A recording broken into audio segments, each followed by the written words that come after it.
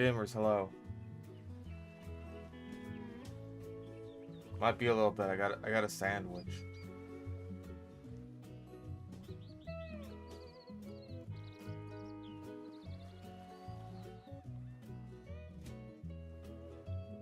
More accurately, it's like a quarter of a sandwich, but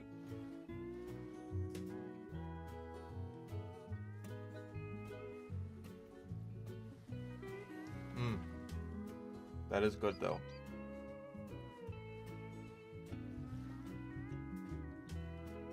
I got 3 kinds of salami, 3 kinds of cheese, some pepperoncinis. It's good stuff.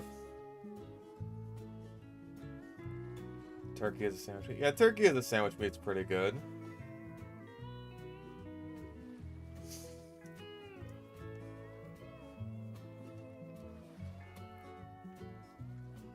I didn't get any this time around, but I know for next time.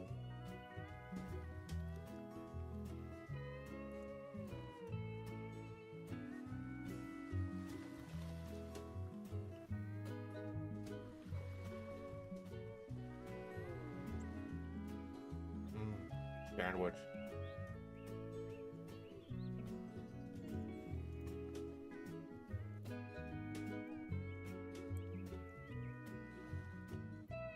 I apologize for not streaming yesterday. Sleep schedule.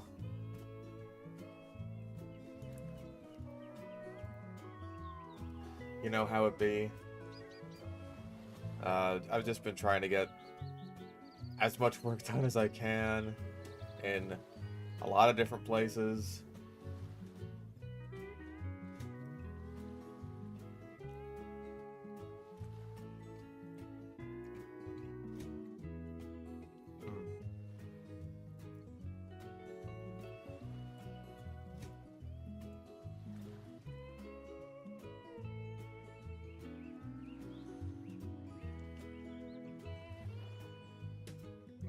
Haven't seen the Man-Treads clips yet because I haven't like started work on the Man-Treads video at all. That one's a ways off.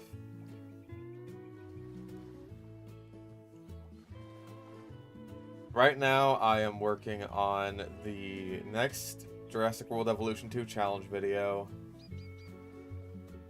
I've got the Cow Mangler video. I want to do the next episode of Netflix Avatar. And I want to start going through more of the TF2 hot takes.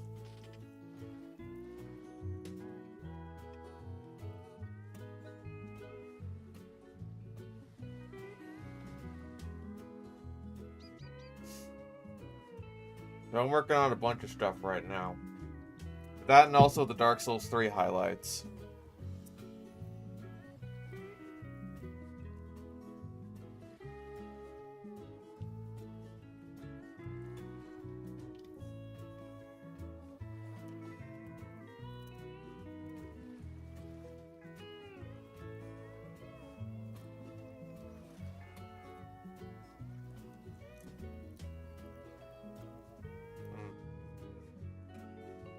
It's very crunchy.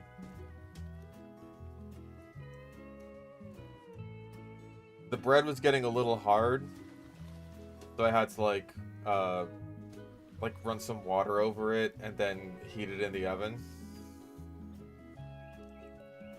But like that makes it the cheese all melty and gooey. You know, I like warm sandwiches.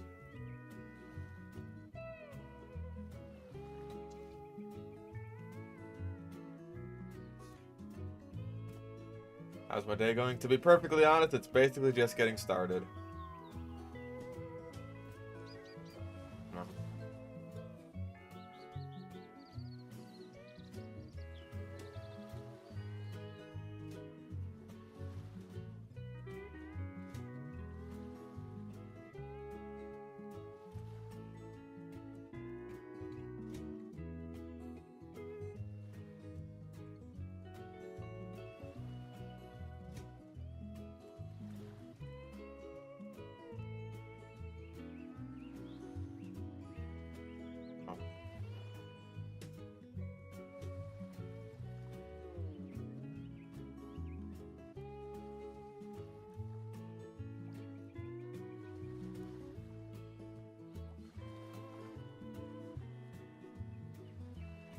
50 minutes, it'll be Monday for you.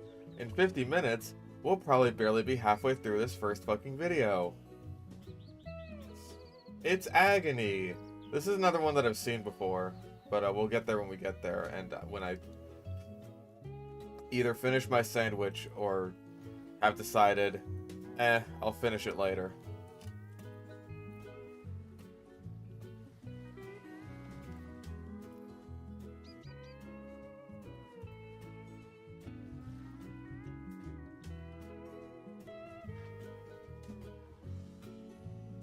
We'll see just how much we can tolerate it.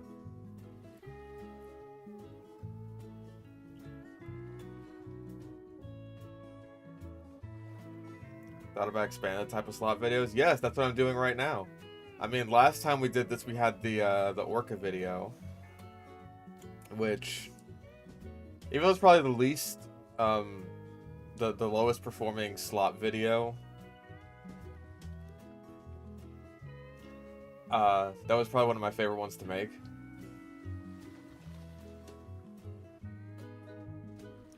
And now we're doing this, which will be interesting.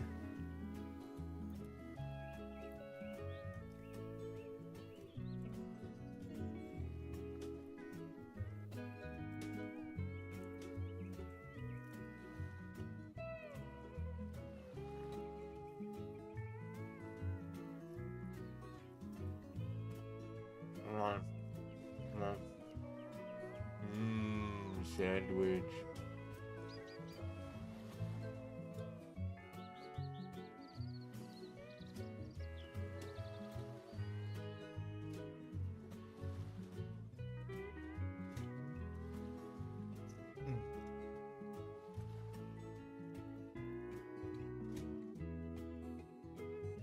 Oh yeah, we got 2 videos lined up today.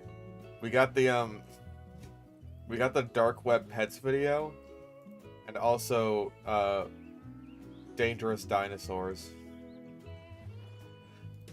I want to go back to like dinosaurs, you know what I mean? Because like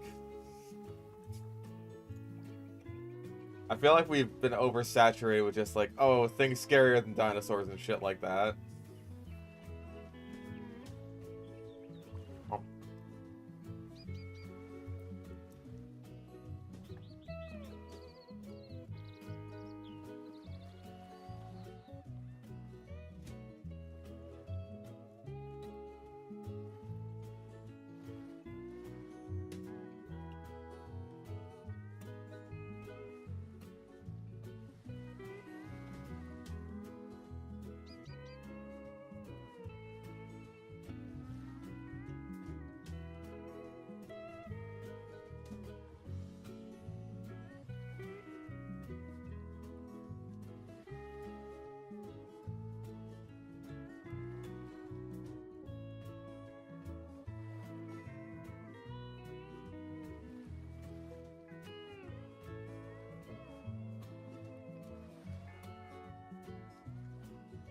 Clint's Reptiles review of the Who Would Win books? Yes. Those were stupid. I like the one where the leatherback sea turtle loses to jellyfish, even though leatherback sea turtle eat jellyfish.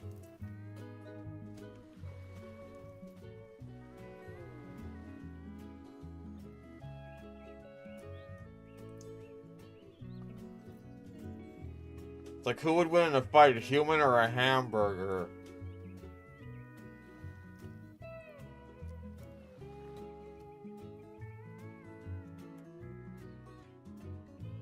Chuck Wallace sweep. that was great. That was like peak. Nothing will ever beat a random rock falls and crushes the Black Mamba's head, so I guess the Chuck Walla wins. Actually, I guess the random bird coming out of nowhere. That was pretty good. To like eat the stink bug or whatever, or was it the woolly bear? I don't remember.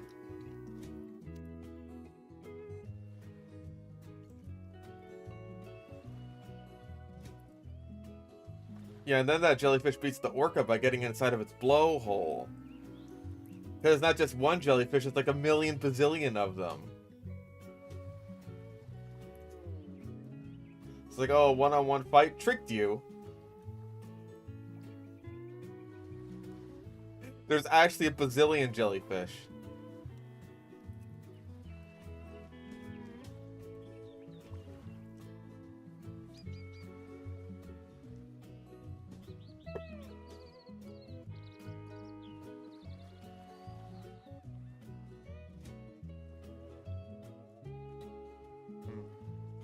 Tricked you, it's Egypt and we're both flog pyros.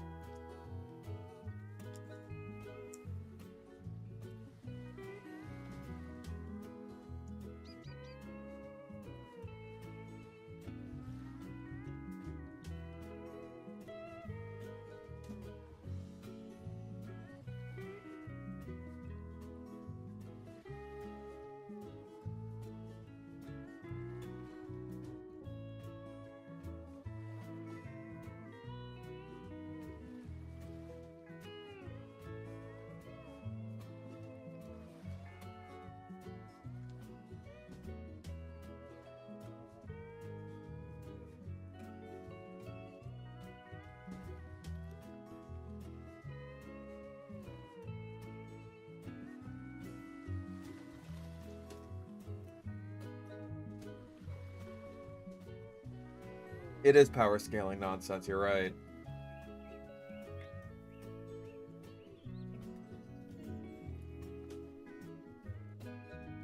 It's not just like, oh hey, the Chuckwalla got ridiculously fucking lucky because the author wanted it to be that way. No, the Chuckwalla is objectively stronger than the Black Mamba.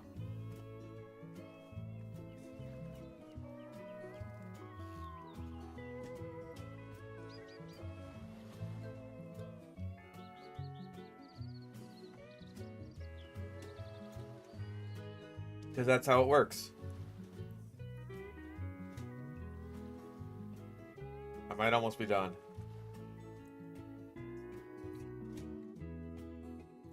$1 billion lions, but it's jellyfish.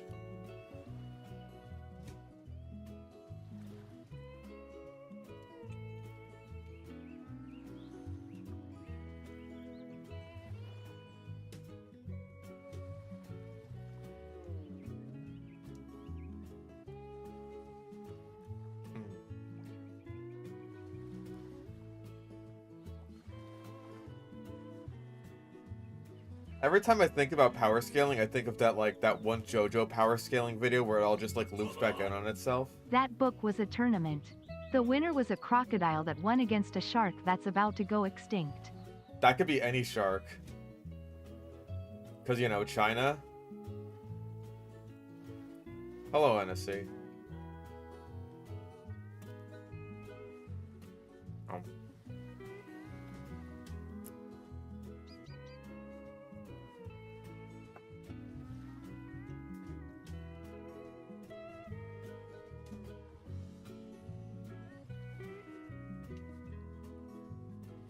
Jotaro wins because they're all the same type of stand as Star Platinum. I can't believe that's how they fucking... That's what they did with fucking Eyes of Heaven.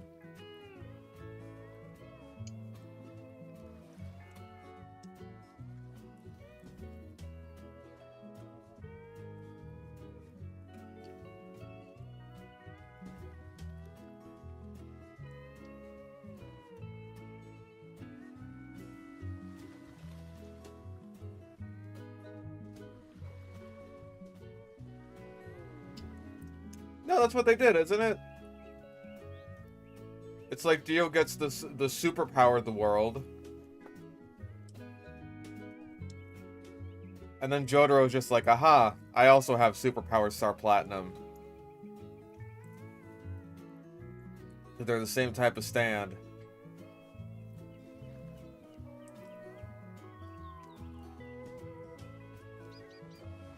Didn't they do that?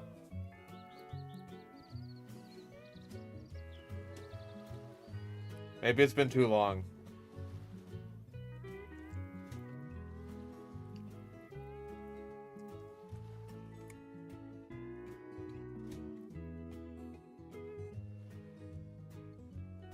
Yeah, Dio needs to file a lawsuit on Jotaro for copyright infringement.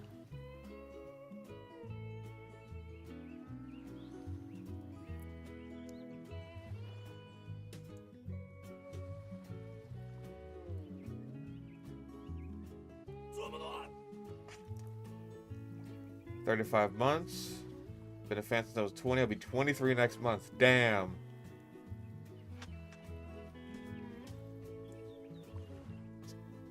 Tangent, worst storms in Oregon. Help, life is strange. Bro, it's Rachel Amber. Her spirit still lingers.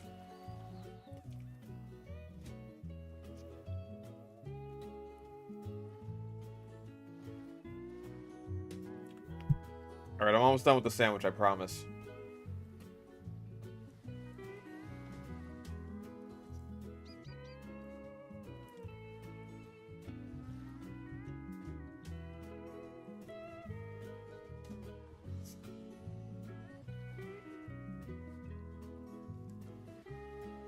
Oh. With sandwich salami. I got like a big loaf of French bread. Mmm.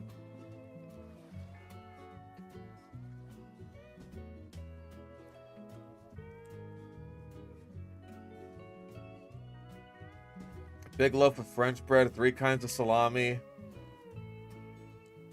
3 kinds of cheese. I got pepper jack, provolone, Havarti on that shit.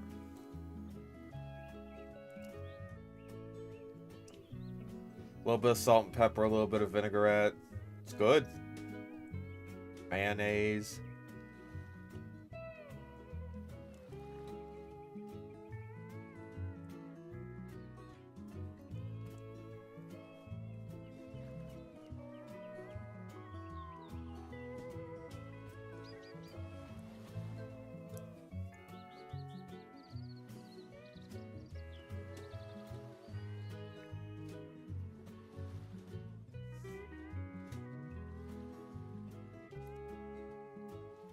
Salami is just the pepperoni version of what bologna is to hot dogs.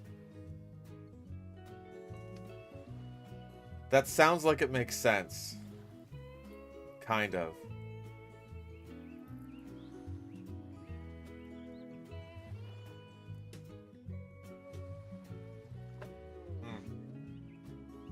Okay.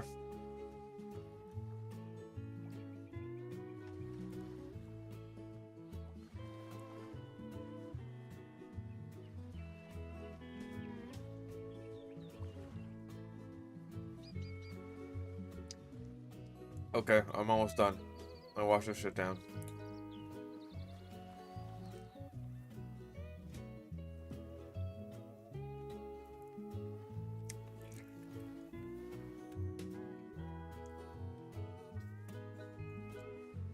Three years? Hey, almost 3 years.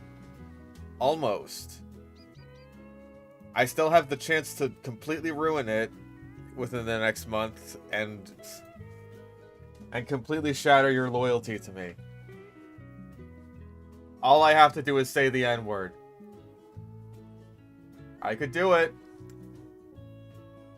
Actually, I don't know if that'd be enough.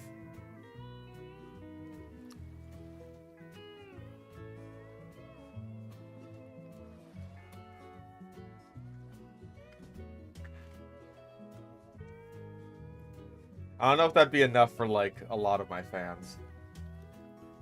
To be perfectly honest.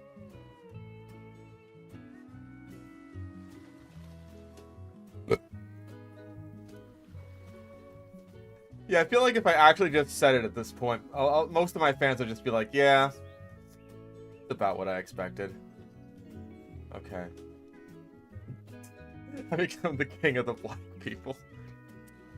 I'm going to go into the middle of the inner city and shout the you-know-what word. They respected me for saying it.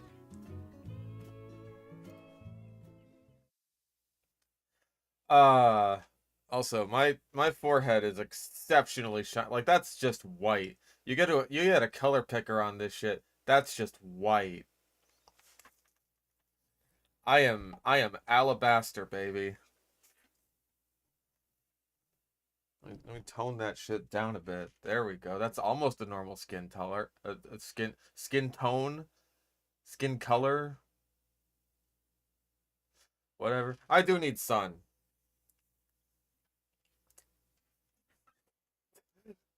My forehead is hash F F F F F F. It is what it is. Yes, yes, skin color, whatever, dog. This guy, I I I I hate this man so much, more than words can describe. I I hate this guy so fucking much. And not just because he's got kind of the Mr. Beast thing going on where it's like there's no soul behind those eyes. That's what he's got going on just a little bit. Is it better or worse than being AI? I would say worse. I would genuinely say worse. Cause like this guy's whole channel is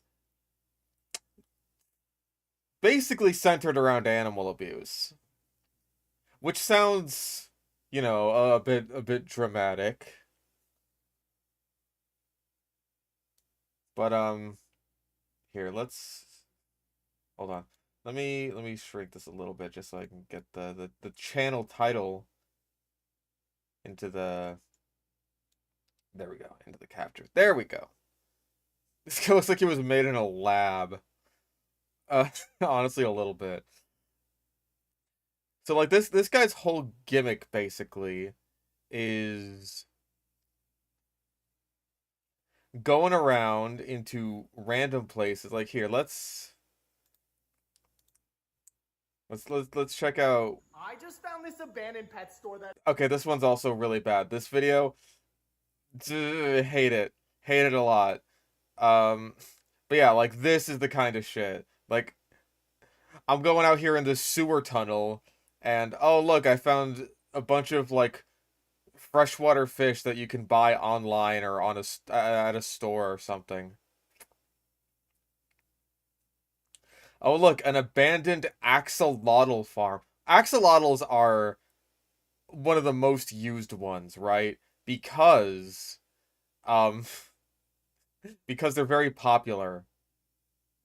They're very popular animals, especially because of Minecraft.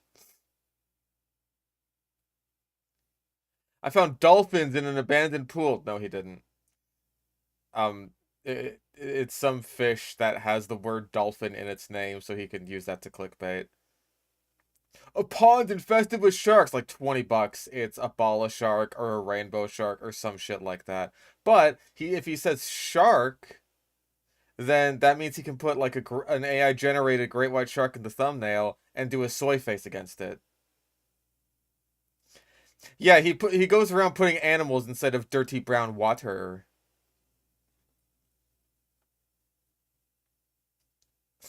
Found a rat in my toilet. Bro, a couple months ago, I had a rat just like materialize in my bathroom. I'm like 90% sure that it like crawled out of my toilet.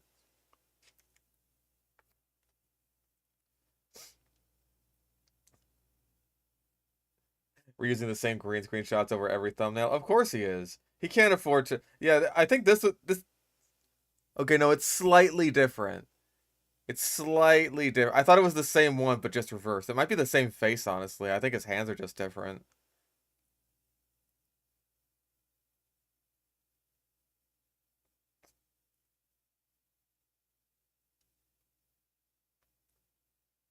I want to see if this one, the soy face to the shark, shows up again.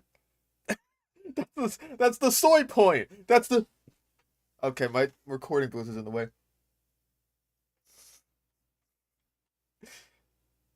Oh wait, no, that's two. We got a double header. Oh wait, triple soy point. Fantastic. Brilliant.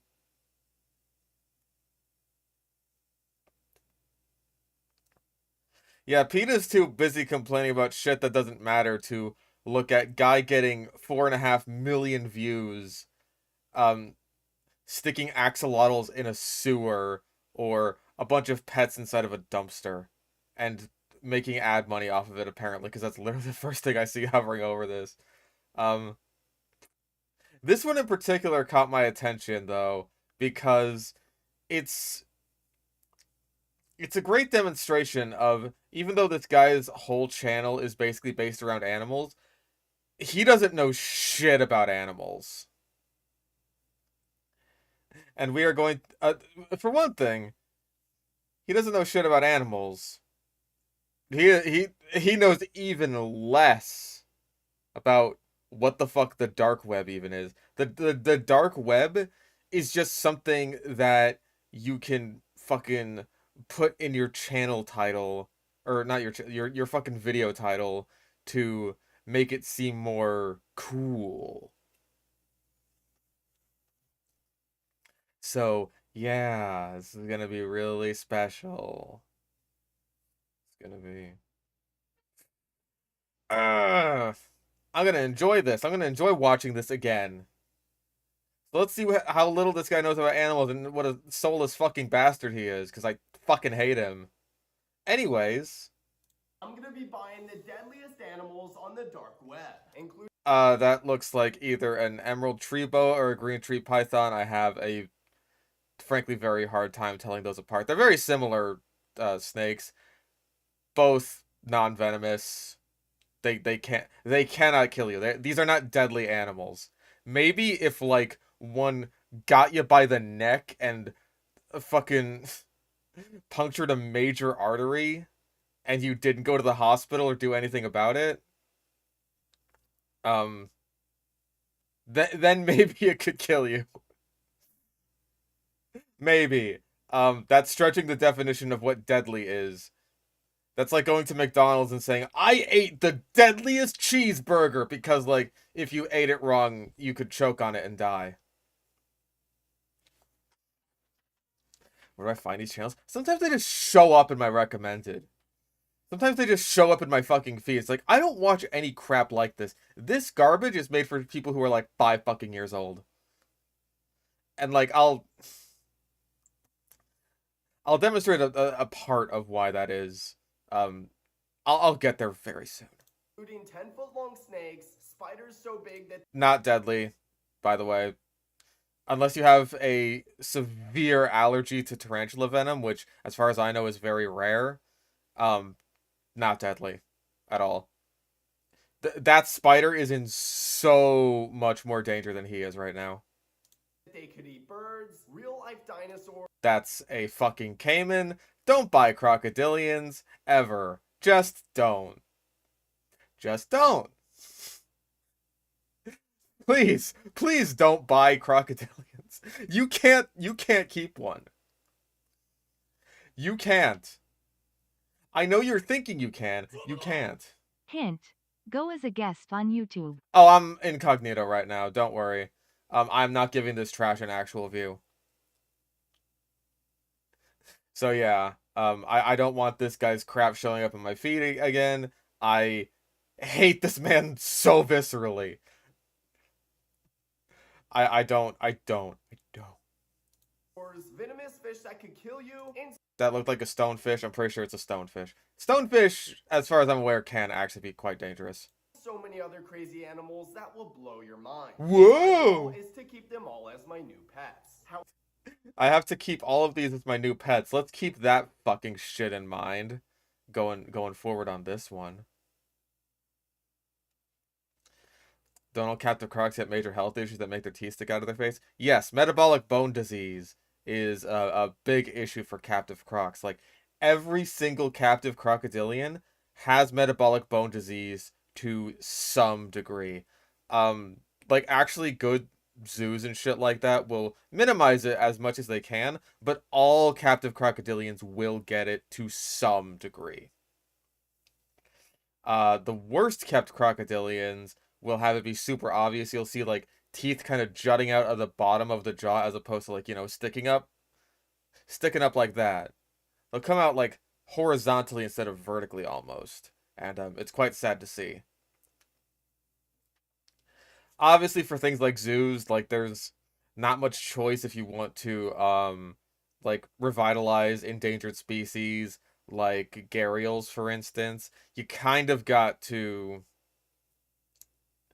take the good with the bad there. Like, hey, gharials would probably be extinct right now if it wasn't for, you know, captive breeding programs. But crocodilians are going to get metabolic bone disease in captivity. I don't know why that happens, but it just does. It's not like super debilitating or anything. It's just like, it's one of those things you notice. And it could, like, in the worst cases, decrease the quality of life for the animal. Also, um,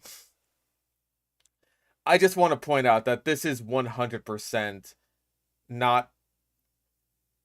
Okay, number one, this is not a dark web website. Number two, this isn't a website at all. This is a JPEG. This is a picture. This is like a screenshot he took of a website. In fact, this might not even be real. Maybe he just like photoshopped this together. Which is fucking bizarre. I don't know about Animal Hub. I've never bought an animal from there. Yeah, it could be a Photoshop mock-up. Fucking bizarre. Absolutely bizarre. Jesus Christ. Do you think someone would do that? Just go on the internet and tell lies? But yeah, this is not what a dark web website looks like. Dark web websites, like, 99% of them, they just look like kind of web 1.0 websites. You're not gonna see like fucking star ratings or reviews or shit like that. Like, this is all super modern web design stuff. You're not gonna see that on the dark web. However, before we can buy them, we have to figure out where we're gonna put them. And I have the perfect idea. You see, a couple months ago, I bought this abandoned pet store. And No, he didn't, by the way. That's not a pet store. That's your shed or something. Like, seriously. Fuck off. That is not an abandoned pet store. That is a shed that you have.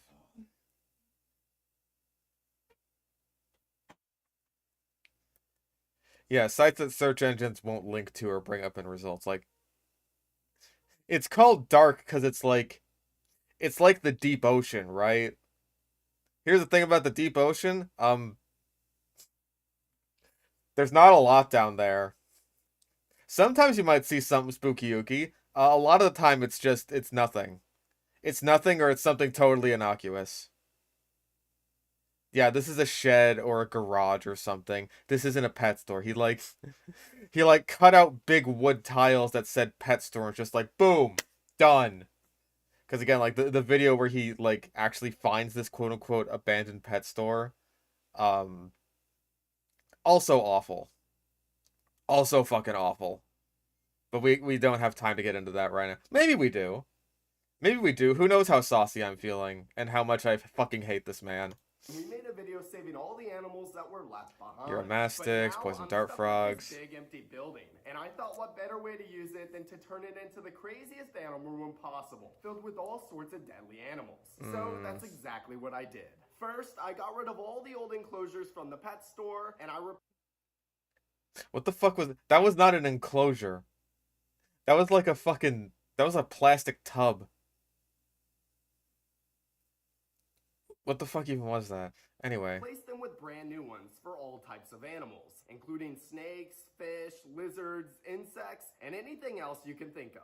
I then He seems to be setting up like sort of generic exhibits, which is really weird for anyone who's like, I'm gonna be buying like a bunch of pets off the dark web. 'Cause like you need to do your research. You really do. You need to do your research before you buy any pet. You need to know the parameters of their like enclosure space, anything like that. Will your enclosure have a good humidity gradient? What kind of substrate are you using? All that kind of stuff. All that kind of stuff. And it's just like, if whatever I get will be happy in here, then it'll be happy in here. Which says either two things. One, he's stupid and doesn't give a shit. Or two, he already knew what the fuck he was gonna buy beforehand and just set up all these enclosures in such a way that like, oh, this is gonna go in here, this is gonna go in here, this is gonna go in here. Who the fuck would be dumb enough to post themselves with illegal animals? We'll see. Designed all the enclosures, and I made everything look nice with fake plants and trees, and I even put fake grass. Fake fucking plants. Fuck off. Put real plants in there. I have real plants. If I can grow them, you can, jackass.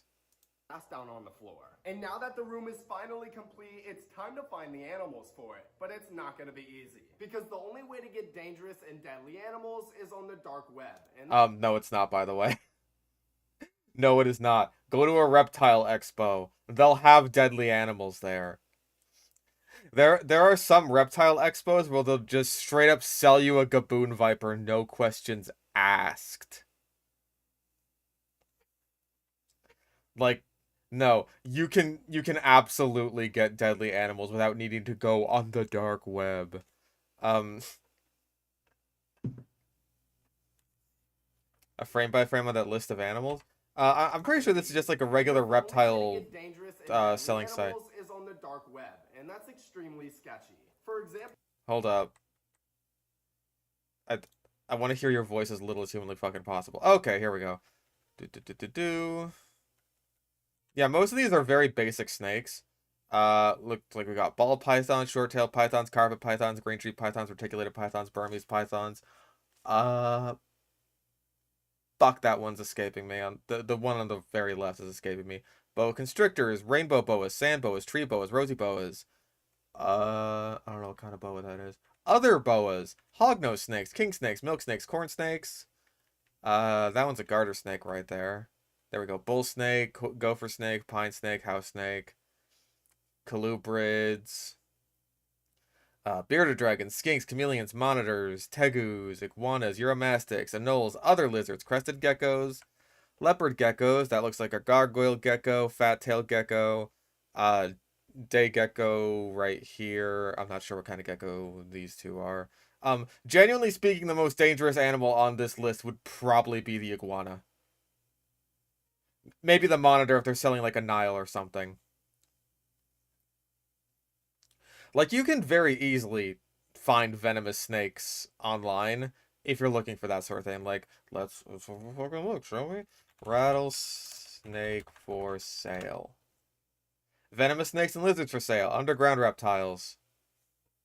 Mojave reptiles. Western diamondback rattlesnake for sale.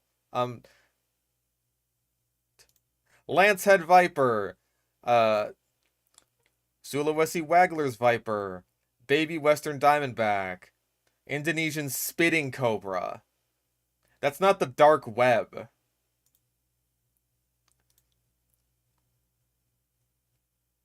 You could get a fucking diamondback rattlesnake for $150. That's really not that big.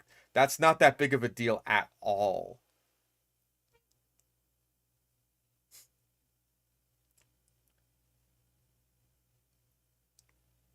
Baby eastern green mambas for sale. Coral cobras for sale. Horned pit viper. Okay, that one's almost $1,000. Fucking Bushmaster is like $2,500, and that's on sale. What a reasonable price. God damn, dude. Like, what do we got? What do we got here? Default sorting. Where are all the venomous boys at? Oh, Gabino vipers. So I'm pretty sure that's just like another name for Gaboon. Oh, wait, no, that's a crossbreed between a Gaboon viper and a rhinoceros viper. Yeah, that's Bitis gabonica rhinoceros and Nasicornis. So that's a crossbreed right there. So you can get designer fucking... You can get designer venomous snakes. Designer ones. Just with a Google search. And $300 plus shipping.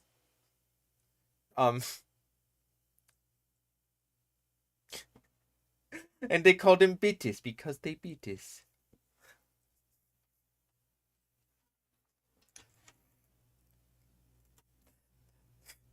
That's the thing, is like, it's arguably too easy to get like dangerous animals or animals that are totally unreasonable to keep as pets. Komodo dragons you thankfully can't get as pets. God knows people aren't gonna try. Komodo Dragon for sale.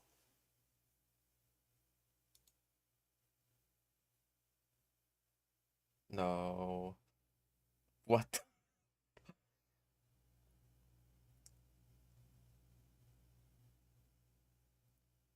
Wait, what? Is this for food? Pets or food? The Komodo dragon's license.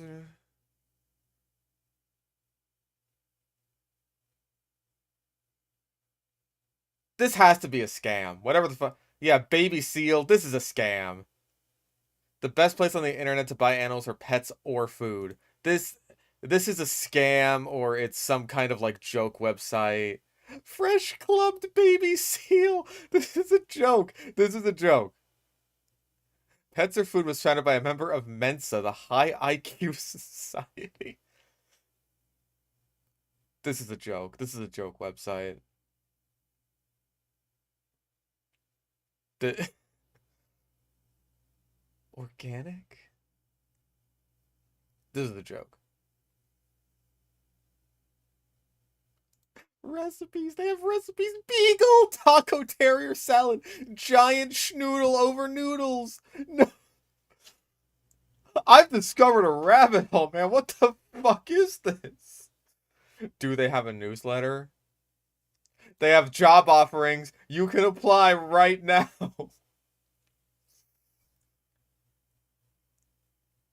No, it's a joke. It's a joke. This has to be a joke. I find it absolutely wonderful there is a site where I can find delicious, ready-to-eat seals. My timing in such a find is great as I am planning a special event soon, and I'm looking forward to the raves and compliments from my special guests upon serving such a tender, exotic meat. Your latest new customer and fan, Jeff. Have you tried fried tiger cub yet? We had it the other week along with battered dolphin. Man, that was some good shit. Are you gonna bring out an elephant menu? Because I'll be happy to provide the required ingredients to make this magic bonanza. This has to be a joke. Unfucking real.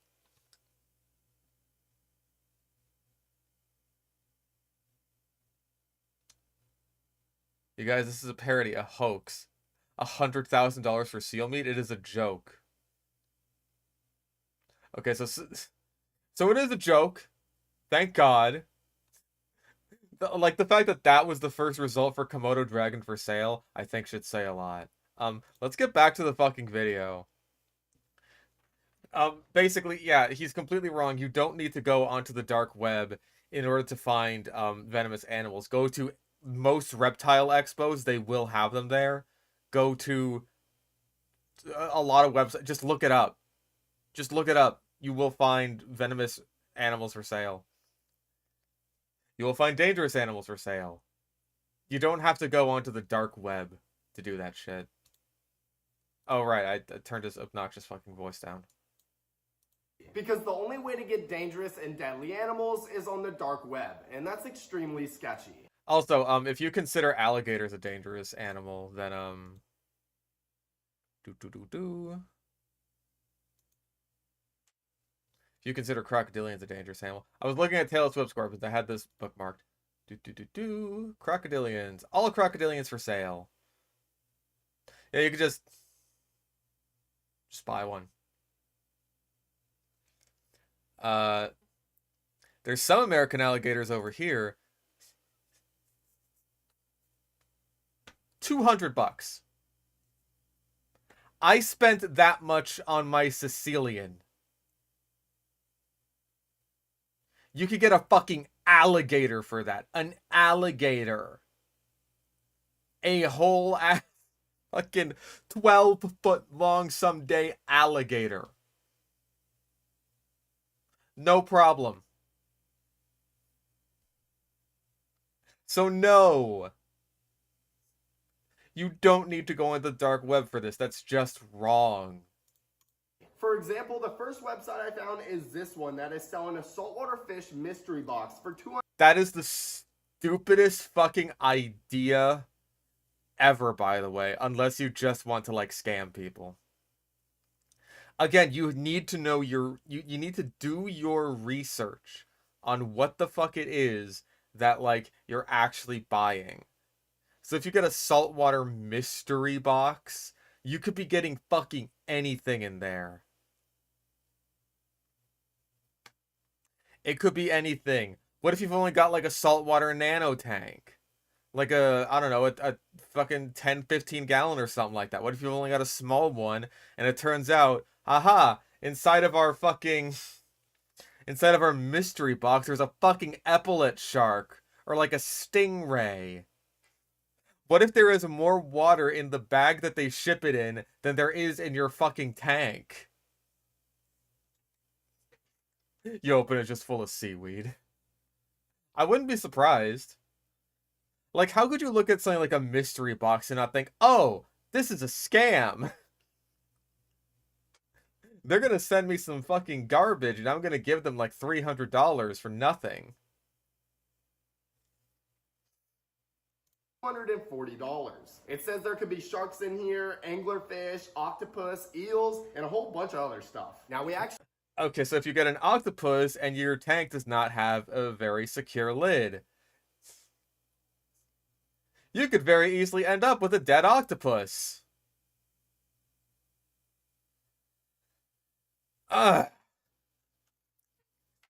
So that is a fucking product that would only be for, like, the most experienced fish keeper possible,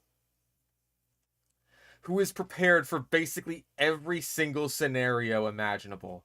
Like, yes, I do have a 200-gallon tank on standby that I could put an epaulet shark into. I do have a very tight-fitting lid for my saltwater aquarium in the event that I get an octopus. It is nonsense. It is a nonsense product that would never exist because there wouldn't be a market for it. Actually have a couple saltwater tanks in this room, so I'm gonna buy this mystery box and we're gonna see what we can get. Those tanks look like 30 gallons, maybe 50 gallons at the biggest, by the way. This is extremely sketchy, you guys. There's a good chance we get scammed doing this, but there's also don't do it then.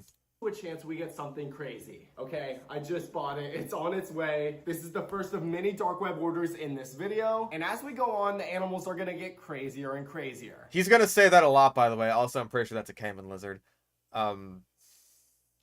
It's loot boxes. It's loot boxes with live animals inside. That's not the worst idea ever.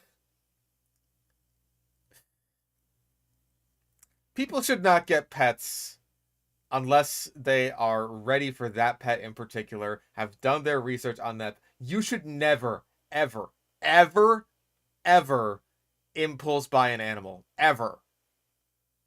Do not ever impulse buy an animal. Do your research, get everything you need before you get the animal.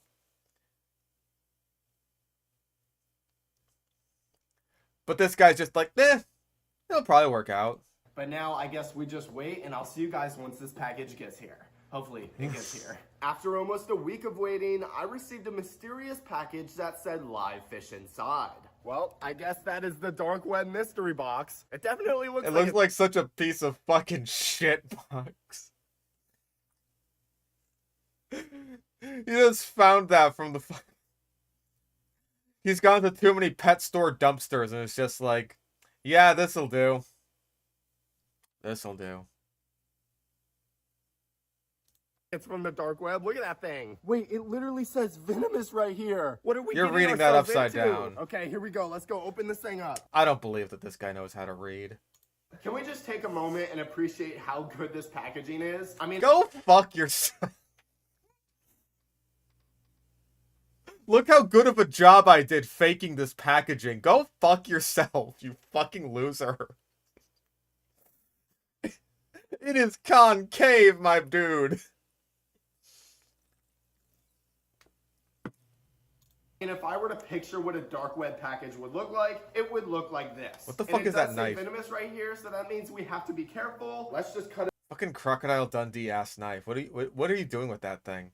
I don't believe that you know how to hold a knife. Look how good the packaging is. This is what I would expect a dark web package to look like. That's why I made it look like that. Cut it open and we're gonna see what's inside. Here we go. Oh my gosh, I see bags of fish. I guess that means we didn't get scammed, but now that— Imagine his giant Crocodile Dundee-ass knife just accidentally punctures one of the fish bags and it's just like fish flopping everywhere. No holes in the package? That's honestly fair enough. When I got Vizini, he didn't have any holes in his package either. When you ship fish or aquatic animals like that, then yeah, odds are you're probably not going to get holes in the packaging. Because they've got like air inside the bags that will hopefully help oxygenate the water for the duration of the shipping purposes, or for the duration of the shipping. So it is what it is. Like, that part I honestly buy, sure. It's fish, sure, but it's a mystery box. Ooh, what else could be in here? I mean, assuming it is just like all saltwater stuff, which again is still a horribly stupid idea, then it's like, sure, it's all probably going to be fish or whatever. Or just something that you'd find in a saltwater aquarium. question is, what are they? First bag, here we go. What the heck is that? Oh my gosh, you guys. These things look like little aliens. Looks like a shrimp. It looks like some kind of cleaner shrimp. I don't know. That wouldn't be my reaction. It's just like, oh, look at that. Some cleaner shrimp. Hey, little dudes. How you doing? You're still alive? After being shipped from the dark web? Cool. Now, this is actually my first time ever having saltwater creatures as pets, so I might need your help.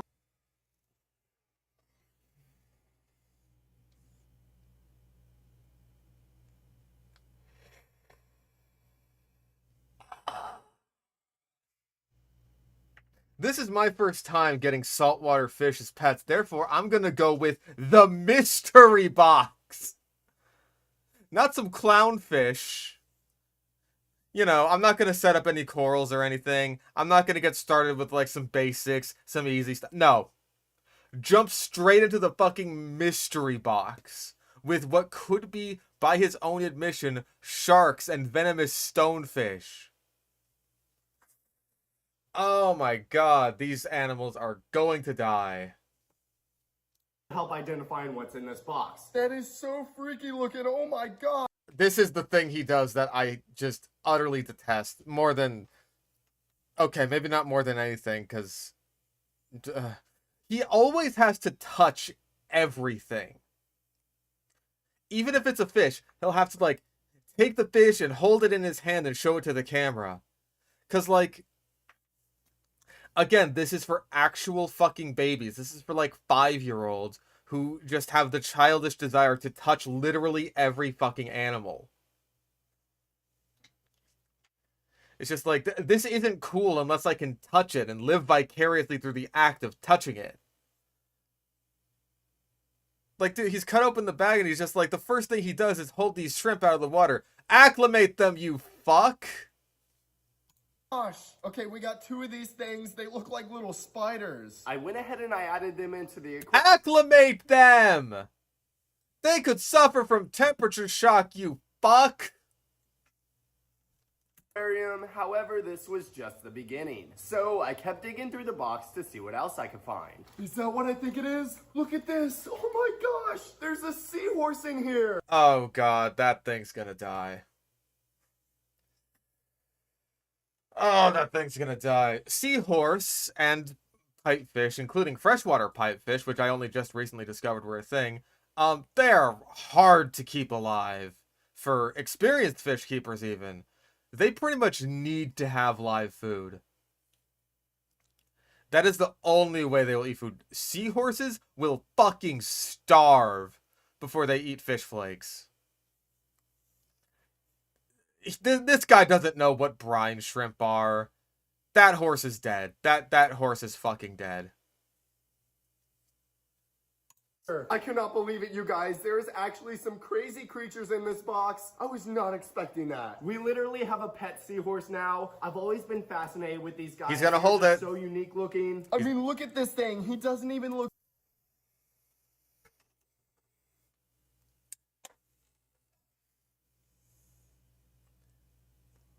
Just... Oh, it makes me viscerally angry. I'm so fucking annoyed. And it's just like, I have to grab this and hold it in my hand.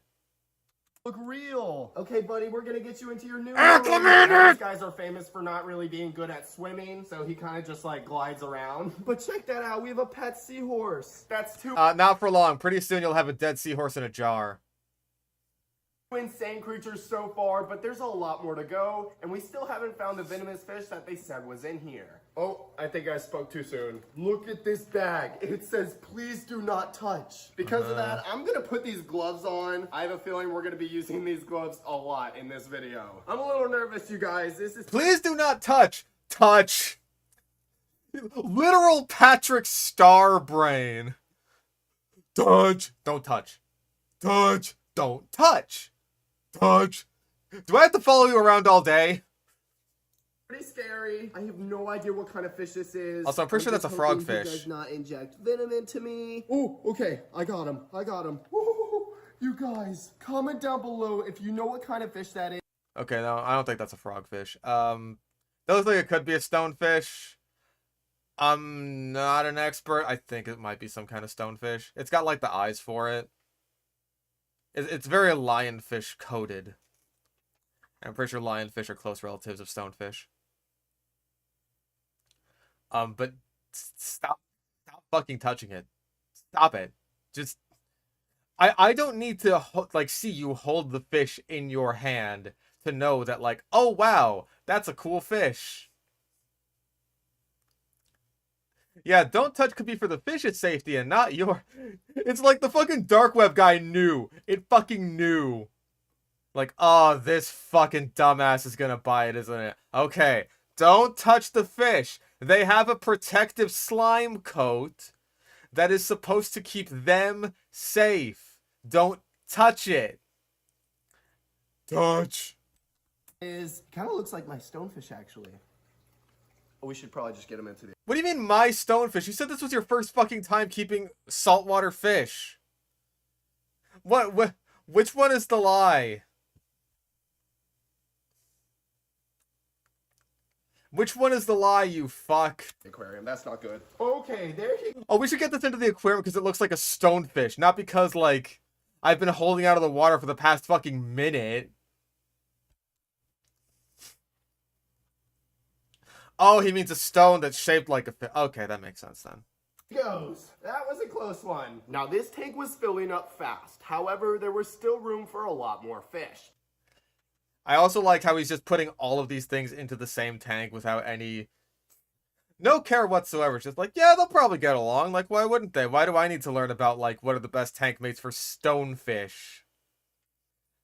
Do I need to know if a stonefish and a seahorse is gonna get along?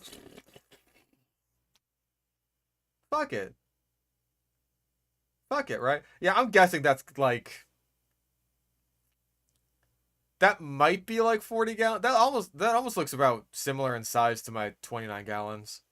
So I grabbed another bag and I found this. Oh, I know what these are. Look at that. We got some starfish, you guys. Oh, I know what these are. These are the things that are shaped like stars. Oh, I know what these are. That's my mom and that's my dad. Fucking Patrick Star ass. It looks like we have two different kinds. This one is a normal one, but this one has a... You got the normal starfish and the bumpy starfish. The two distinct starfish morphs, if you will. Bunch of spikes on them. That is so cool. I have never held a starfish before, but I can actually feel their little feet crawling all around me. That is so creepy. I think it's safe to... That's also not very good for the starfish. That goes without saying at this point, but, like, overhandling of starfish can be very bad for their tube feet. He got the regular starfish and the SSR premium armored starfish. Dude, that's a rare drop! Dude, that's like a legendary! Say that saltwater animals are a lot crazier than freshwater, so let's go ahead and get these guys You've never owned a Sicilian before. into the aquarium. Oh, by the way, that's not an invitation for you to own a Sicilian. And we're gonna see what else is in that mystery box. Oh, I see something moving right here. What is it? What the heck? I think this is a little baby horseshoe crab. That is a horseshoe crab. Well, he got that right at least. Hey! He knows what a horseshoe crab is. He doesn't know what a stonefish is before he fucking picks it up in his little stupid baby hands, but at least he knows what a horseshoe crab is. You guys, these are some of the freakiest creatures in the ocean. They have this hard little shell right here that Okay, look. If you hold that one, I'm not going to hold it against you. Horseshoe crabs are pretty fucking durable. He's still going to find out a way to kill it, though. He's absolutely going to find out a way to kill it. Yeah, horseshoe crabs can tolerate air exposure. Horseshoe crabs can tolerate like 95% of their blood being sucked out of their body. So, this thing will almost certainly die to ammonia poisoning from all the fucking fish he's immediately introducing into this tank. But, at least he can hold it out of the fucking water for a little bit. And I don't have to, like, want to strangle him for it. Like, when I worked at SeaWorld, they had horseshoe crabs you could pet. It was cute. Protects them from predators, but if you flip it over, they have all these little feet that help them move around. They literally look like little aliens. They get a lot bigger than A fucking shrimp looks like an alien to you, jackass. this, though. He's just a little baby, so let's get him into the aquarium where he can continue to grow. Also, he didn't acclimate it. Just... why would he? He's not going to acclimate anything. So far, we have found so many cool animals in the mystery box. Just shove it all into the same fucking tank. However, there was still a few bags left, and we needed to hurry and get them out. He said that for literally every fucking animal so far, by the way. It's just like, we've already got one animal out of the mystery box, but there's still more to go. 2 animals down out of the mystery box, but there's still some crazy stuff ahead.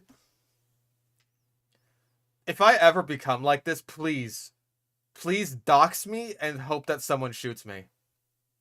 Ew, what the heck is this? Is this even an animal? It's not moving. Oh, it's a sea cucumber. Dog, you ever been to an aquarium before?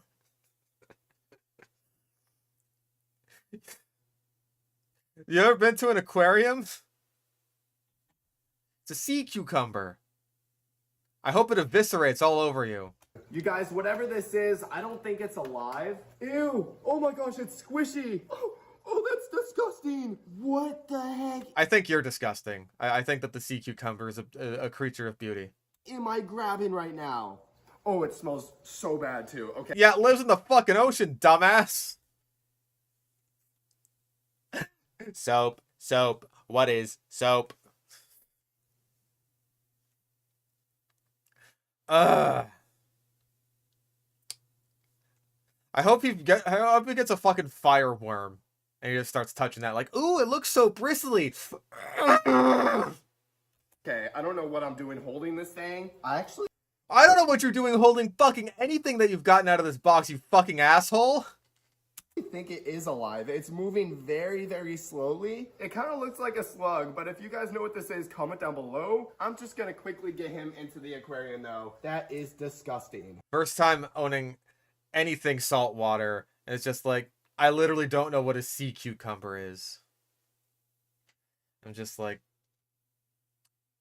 I just...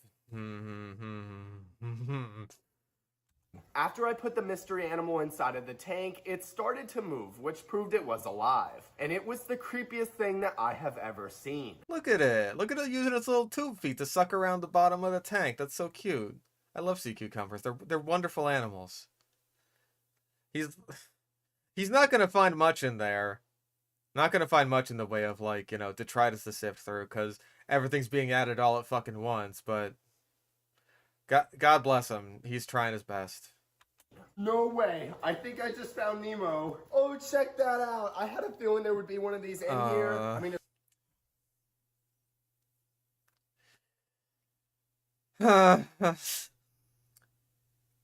put it in a nano tank, please. Put it in like a nano coral tank.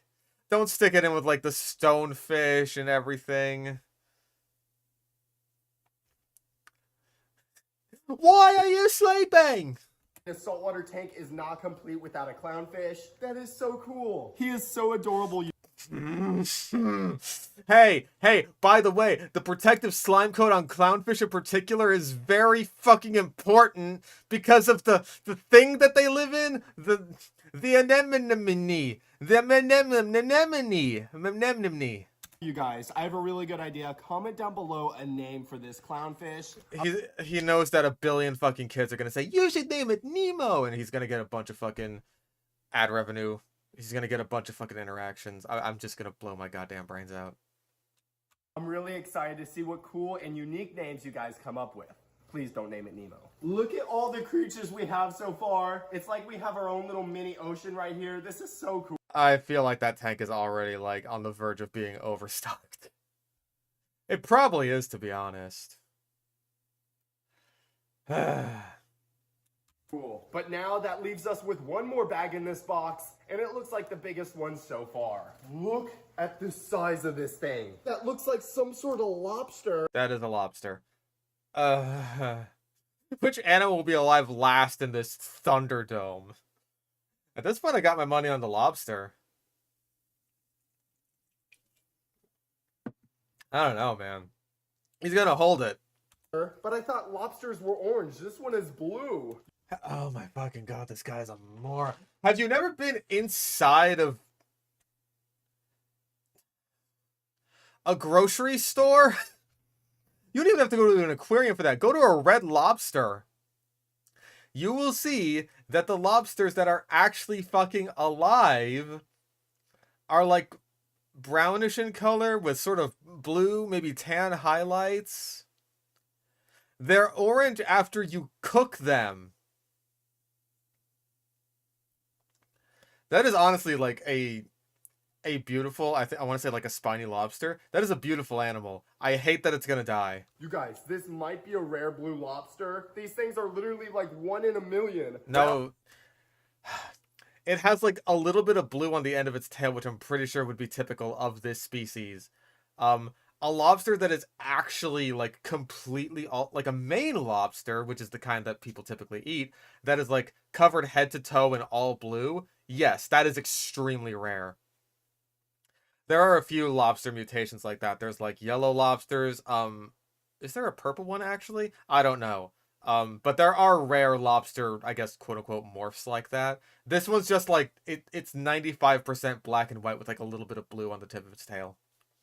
Well, first dark web order of the video, and I'd say it went pretty good. We got a saltwater mystery box, and I was not expecting to get all those crazy creatures. And honestly, I wasn't expecting to get a box at all. However, we are not done. We still have a lot more orders to go, and the animals are just gonna get even crazier. And there's still a chance that we get scammed. We know. So I got back on the dark web, and I came across our next animal.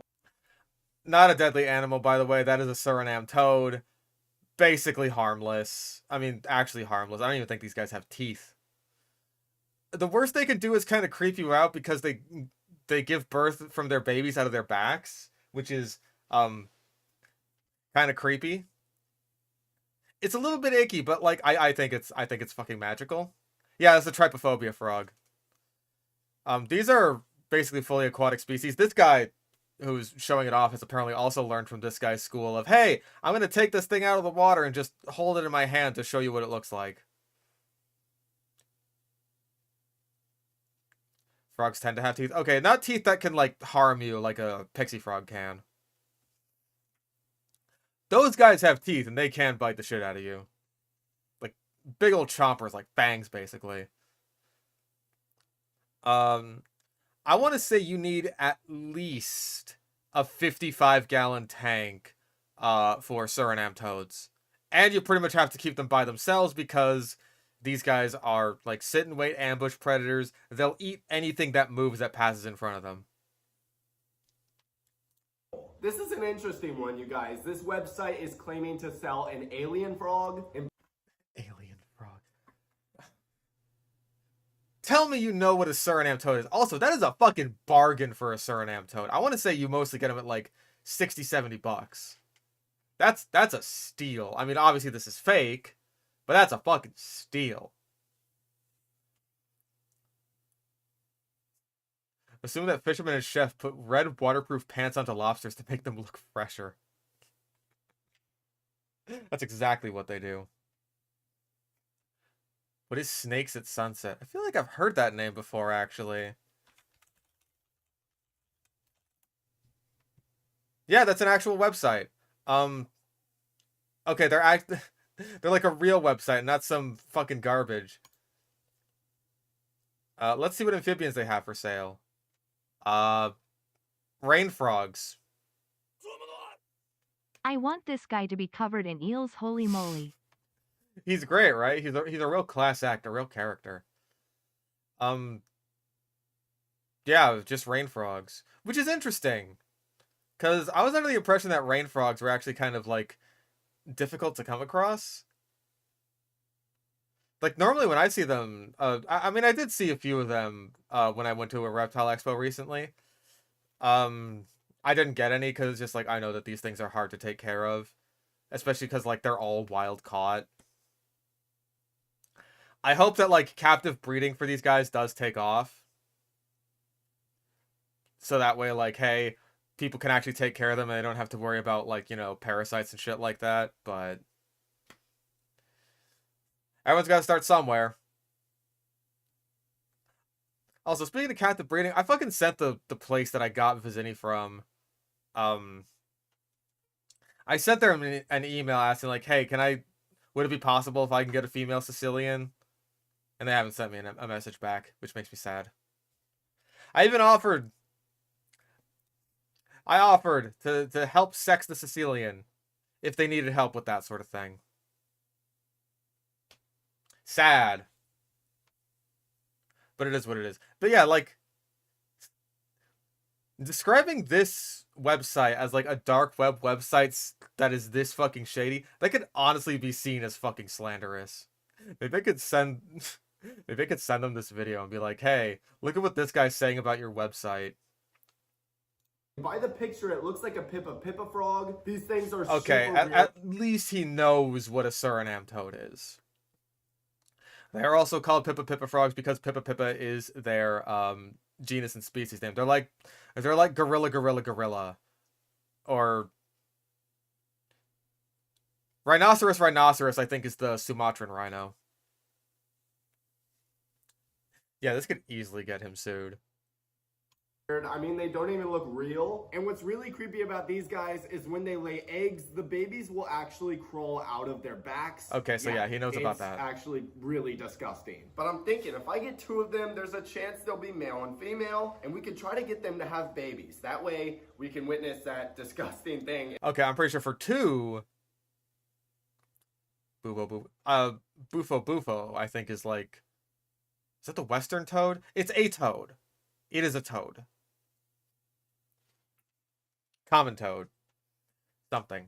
Getting a female Sicilian sounds like both a sex act and a means of bodily mutilation. Yes. But yeah, I'm pretty sure you're gonna need a big ass tank for a pair of Suriname toads. You can't just stick those in like what I got. You're gonna need a big one, and all you can have in there are the toads. That's pretty much the main reason, like...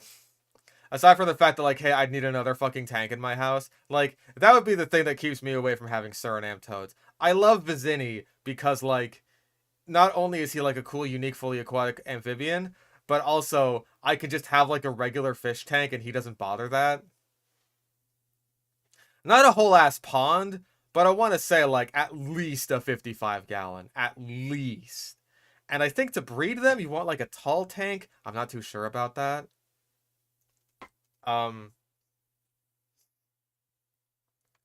yeah. For a pair, like, you've just exacerbated the problems that you were already going to have by getting a big-ass fully aquatic frog. In person. Okay, I just placed an order for 2 alien frogs. These things are so cheap, they're only $30. Unless they're so cheap because it's a scam. I didn't think about that. Well, it was 2... Yeah, I imagine you haven't thought about a lot of things, just in general. Right now, and even if I try to get a refund, I couldn't because it literally says no refunds on the website. Wow, that thing you put on their website, that... Good. Yeah, I thought for sure I got scammed. However, just 2 days later, I received a box at my door. Could these alien frogs be in here? Frogs! Why are you sleeping? Gotta shake the fucking box around.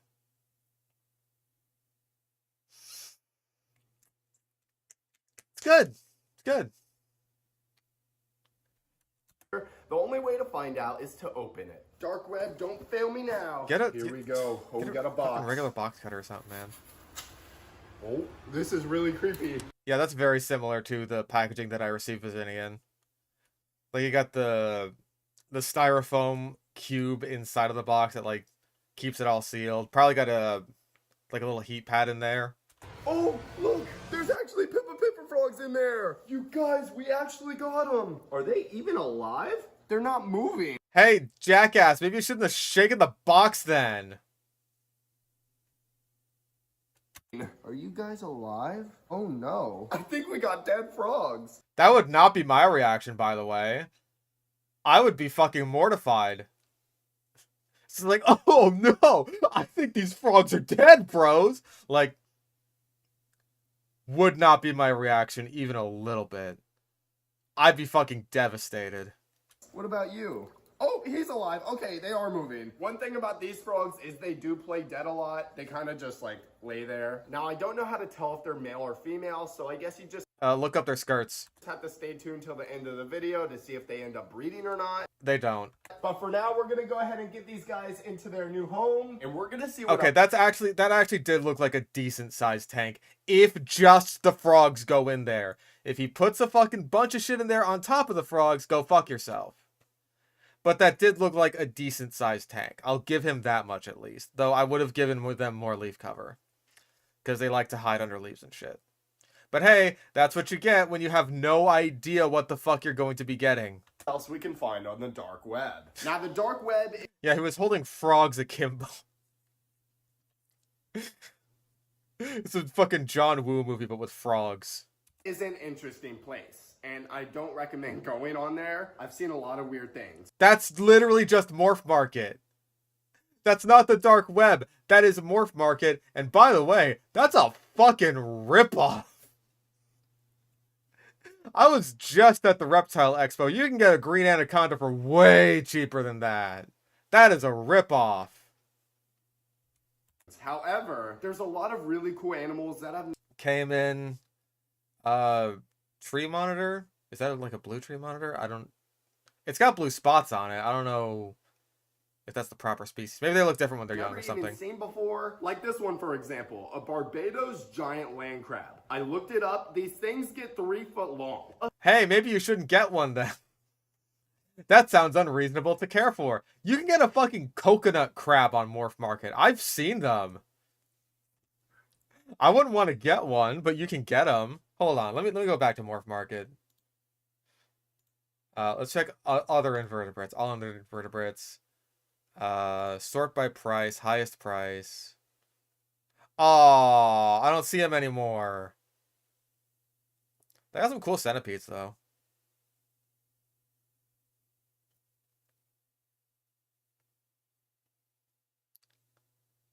Damn, I don't see the coconut crab anymore. Sad.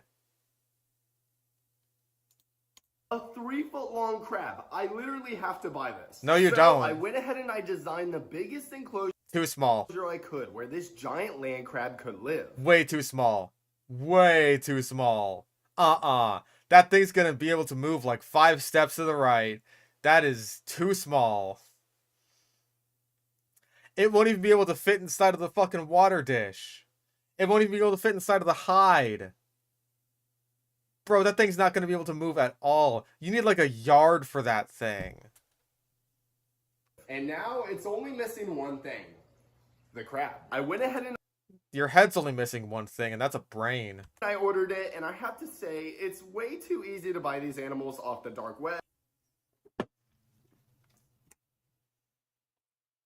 Way too easy to buy, yes. Dark web, no. I mean, they don't ask you any questions like, hey, what are you going to do with this 3 foot long crab? What do you mean, what are you going to do with it? It should... What are you going to do with this crab? Commit crimes with it?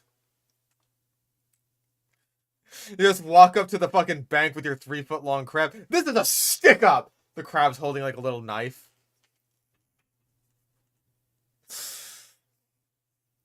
Thank you, Slickfish. Oh, I wouldn't want a coconut crab, especially not for my birthday, which is coming up in a few weeks. Use it as a drug mule. Alright, listen to me, little crab. I need you to take this kilo of cocaine across the border for me. There's a man named Sanchez. He'll know what to do. I love you, crab. Once again, I waited about a week for this 3-foot-long crab to show up at my door, but finally, after lots of waiting, I received a package. I'm a little nervous for this one. Part of me wants the crab to be in here, and part of me doesn't. Really? Okay. I understand that the thing with this video is that it's the dark web and all of this is really shady and stuff, but I could not get my baby fucking spider without there being like, oh hey, we need to know that you're gonna be good to go in order to pick up this package.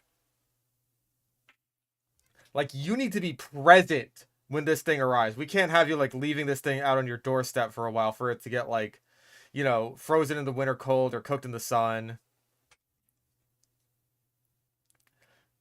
Like, they need to set a date for that thing. You can't just be waiting around like, maybe it'll show up, maybe it won't. I don't really know. I mean, a 3-foot-long crab is pretty scary. And it's but very I do hear something crawling around in there. All right, but that is demonstrably not 3 feet long, by the way.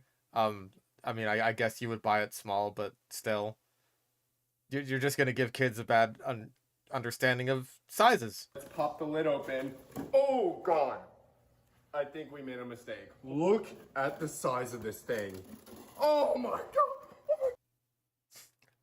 I ordered a giant crab off the internet. I think we made a mistake. This crab is way too big.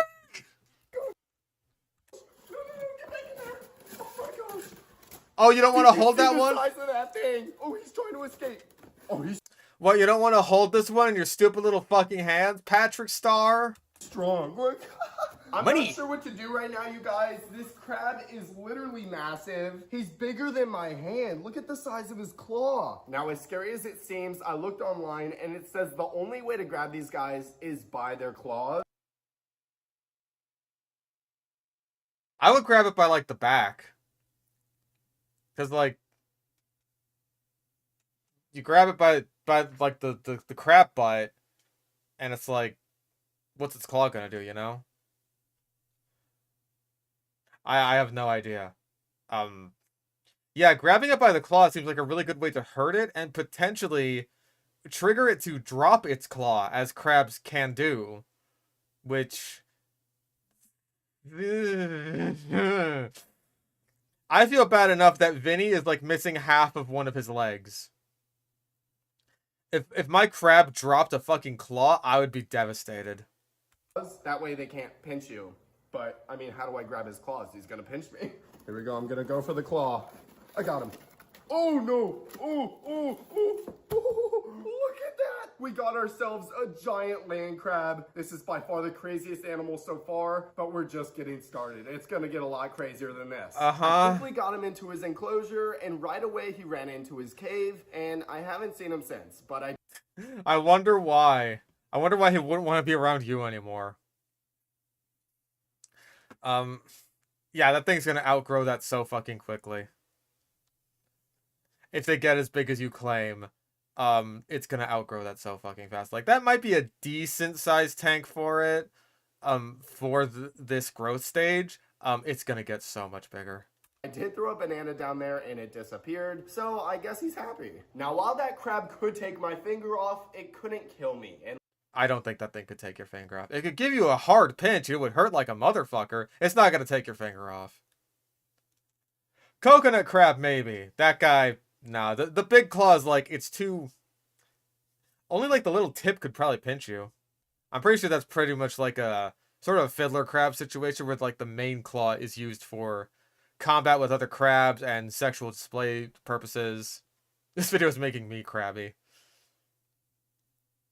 No, absolutely, this 100% harms kids' perception of animals. Because, like, imagine being a 5-year-old kid with like your developing child baby brain and you see this grown-ass man going like, oh! Like a big old crab, and you're just like, you're gonna be fucking scared of crabs now. You're gonna be scared of them. It's like fear mongering. It sucks. And like I promised in the beginning of this video, we're gonna be buying some of the deadliest animals in the world to put in this room. And what better way to start than with a stonefish, the most venomous fish in the world. Didn't you already get one of those, you fucking loser?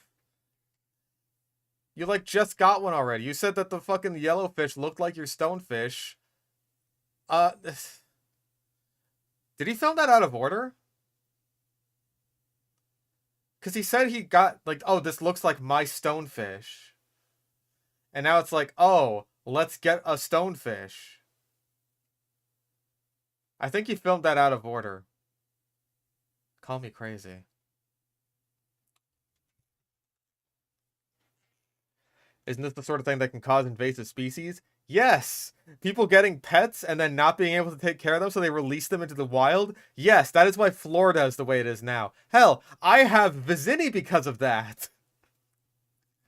Because back in the day, rubber eels used to be fucking everywhere in pet stores, including in Florida, and then people just, like, released them into the wild. And now there is an invasive population of aquatic Sicilians in the Florida Everglades. And that is the only reason that I have a Sicilian now, because their export has been banned from their native country. Now, on the one hand, that sucks because it's an invasive species. On the other hand, hey, I can get a fucking Sicilian and not feel bad about it because it's not taking from an actual wild population. Now, these fish are extremely rare and they're super hard to come by. No, they're not, by the way. Probably because they can kill you and no one wants to keep that as a pet.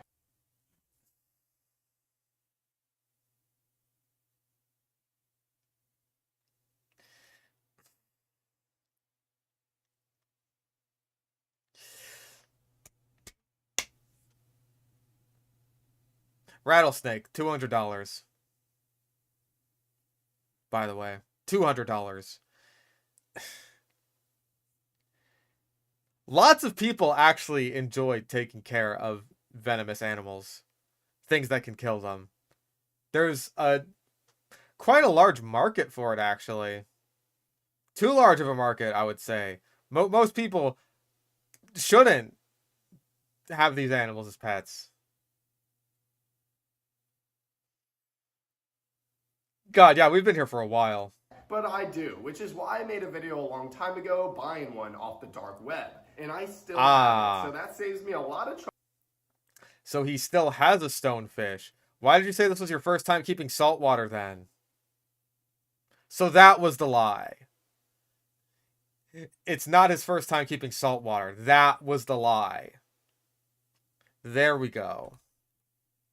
Now we understand. Trouble trying to find another one, so we're gonna go cash it out and we're gonna bring him to his new home. And hopefully I don't get stung. Yeah, hopefully I don't get stung. Okay, he's right here. I have these heavy-duty gloves on and a net. If I do this right, I should be okay. So wait, he's just moving it. He's just moving the stonefish that he already has into a different tank.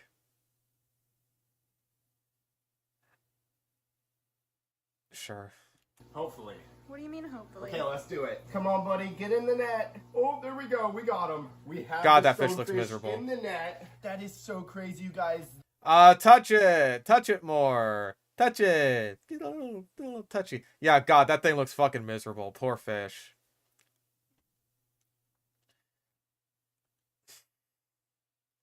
When's the last time you did a water change, asshole? This right here is the stonefish. If any of these spikes right here stung me, I would be dead in under 6 hours. So let's quickly get him into his new home. All right, buddy, in your new home you go. Oh my gosh, he looks so good in there. We should probably put like a do not touch sticker on here. I feel like that's a good idea. Now, when you think of danger, Should put one of those on you, jackass.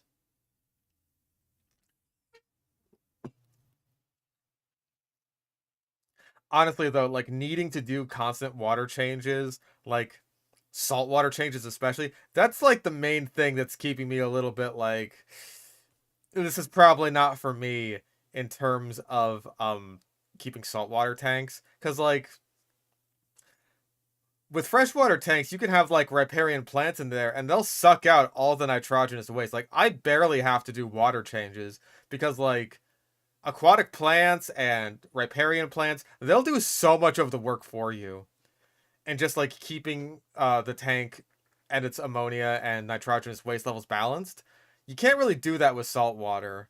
So you pretty much have to like either have a ridiculous filtration system or do much more frequent water changes than you would need to do with like a good freshwater setup. So I don't think I'll be getting saltwater fish anytime soon.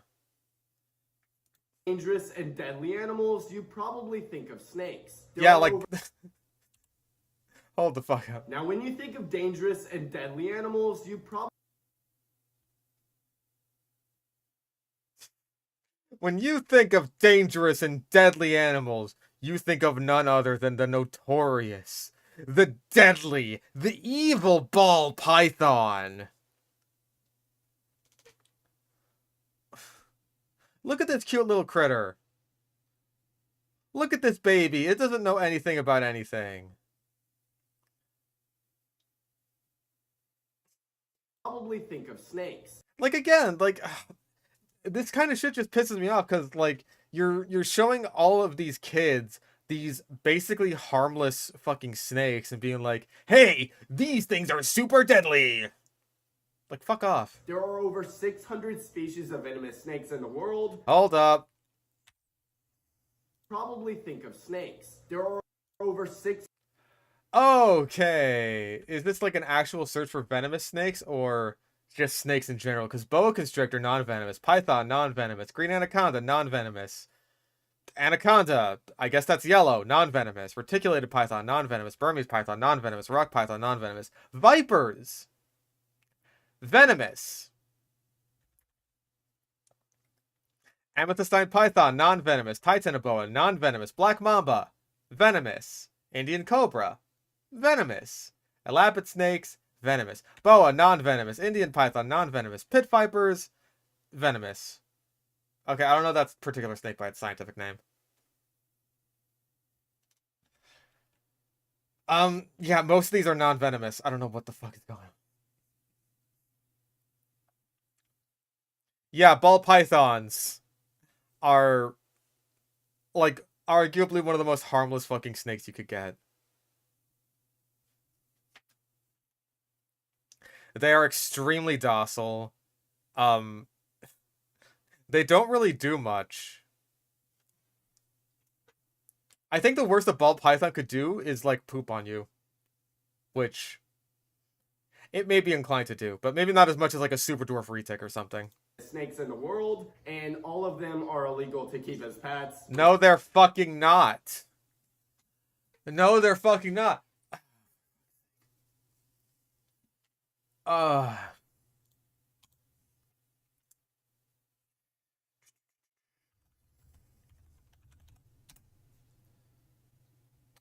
Where's the one guy I know?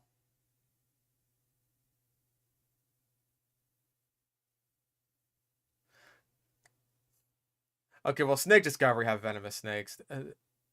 Jesus Christ. Oh, dear God, what the fuck is that? It looks like it's supposed to be a tentacled snake, but it's not. Yeah, Joey Jolson, here we go. Best beginner venomous reptiles. Is that a fucking gaboon viper?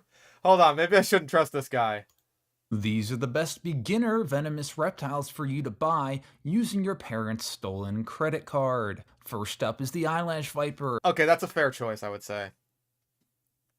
I feel like of the vipers, yeah, an eyelash viper has venom that's relatively easy to deal with. Like, it's not as toxic as something like a gaboon viper, where it's just like, oh, you're gonna lose an arm or a finger or something. You just are. A relatively mildly venomous snake that you probably won't die from, though it is possible. Next is the Gila monster, one of the only venomous lizards on the planet. These guys are super adorable, and a bite, again, probably won't end your life. It will hurt like a motherfucker, though, and also they are very expensive, and I'm pretty sure these guys are illegal in a couple of states at least. My first venomous snake was a blue insularis. You can't beat that incredible coloration. That is a beautiful snake, though. And a bite is likely unfatal. This is a cobra. This is a bigger cobra. That's right, they grow, and once they're this size, they are incredibly dangerous. Probably not the best option. No, that's about the worst option. I can't, like, listen, I could maybe see myself getting a viper at some point. Like, if I did a lot of research and kept a lot of snakes for a lot of time before that, then maybe one day I could get a viper. I would never, ever in my life get a cobra. Never in my fucking life. They are fast, they are aggressive, they don't like you. And they're smart. They want out.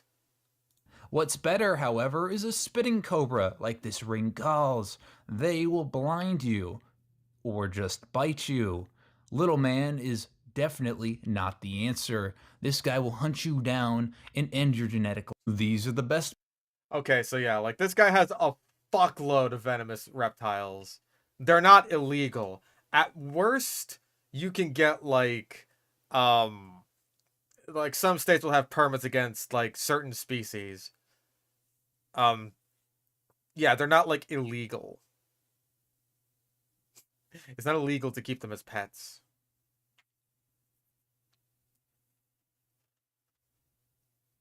As is evidenced by the many, many people on YouTube who just keep them as pets. Which is probably a good thing. But there are some non-venomous snakes that are extremely Venomous, dangerous non-venomous. as well. And right now, I'm a That was an eyelash viper and a rainbow boa. Rainbow boa is basically harmless. I mean, they could bite you. As far as I'm aware, boas are more inclined to bite than pythons, but that's mostly just because like boas have a very strong feeding response, as opposed to pythons who are generally a lot more laid back. Except for like I think reticulated pythons who do also have a very strong feeding response, if I'm not mistaken. Oh yeah, that one dude who goes into the Florida Everglades and he's just like, yoink, yoink. I know that guy. about to buy one that has the longest teeth of any non-venomous snake. It's called an emerald tree boa, and I just found a sketchy website that claims to sell them. Again, not dangerous at all. Really not. I mean, again, it could bite you. It's not gonna kill you. Like, it's fine. Now I'm gonna buy one right now, and honestly, I'm kind of hoping it's a scam and it doesn't come. Beautiful snake, by the way. Beautiful snake. I hope it doesn't come just so that you don't end up killing it, because I know you would.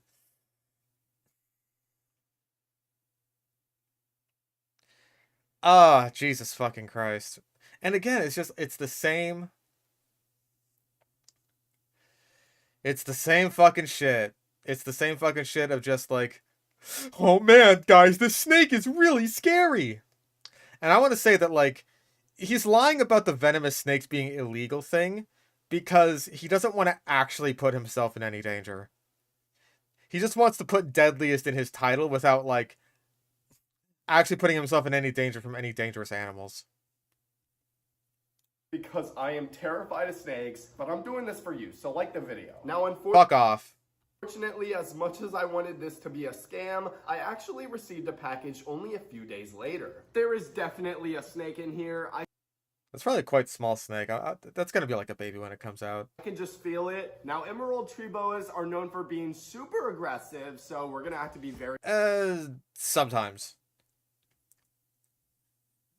Sometimes. careful. Oh, I just heard something move around in there. Here we go. Let's open it up. Oh, look at that. There's a bag right there. Come here, buddy. Oh, I can see it right there. I think the best way to do this is just to dump him out of the bag. He's I don't gonna freak the touching fuck out. snakes, and I really don't want to. Why? Oh my gosh. Oh yeah, that's a little guy. That's still like a juvenile. I think these ones are actually like differently colored when they're babies. So like that one's like just coming into its adult colors. Yeah, that box should have had air holes. I know that snakes are like efficient with their oxygen, but it should have had air holes at least. Yeah, I was thinking the same thing actually. Like, get a hognose and just say like, "Oh yeah, this is a venomous snake," and just leave out the part where it's like, "Yeah, these guys are still basically harmless."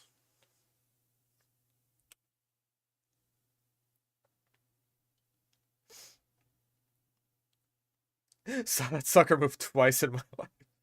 Yeah, that's Emerald Tree Boas for you. They will just sit around and do nothing, just curled up in the same spot all the fucking time.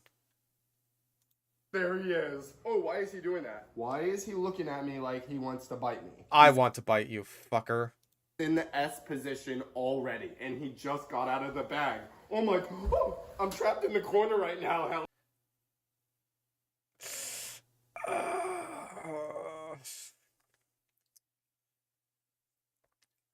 Imagine seeing this little snake just come over to you for a little sniff. It's just like... I don't know snakes very well. He might not be trying to bite me. He might just be like saying hello. Oh, okay, he's trying to bite me. I don't know. I don't blame the snake. I don't blame the snake. I'd be like that too. I don't know what to do right now. What have I gotten myself into? Okay, he's distracted right now. Now's my time to get out of here. Okay, I'm not trapped in the corner anymore. So I quickly tried to grab him while I had the chance. You don't have to bite me, buddy. I'm your new daddy. Okay. I have the snake, you guys. He's not trying to bite me anymore. I think... He doesn't even have like a snake hook or anything. He's like, hey, I'm gonna... Also, that snake looks kind of skinny. I'm gonna buy this snake and get absolutely nothing for it. Maybe he was just a little scared. Oh, no, I don't like this. Okay. Holy you guys, I am drenched in sweat right now. I'm not gonna lie. And I think he can smell the fear on me, so let's get him in his cage. He was just... Quickly before he bites me. Oh my god, did you see that? He just lunged at the air. After I put the emerald tree boa into... That is way too small, by the way. It's way too small.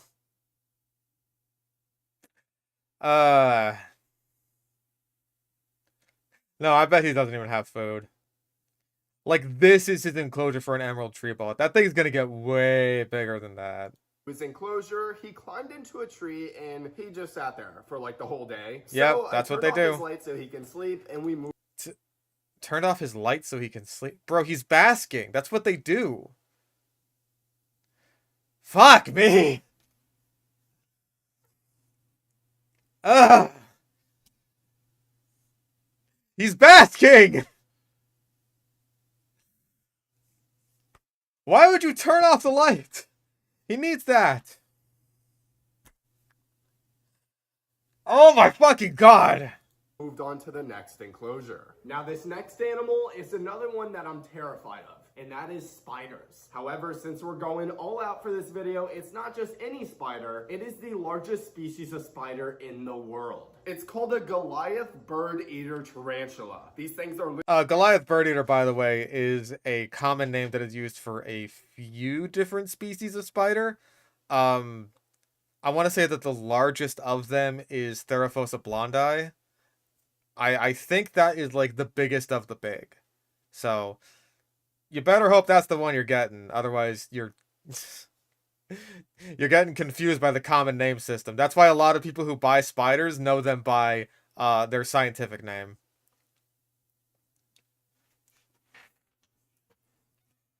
For example, I know that carne is what is it? A Brachypelma hamorii. So yeah, this is going to be very upsetting for all of us spider lovers in chat. literally so big that they eat birds. I've been watching a lot of videos of these things online, and it's just not... Also, the bird eater name, they're not exactly out there, like, hunting for birds. I mean, sometimes they will. Sometimes, if, like, a baby bird falls out of a nest and the spider happens to be, like, right there on the ground next to it when it falls, like, sure, I'll eat a bird, why not? But it's not like they're going around, like, hunting for birds. They're mostly just going to be eating, like, roaches and stuff. Maybe small mice. Good. These things are so big. Oh, and I forgot to mention, they're venomous, too. Thankfully... Literally all spiders are venomous, by the way. See, now he's doing the thing he should have done for a hognose snake, which is say, like, oh, by the way, this thing, kind of freaking venomous. When it's like, the venom is about as harmful as a bee sting. I would personally be more worried about like the giant fangs puncturing your flesh than I would be about the actual venom itself.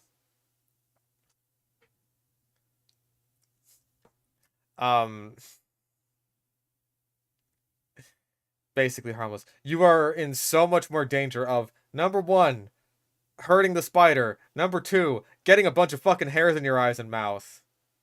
That would suck. It says the bite is not harmful to humans, Ah. but then it goes on to compare it to hammering a nail into your hand. Oh, that's it? What am I waiting for? Let's just buy one right now. Okay. Again, I'd be more concerned about the fangs doing that damage than the venom. I just placed the order. Please, for the love of God, don't send the spider. Please be a scam. Well, it's 5 days later and the spider's here. So, that's great. Didn't he already use this box? Right now, just a little tiny penny-sized baby. That would be okay. Let's open it. Didn't he already use that box for like one of the other things he just unboxed? Was that not what the snake came in? Whatever, I don't care. On up. Oh, we got another bag. Look at this. That's a little scary because I can't tell how big it is. This is scary. What if he just runs out at me? Oh gosh, okay, it's not a baby. That is a full-grown adult. Who the fuck ships spiders like that? What the... I'm pretty sure that's the same bag that the snake came in. Who the fuck ships spiders like that? I've never seen a spider shipped inside of a bag before. That's insanity.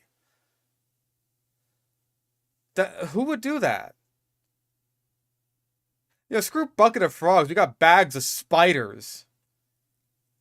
Honestly, that is just horrific shipping.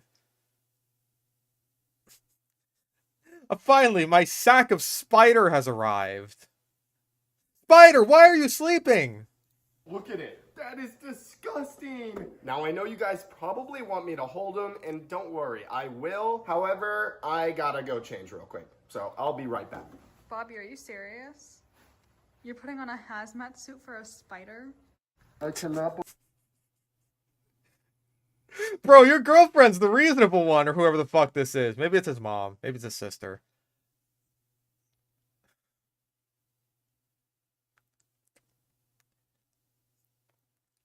Like, I can at least see that being a potentially funny bit if you did it right. This guy is such a fucking massive pussy and also just a horrible asshole that it's like, no, I genuinely believe he thinks this is helpful.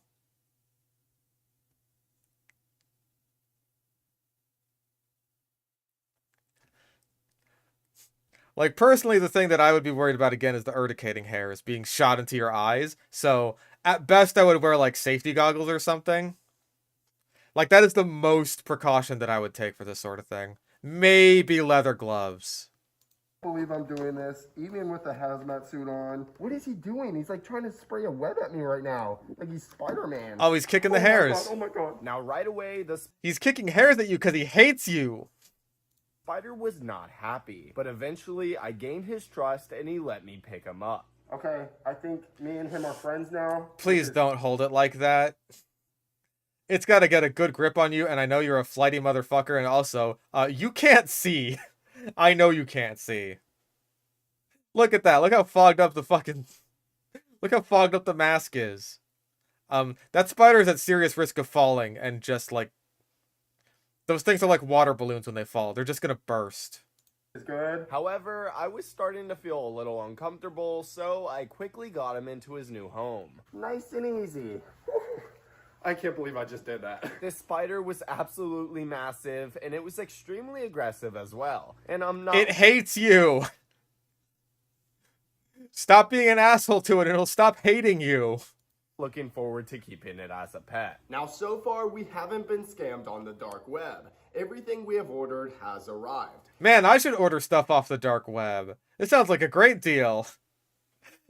As a young child, I'm learning so many lessons from this video. Be scared of everything and order stuff off the dark web.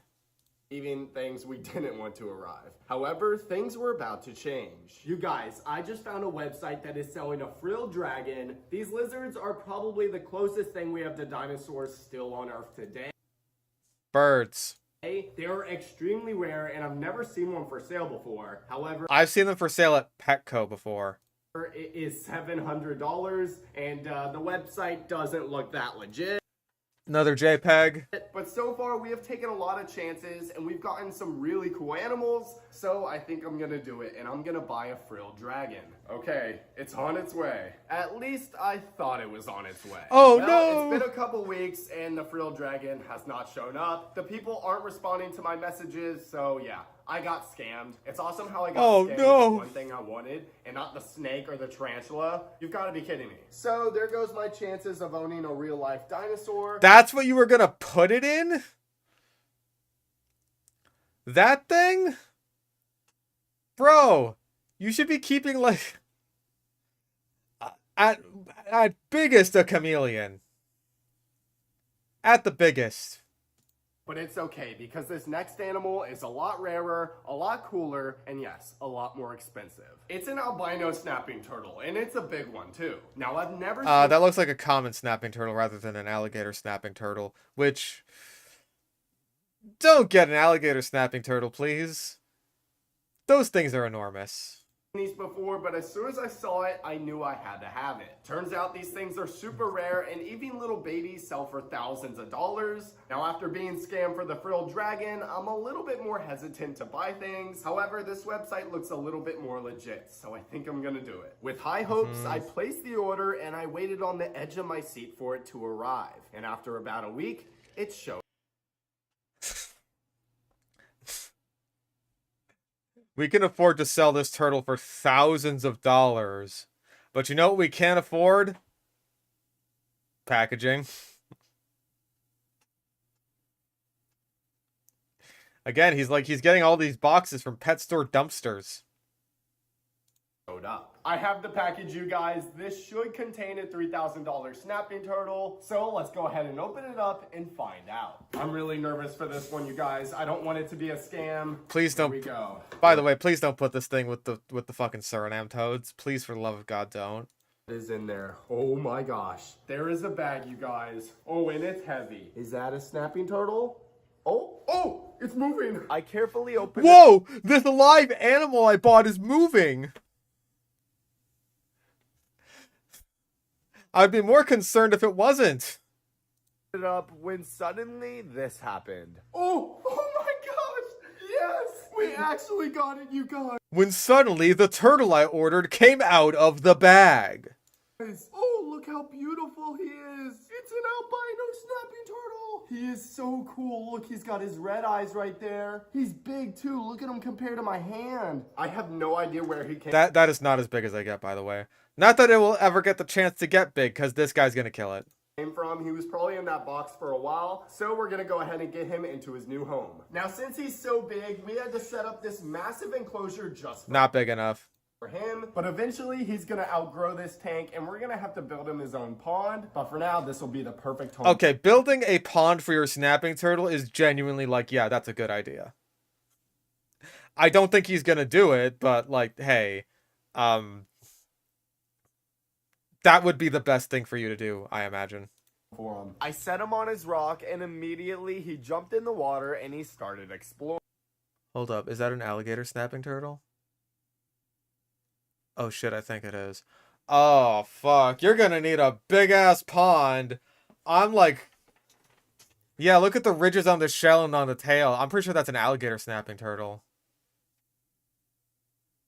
Yeah, that, oh Jesus fucking Christ. Oh, you need a big-ass pond for that shit. Hold up. I want to make sure.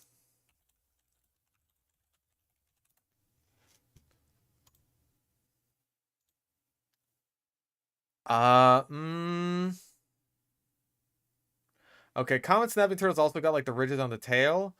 It's the shell. The shell is throwing me off. Hold up. Let's go, like, baby? It could be a hybrid, actually. I have heard of like alligator snapping turtle and common snapping turtle hybrids.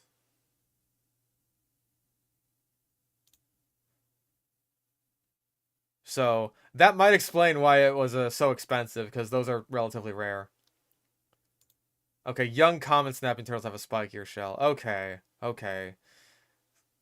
So I think it is a common then.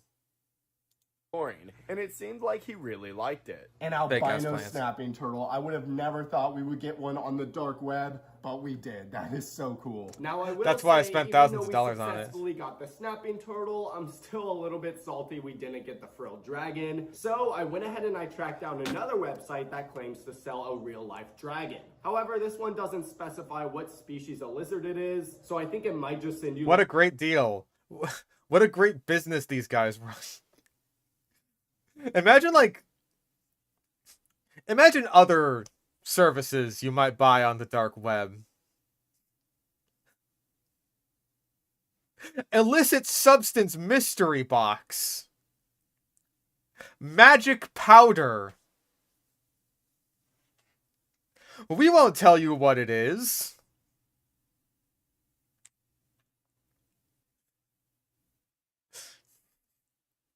Hitman that killed someone. You don't know who, but it's someone. The drug gotcha. Mystery ammo. Okay, mystery ammo would be pretty fun.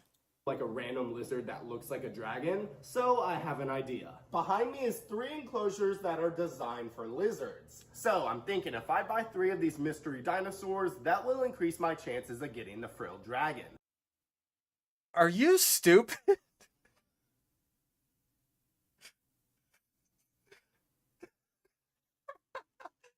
It is a gotcha! If I keep pulling the dragon lizard lever, eventually one of them will be the dragon lizard that I want. That lizard image AI. I think that was a crocodile skink. Let me double check and make sure I'm getting my species right. Oh. Yeah, crocodile skink. That is a real species of lizard. As far as I know, you can get these guys as pets, but they are fairly expensive. Because, like, they're in relatively high demand because, you know, they look like fucking dragons and they look cool. So yeah, that is a real species you can get. But even if we don't get one, I'm still excited to see what the other lizards are. Okay, one of those is the caiman lizard. Okay, order placed. The dinosaurs are on their way. At least, hopefully they're on their way. It's 2 weeks later and the package has arrived. It has taken so long that I think the Pippa frogs have started breeding. I don't know for sure, but they have been doing some pretty weird things. You'd be able to tell because the female would have the eggs in the pouch on her back. Which, hold up. Let's go back a little bit. Yeah, no, this is all in one day. Oh. Yeah, no, neither of these are breeding. Neither of these have eggs. He's just... He's lying! Could you believe it? I don't know for sure, but they have been doing some pretty weird things. He's just saying that because he said, like, oh, hey, maybe if you stick around, you'll be able to see the Pippa frogs breed. He's lying. However, that's beside the point. What really matters is we have a box here that contains 3 real-life dinosaurs. I guess we'll start with this one. Oh my gosh, they were not lying. That actually looks like a dinosaur. Maybe you should open the bag to see. Oh, hello, buddy. Oh, he's crawling. Oh, for Christ's sake, you've got a monitor lizard. Oh, no, that thing's gonna die. Either it's gonna die, or it's gonna get big enough to kill him. I swear to God, if that's a Nile monitor, I'm gonna fucking lose it. Hey, this is a little scary. I don't know if he's dangerous or not, but that is so cool. I have no idea what kind of lizard this is. You don't know what...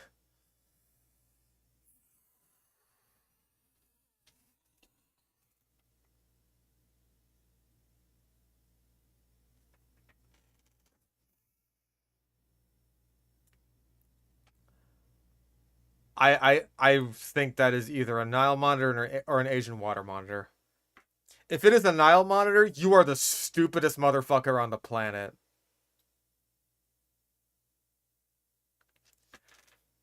Like, he probably just saw, like, oh, Nile monitor for cheap, like, I don't know, 50, 60, 70 bucks or something like that. And it's just like, yeah, I'll buy this. What could possibly go bad? It's like this big. Little does he know,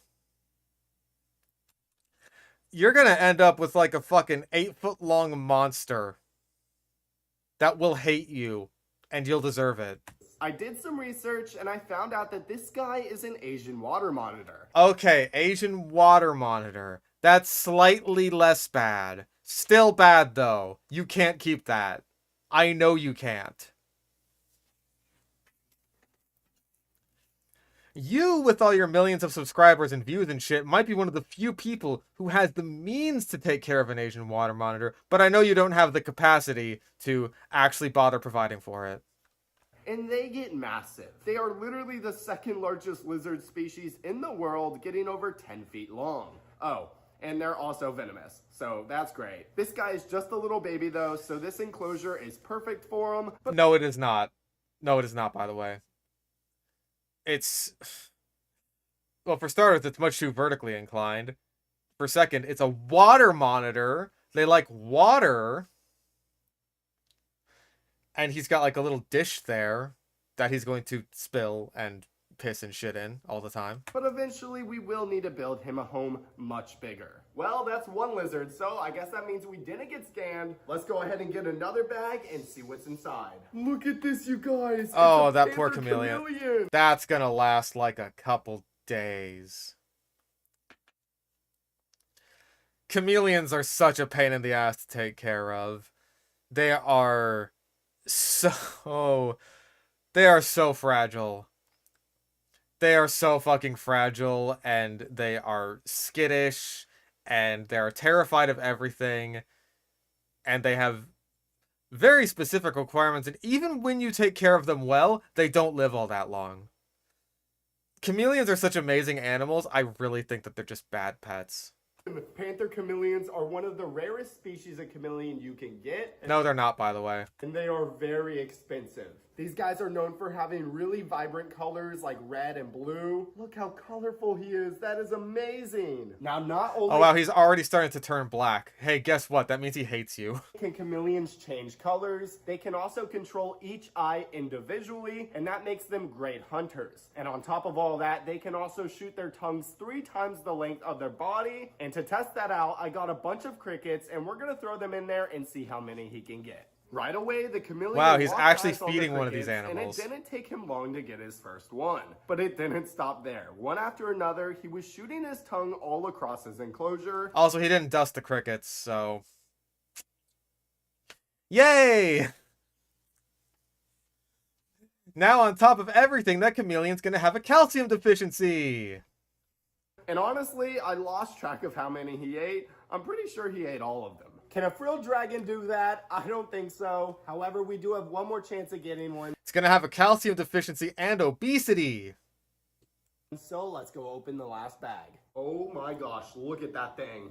Oh, he's hissing. Oh my gosh. Yep, it's a caiman lizard, alright. He is not happy, you guys. Caiman lizards get fucking huge, by the way. You're gonna need such a big enclosure for that. It is not even funny. I actually think this is a caiman lizard. Now, as you guys know, alligators are illegal to own as pets. No, they're not. In some states, you need a permit. That is not illegal. That's like saying axolotls are illegal to own because in some states you can't own them and in some states you need permits. That's not the same fucking thing. Arguably, gators should be illegal since basically no one can take care of them, and you can get them way too easily. Yeah, sex is illegal because I've never had it. But this guy right here is basically the closest thing you can get to one that is legal, and they get up to 5 feet long. So this is definitely a real-life dinosaur. Watch him put it... Eventually, he's going to need a much bigger tank, but for now, this will be his home. Oh, it's so awful. Buddy, okay, he's not happy. I wonder why. There he goes. Well, now we can say we have 3 true dinosaurs here in the animal room. However, we still have a ton of different enclosures to fill, so let's keep going. Now, this next animal is probably the craziest one so far. It's another snake. However, this one is special. It says on the website it gets 10 feet long, but that's not it. It also says that it's fully aquatic. This is true. Elephant trunk snakes are fully aquatic snakes. Don't get one. Don't get one. Pretty much for the same reasons as like the Pippa frog. Where it's just like, oh hey, you need a big ass tank and that's all you can keep in it. Because guess what? It's gonna eat everything. Which means it doesn't need any land to survive. Now, I already placed the order about a week ago and the package just arrived. So Harmless let's open live it up animal. and see our new pet snake.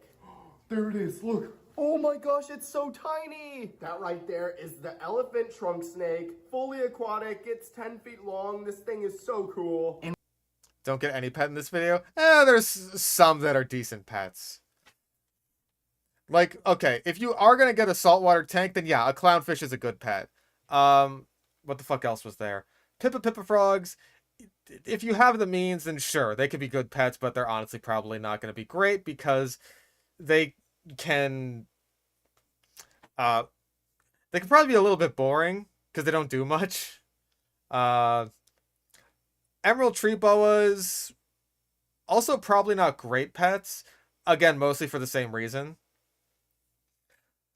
Like, if you want a snake that you can, like, hold and stuff, then green tree or emerald tree boa is probably not going to be the best one for you. But, like, if you want a snake that just looks pretty, then hell yeah, go for it. Elephant trunk snakes would be cool if, 1, you could keep anything else inside the tank, and 2, they didn't get so big that you needed an absolutely massive tank for them. Like, I did do a bit of research on elephant trunk snakes after watching this video, because it's just like, what exactly are you going to need to take care of this thing? It's like, more than this guy's offering. And right now, he's just a little baby. Oh my gosh. Take him up out of the water. Looking snake I've ever seen. I like this guy a lot more than the emerald tree boa. Probably because he's not trying to bite me. I think this is my favorite animal so far. Oh, it's so cute. It's such a cute little snake that's gonna die. Surprisingly, even though it's a snake, but we're gonna be getting some animals soon that are a lot crazier, so let's get this guy into his new home. Now this tank is perfect for him because it's shallow, that way he can come up for air, and it also has... It's really not that big of a deal how deep the tank is, right? That is an issue for, like, African dwarf frogs. These little guys? That's an issue for them because they're honestly kind of bad swimmers. Even though they've dedicated their lives to living entirely in the water. They're not very good at it. They're kind of stupid. I love them, but they're stupid. Yeah, for like an elephant trunk snake, there's really not that many commercially available aquariums that you can buy where it's like, oh, it's going to be an issue that this thing can't come up for air. If anything, you would want more water in there because, you know, this snake is going to poop a lot, which means the more water you have in your aquarium, basically, the less often you will need to change the water. Not that this guy ever changes water. Has a bunch of rocks for him to hide in. Well, elephant trunk snake secured. Let's see what's next. Now, while searching through the dark web, I came across another mystery box. However, this one was for insects. Now, I'm not... Oh, by the way, insect mystery box. Spider, scorpion, spider, millipede, and then 2 German cockroaches.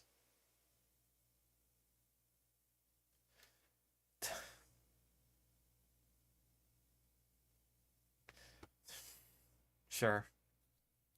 Now, I'm not the biggest fan of bugs and all that creepy stuff. However, I do have a bunch of... The hell do you feed aquatic snakes anyway? Primarily fish. I think you would want to feed not goldfish. I understand that goldfish are quite bad as feeder fish.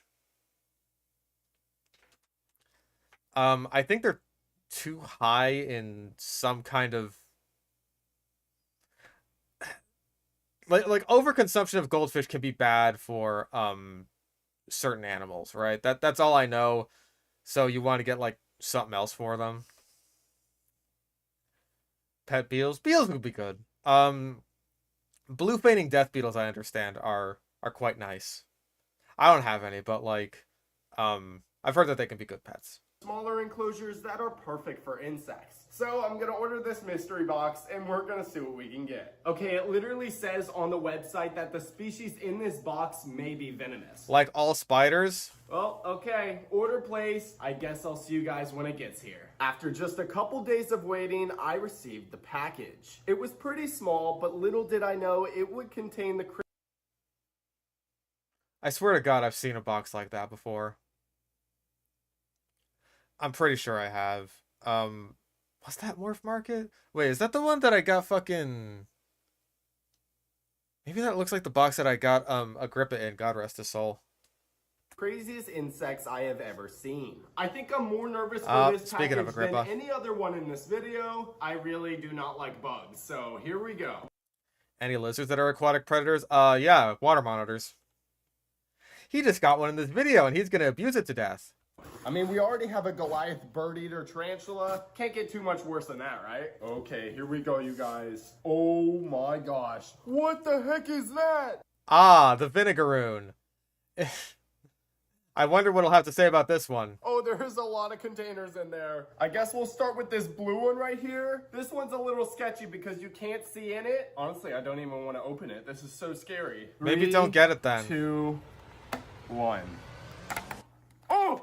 What the heck is that? Ooh!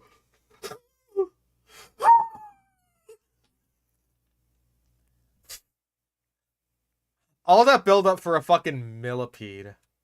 Oh my gosh, it's moving. Is that like Oh my God, this live animal I bought is moving! a centipede or something? You guys, that thing is massive. Oh my gosh, it has so many legs. I don't know if you guys can tell how big that is, but it's literally bigger than my hand. Here. Oh, it just pooped on me. Oh my gosh. Yeah, it hates you! I did a little research and I found out that this guy is an African giant millipede. And I have this little enclosure right here and I think Oh, it's that's perfect for 'em. And I read pathetic. online that they eat decaying wood, so I'm just gonna put this in there. Enjoy, I guess. Put like a little bit of fruit in there or something for him, man. A little mango slice, something. They eat detritus. They eat like... They eat like veggie detritus. That is a tiny little enclosure for the millipede. You could do better than that. You spent like 4,000 fucking dollars on an albino snapping turtle. You can afford like a 10-gallon for your millipede. Give me a fucking break. I don't know how you eat that. Well, that's one insect down. However, there's Also, not an insect.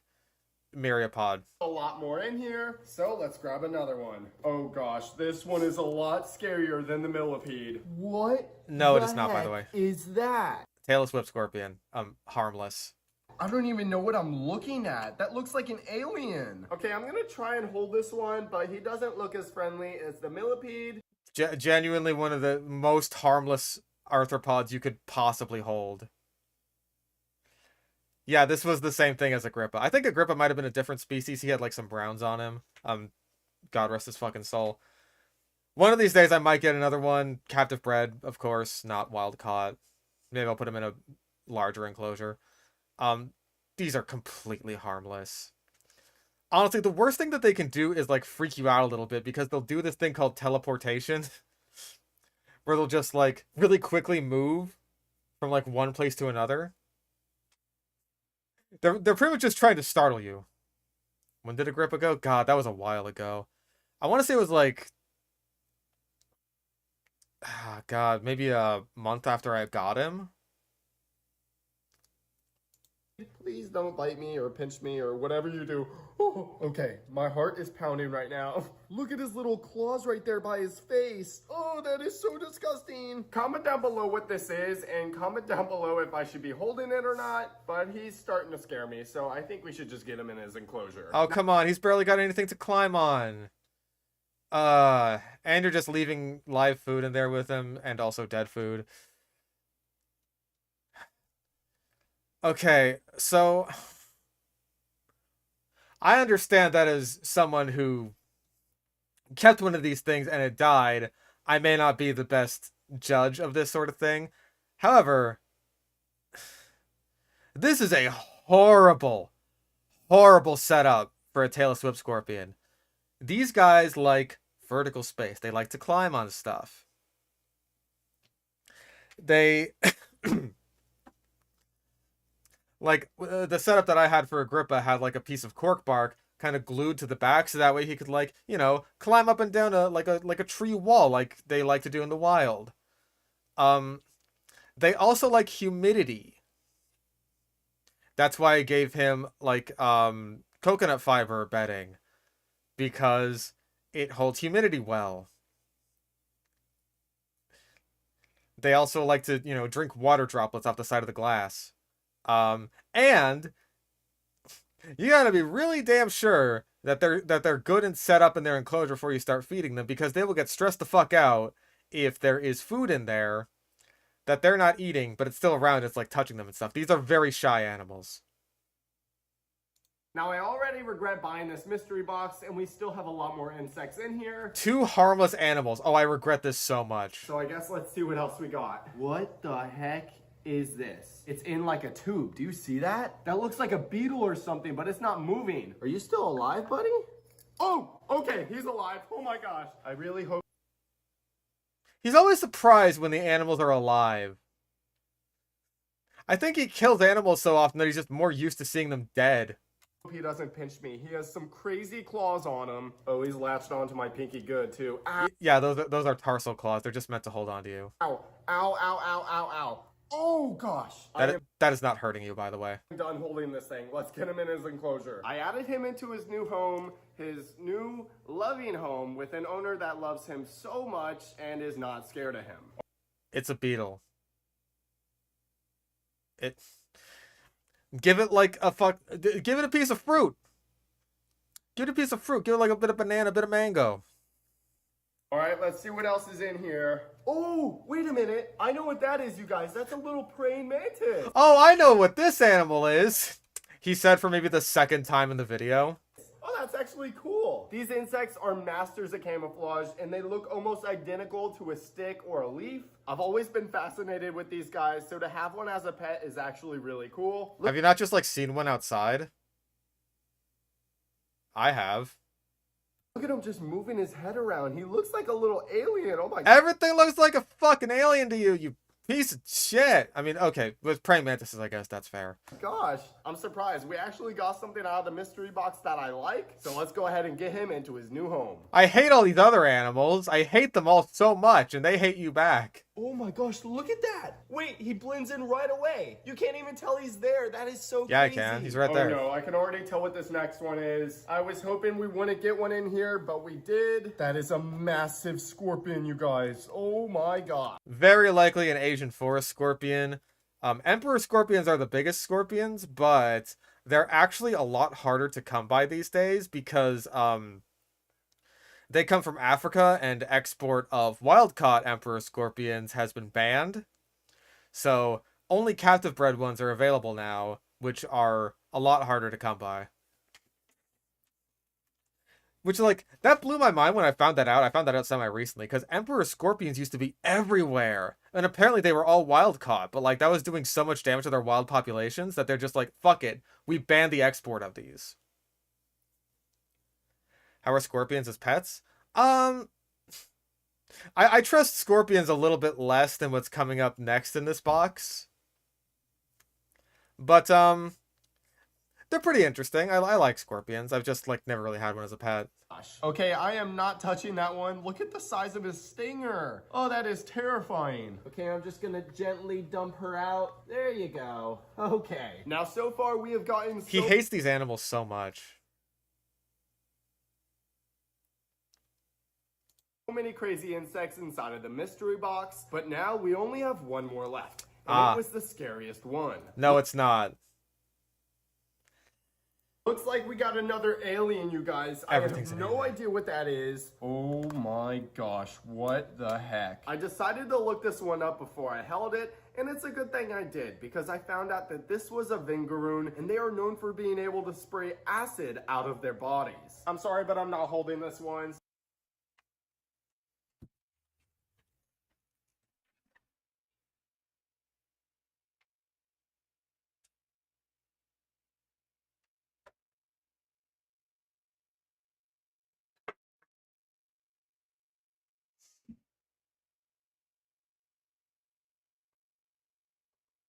It's inside the head.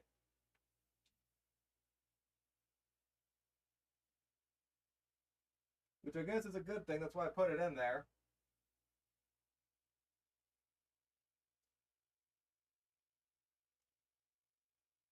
Hey.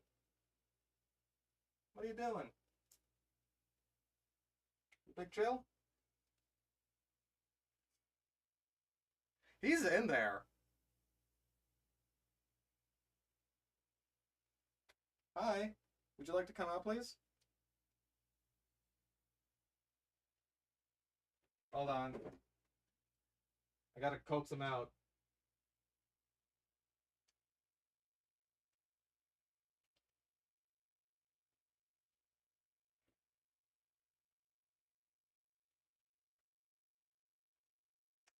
I need like a paintbrush or something.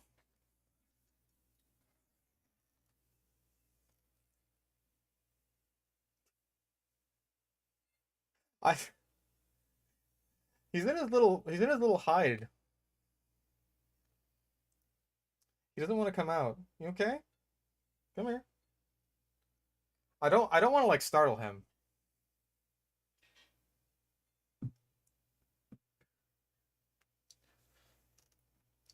But I want to coax him out a bit. I need something like soft. Yeah, this'll do.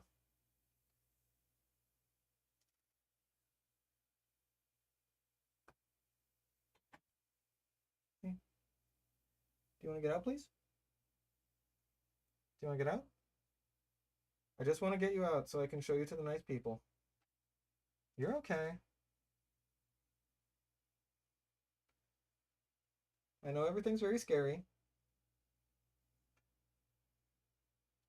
Come on. Coax your little butt out of there.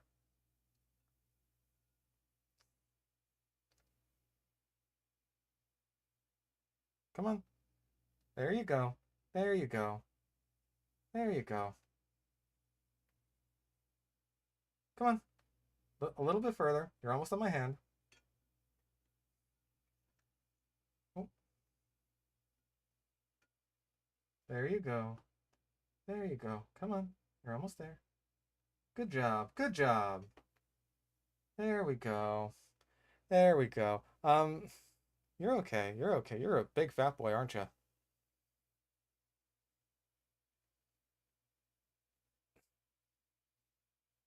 It's not that hard.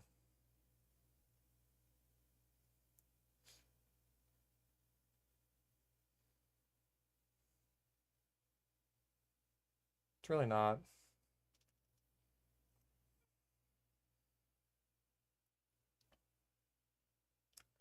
I have never, ever seen him spray.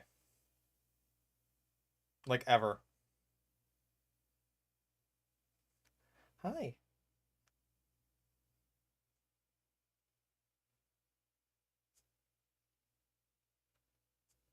Um, Even if they do spray, it's really not harmful to humans at all.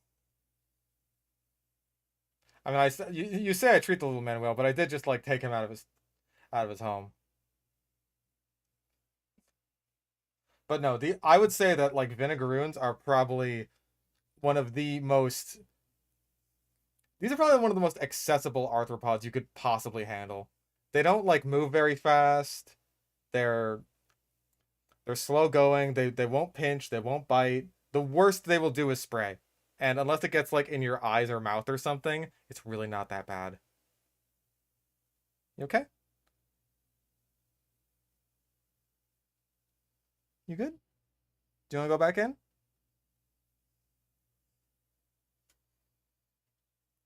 But no, these are wonderful to handle.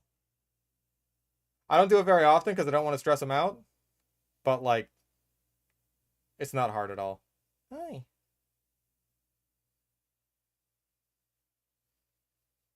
Especially because look how fucking fat his abdomen is. Look at what a chunky boy this is. Oh, don't fall. Don't fall.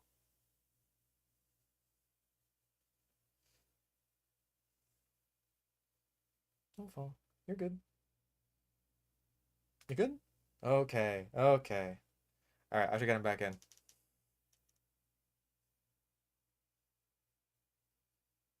Yeah, he needs time to digest all the fucking crickets I gave him.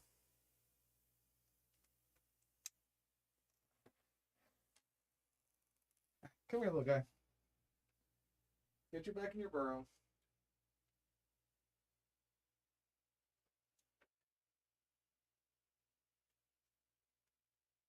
There you go.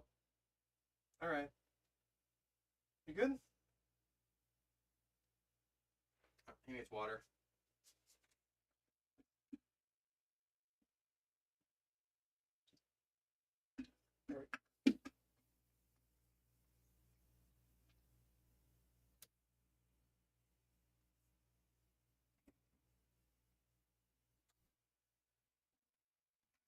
Anyway, yeah, grown-ass man absolutely horrified of holding that just harmless little creature. Because because he Googled it and AI said that it sprays acid when it's like it's harmless. It's not gonna be like the fucking alien where it sprays acid on you and like it melts through your entire body. So I'm just gonna dump him into his enclosure. There you go, buddy. No hiding that is places. disgusting. Well, we've completed the insect mystery box, but Like you saw what fucking Vinny was hiding in, and that poor Vinegaroon had absolutely no hiding places. since that was so scary, let's switch it up a little bit and buy an animal that I actually want. I'm talking about poison dart frogs. Ever since I was a kid, I've been fascinated with these frogs and their super vibrant colors, but even though they're pretty, they're extremely dangerous. And Captive poison dart frogs are completely harmless.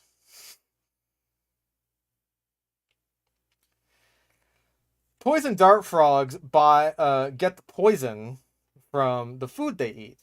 And in the wild, the food that they eat is primarily ants. That's where they get all their poison from. In captivity, they are primarily fed on a diet of things like springtails and flightless fruit flies. So they don't get the chance to develop poison. They're totally fucking harmless. Not that you should touch them a lot, because you really shouldn't touch amphibians unless you have to. But yeah, like if you did, you'd be fine. they're the most poisonous animal on the planet. But they're still really cool, so I'm gonna buy them. I found this website that is selling them for $125, but I don't want just one, so I'm gonna get 4 of them. Of course you are. Okay, also, cohabbing poison dart frogs is a bad idea. It's just a bad idea. Just is. It doesn't specify what color they are though, so I guess it's gonna be a surprise. I am super excited for this one, you guys, so... Like, everything I have done research on in regards to poison dart frogs says that cohabbing different species is a bad idea. Because they can be aggressive towards one another, or they can interbreed with one another, which just, like, pollutes the gene pool, basically. Let's place the order, and I guess I'll see you guys once they get here. Oh my gosh, you guys, I am so Sandbox. excited right now. I've literally been waiting my whole entire life for this, so let's go open it.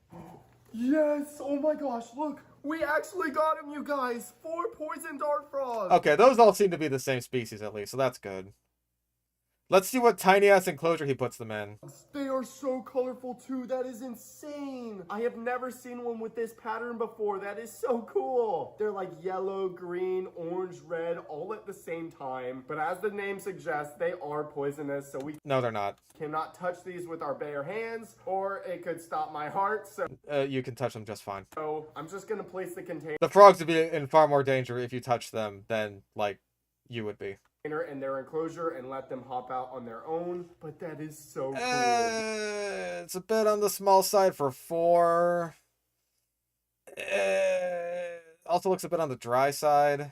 Now, I built this enclosure to simulate a rainforest where these guys are from, so they're gonna be really happy in here. That's 4 poison dart frogs, you guys. This is probably my favorite animal Also, those crickets might be a little big for them.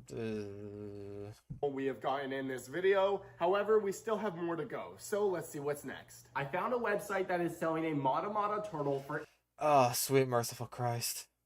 $800. These turtles are probably the craziest looking turtles in the world. They literally look like dinosaurs, and I have the perfect Everything looks like a dinosaur or an alien to this guy. tank set up for one. Too small. So I'm gonna buy one, and I'm gonna hope it's not a scam because it's $800. That's a lot of money. After a couple weeks with no sign of the turtle, I was starting to lose hope. But after then... lots of waiting, it finally arrived. I have waited a long time for this, you guys. Oh, yes, look! Oh, he's just a little baby! I have never seen one this small, though. He is adorable. Is he alive? He's not moving. I think the only way we're gonna be able to tell if he's alive is to put him in the tank and see if he moves. I really hope he's alive. After I put him into the aquarium, he sank down to the bottom, and I thought he was dead. But then suddenly, he started to move. I was really nervous there. I could have sworn he was dead, but thankfully he wasn't. He was probably just nervous because he thought he wasted money. You guys, we got ourselves a baby Mata turtle. That is awesome. Now, so far, we have found so many rare and deadly animals on the dark web. I don't think there's been one deadly animal in this entire video. But now, we only have a couple more... I don't think there's been that many that are rare. Like, Mata is decently rare. The albino snapping turtle, I want to say, was decently rare. What the fuck else? Like... I don't know enough about the saltwater hobby to know how rare these were. Pippas you can get pretty easily. The crab, I have no idea. Stonefish, no idea. Spider, decently common and not deadly. These three lizards. Water monitors are more common than they should be. Chameleons are decently common. Caiman lizards, I think, are somewhat rare. Elephant trunk snakes aren't really rare. None of these guys were rare. Nothing in, like, this bug box was rare. And poison dart frogs are easy. Tanks to fill, and the also final not deadly. animals are in these boxes. I spent days searching through the dark web trying to find the craziest animals to end off this video, and you will never believe what I found. We're gonna start with the smallest box, and it contains an animal that I've always wanted. Oh, I think I see it. It's hard to tell right now, but inside of this jar is an octopus. But it's kind of hard to see him in here, so let's get him in this container. Let's try to grab him. Oh my gosh, look at him changing colors. Whoa, there he goes. Oh, he just inked. Oh. Yeah, he hates you!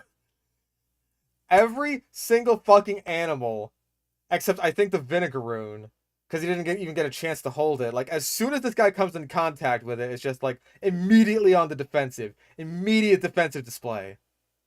Did you see that? He actually just inked. I've never seen that before. It's okay, buddy. I'm sorry. I know you're scared. You guys, I thought chameleons change color fast. He just went from completely red to white in a second. Yeah, also didn't acclimate it when he put it into this fucking critter keeper. That is actually crazy. That's the coolest thing I've ever seen. I gently picked him up to put him in his enclosure, and watching him crawl around my hand was just so cool. Now, since these guys are so smart, Oh, Christ, it doesn't have a lid at all. They can escape almost any enclosure. They are so good at shapeshifting that if just their beak fits through a hole, their whole entire bodies will fit as well. I am so excited to have an octopus as a pet. Oh, wait, it does have a lid. Okay, okay. Do you guys see a filter? I don't. I don't see a filter on this thing. In fact, this looks like a reptile habitat that he just filled with salt water. I'm pretty sure it is. Wow, okay. That way we can watch him interact with his environment. But as cool as that is, our no next substrate animals either. are even crazier. Just like oh god, that was a stonefish, shark. Our next animal is extremely venomous. And if you get stung by it, you could actually die. Oh my gosh, I could see it already. That right there is a scorpion fish. Like the stonefish, they have all these spines that contain venom, and these guys are masters of camouflage that look just like coral. I was not expecting him to be this big though, so that is a little bit scary. Let's go ahead and get him into his new home. All right, buddy, welcome home. Oh, there he goes. That is so cool. Okay, so this guy gets his own tank, but everything in the fucking mystery box just all got shoved into the same place. That's cool. Oh, you guys, what a crazy looking fish. Wow, he looks really good in there, you guys, but as you can tell, this tank is still pretty empty, so let's... Oh, of course, of course. It's just like, hey, this guy gets his own tank. No, he doesn't, you stupid fuck. Of course he doesn't. Go unbox our final animal. Well, last but certainly not least, inside of this box is the most insane animal I could find on the dark web. And it's the shark. Oh my gosh, I see it. Look at this. We have ourselves a pet shark. All my life,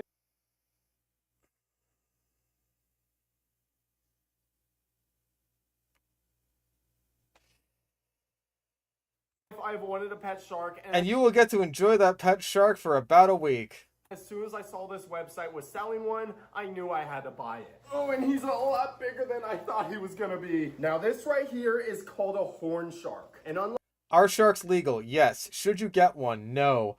I want to say like the minimum size tank that will house like the smallest shark you can reasonably take care of is like 200 gallons.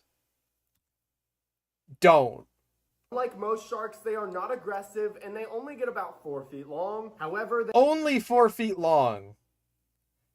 For a fish you keep in your house, that's enormous. are still sharks and they have some crazy looking teeth and they also have these massive spines on their fins. Now I was not expecting him to be so big, so soon we're gonna have to give him a much bigger enclosure. Let it go! But this will be his home. Wow, that is so crazy, you guys. I couldn't think of a better way to end off this video than with a real life shark. However, there are still a few enclosures in this room that are empty, so comment down below what animal I should get next. Oh yeah, what you need is more fucking animals. People say I have a zoo in my house.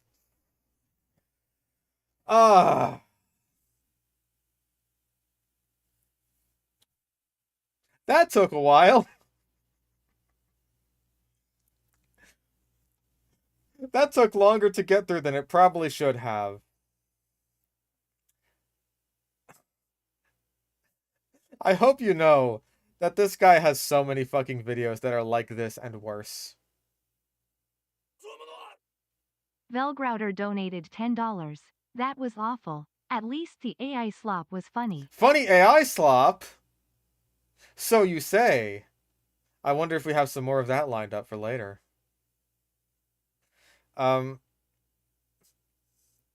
Okay, so a lot of the comments look like they are telling this guy what the fuck is the deal. Take the seahorse out of the tank and put it in its own tank. Seahorses cannot compete for food with other fish in the tank. They have to be target fed with live brine shrimp and other live feed critters. Yep.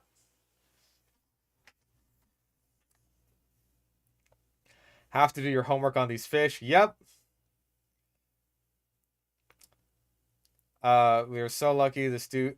Bro, we are so lucky. This dude uses like so much of his money and free time just to entertain us. I think he deserves a round of applause.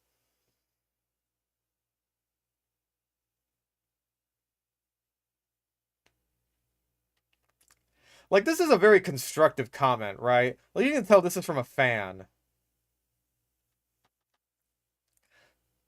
Who's just like, hey, guy whose entire channel is based around fish.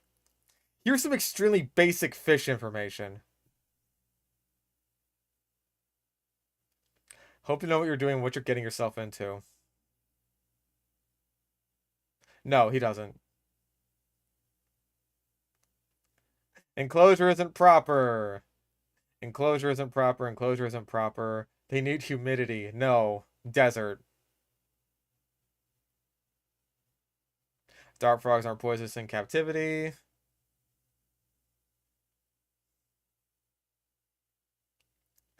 Bugs need more space.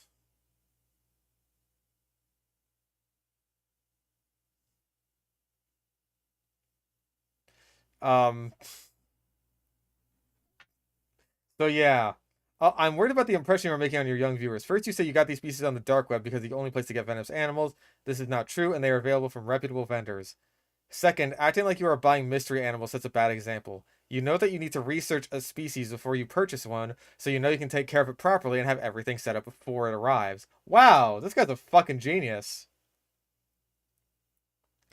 Also, you know you should only buy from reputable vendors. If you do not receive a purchase, you should call your credit card company to stop payment and report them to the Better Business Bureau.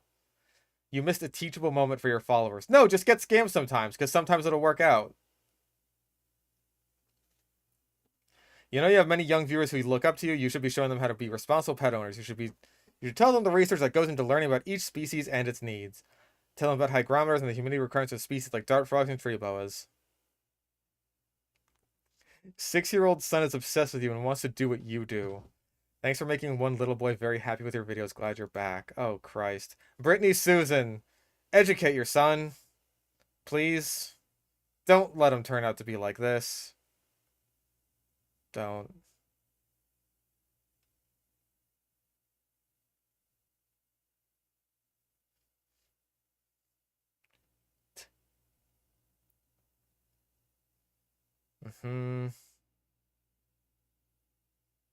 Most of these comments are honestly very constructive, which is strange. It's not what I expected at all. Yeah, the last thing we need is another one of this dude. But, like, there are other channels like this. There are these, like, buying fish off the dark web. There's other shit like this.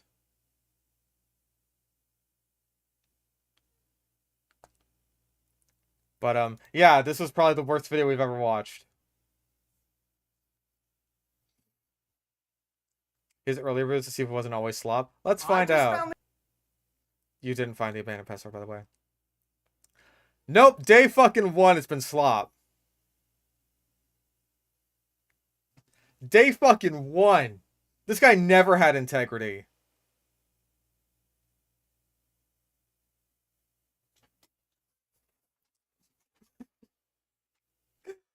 Caught fishing in a sewer for big fish. Fishing with gummy worms? Fishing in a swimming pool? Angry man hates fishing. Day fucking 1.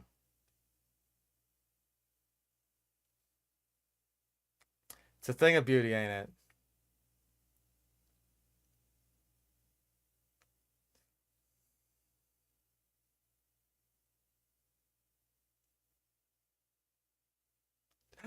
The first one! The first soy face!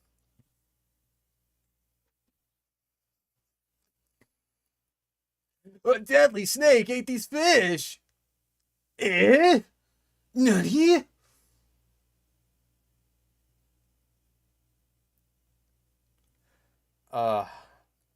Sweet Christ. Let's go to some familiar territory.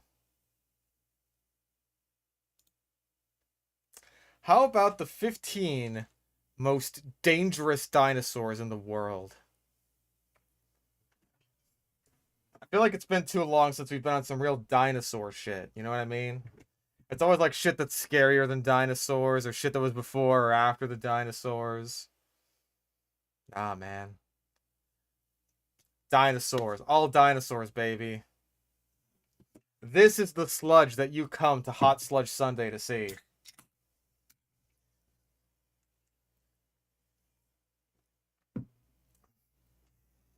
You know we've been through some shit when it's just like, oh, thank God, we're back on the AI Dino Slop. Thank fucking God.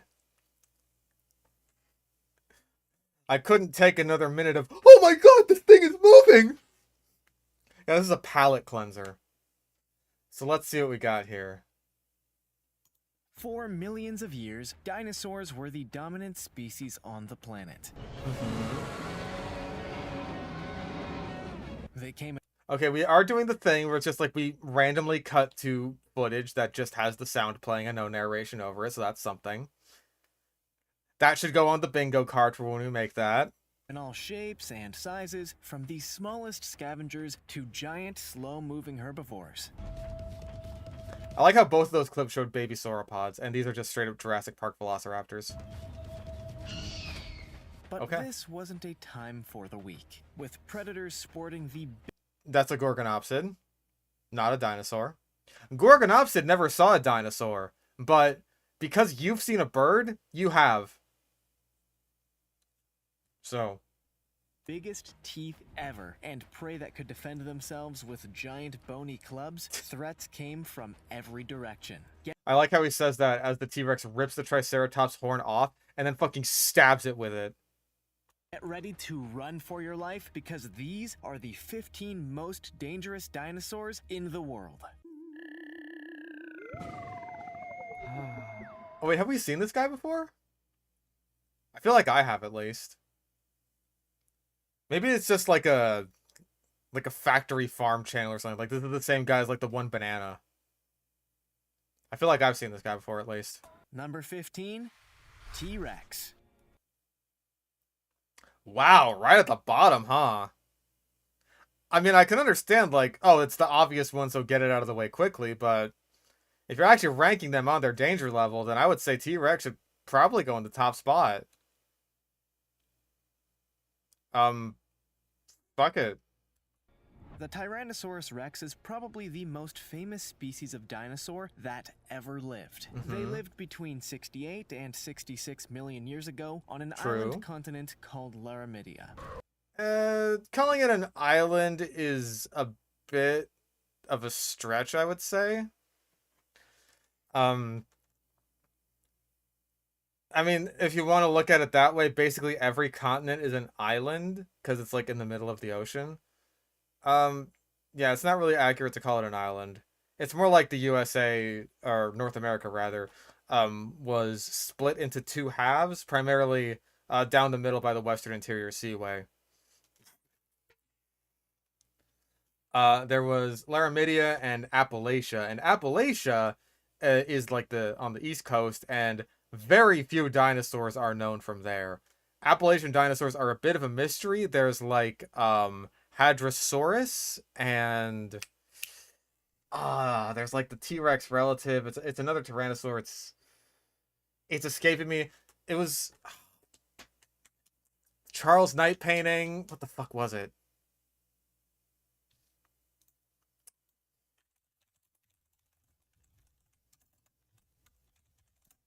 Dryptosaurus. Thank you, Christ alive.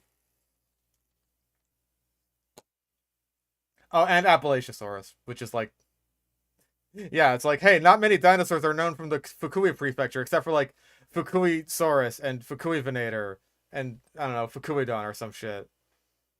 Like, yeah, just name it after the place it comes from.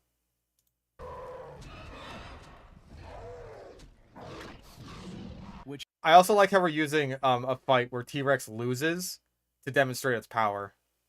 has since broken up and became what is now the western side of North America. Based on complete fossils that have been found, they stood up to 40 feet tall and weighed as much as 50. No, 40 feet long is more accurate. If they were 40 feet tall, that would be horrifying.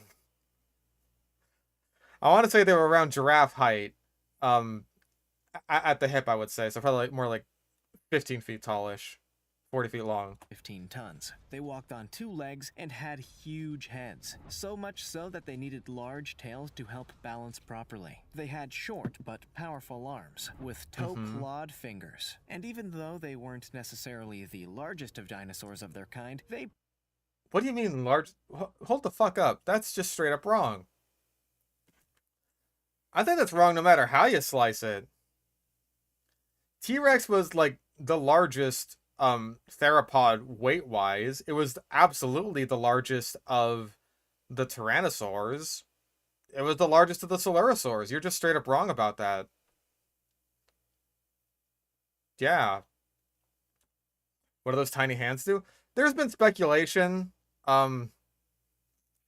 They were very muscular for their size. So some people think that they must have been used for something, like maybe for mating. Maybe for just, like, getting up off the ground. Maybe for, like, grabbing onto prey. But we don't really know yet. I don't know if we can know unless we find out, like, oh, hey, there's scratch marks in Triceratops bones or something that are consistent with, like, the claw shape of a T-Rex. So, we don't really know. probably had the most powerful bite by far. They would have... It certainly had the most powerful bite. T-Rex had the most powerful bite of, like, any land animal, I want to say. been the apex predators in the region at the time and preyed on smaller and less aggressive species. Since they've never been observed in the wild, though, there's also the suggestion that they may have been scavengers. Oh my god, we're still doing this shit. Holy shit. Jack Horner and his consequences have been a disaster for the human race. Look, I don't necessarily blame Jack Horner for, you know, wanting to inject a bit of, like, you know, speculative thinking into the paleontological sphere. I don't necessarily blame him for that, right?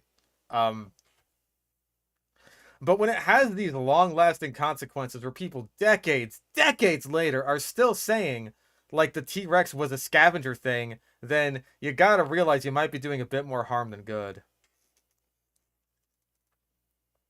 Like, I want to say there's still people that are just like, hey, wasn't Triceratops, like, not a real dinosaur or something? Because of all that shit that was going around during the time where it's like the whole Torosaurus is a growth stage of Triceratops shit was going around.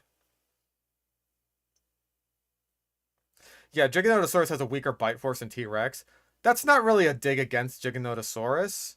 It's just that T-Rex was insane. Like, Giganotosaurus didn't really need to develop a super developed bite force compared to T-Rex, who absolutely did, because basically everything in the Hell Creek Formation that it would have preyed on was utterly massive, like Edmontosaurus, massive and really dangerous, like Triceratops, or massive and really defensive, like Ankylosaurus. And yeah, the teeth of Carcharodontosaurus were much more serrated, so they were primarily used for slashing, while T-Rex had like bone-crunching teeth. Very different hunting styles. Opportunistically fed on the carcasses of other dinosaurs that had already died. Every carnivore does that, by the way. Either way, from the approximately 50 T-Rex specimens that have been found so far, one thing's for sure. They were extremely dangerous, and we wouldn't have stood a chance against one if we had been unfortunate to be alive at the same time. Before we go on, we have a cool challenge for y'all that will take 5 seconds to complete. Let's make a deal. Just leave a like on this video, smash that subscribe button, and hit the notification bell, and you will get 10 years of amazing luck and fortune. Oh man, amazing luck and fortune. We gotta do it right now. We gotta do it right the fuck now. Try it. It actually works. Number 14. Oh, deal with the Spider-Man. Sinosauropteryx. No, this was not dangerous. No. This is very good paleo art, but no, it wasn't dangerous. Especially not more dangerous than T-Rex. Like, what the fuck? The Sinosauropteryx, which means Chinese reptilian wing, is a species of dinosaur that was first described in 1996 and lived in the region of what is now northeastern China during the Cretaceous period. That's a Sinornithosaurus, by the way. Which I know sounds similar, but it's different. Around 140 million years ago. Eutyrannus. It's the first species of non-avian dinosaur that is known to have been covered with feathers, although they weren't feathers. Depends on where you rank Archaeopteryx. Depends on where you place that cladistically.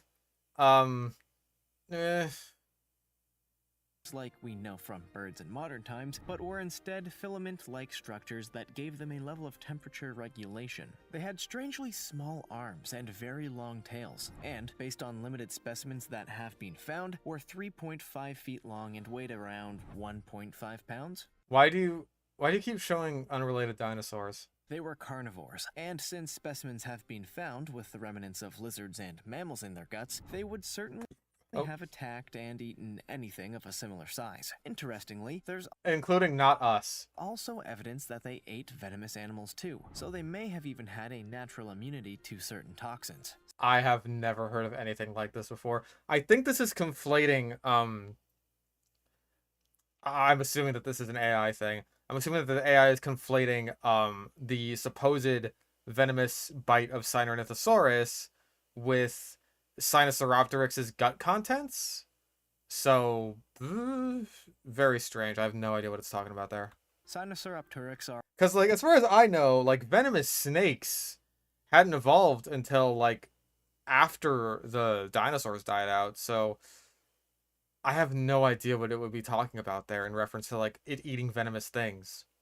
Very strange. Are also thought to have been pack hunters, and large groups would have been able to collectively take down animals much larger than themselves. Yeah, no, there's no evidence of that whatsoever.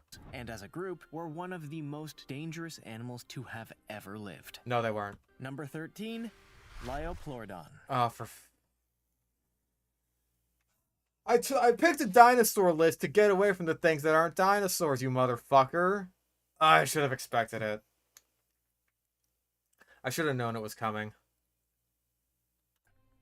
The Liopleurodon was a species of aquatic plesiosaur that swam in the world's oceans during the late Jurassic period, around 160 million years ago. They were undoubtedly the apex predators of their time and are thought to have grown to up to 21 feet in length, although there are some indications that individuals could be as much as 4 times this size. No!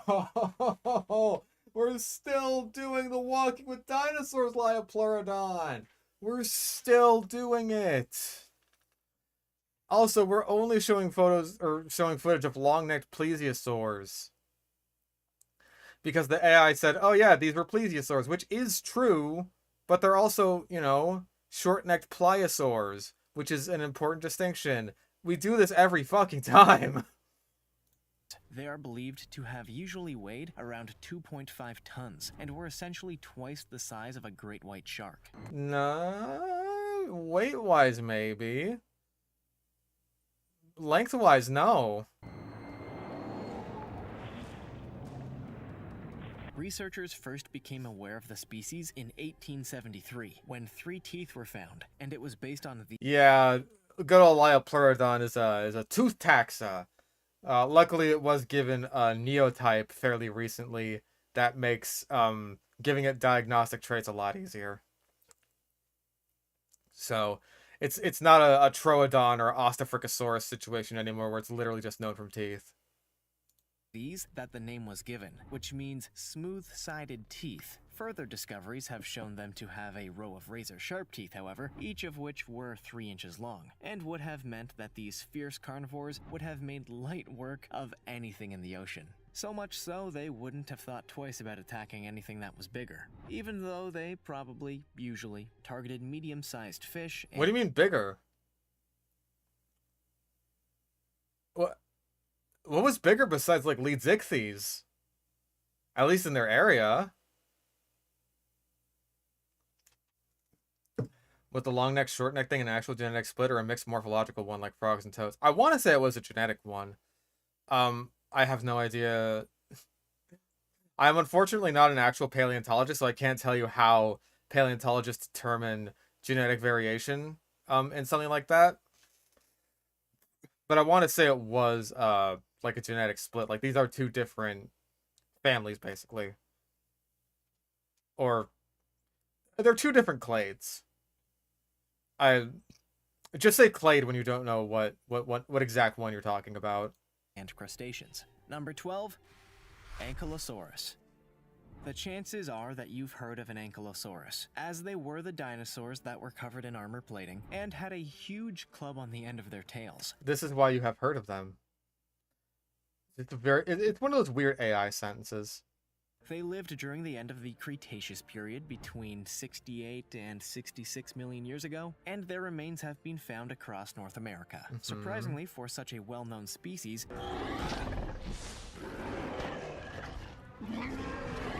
God, that's fossil jarring. has never been found. Because of this, everything we know is based upon partial specimens, but researchers are fairly certain that they grew to around 26 feet long and weighed up to 8 tons. As well as the easily identifiable features, they also had huge horns that pointed back from their heads, and another set of horns that pointed downwards beneath them. Their noses faced sideways, and they had a break over their mouths. To have A beak. Not a break, a beak. For eat plant food. so much armor, Ankylosaurus must have been very strong and muscly, and would have been able to wield their tails with brutal effectiveness. Just one strike with The ankylosaurs were mainly using their tails for combat with other ankylosaurs. Not to say that they wouldn't have used it to defend themselves, but that was like the main reason why it evolved in the first place. It's like, could a deer chase off a mountain lion with its antlers? Yes. Did it evolve antlers so it could chase off mountain lions? No, it evolved antlers so that it could fight other deer. But hey, it's useful. with this devastating weapon would have been enough to instantly kill most predators, and, if not, severely Bonk. injure them. Number 11, Sarcosuchus. Sarcosuchus? Wow.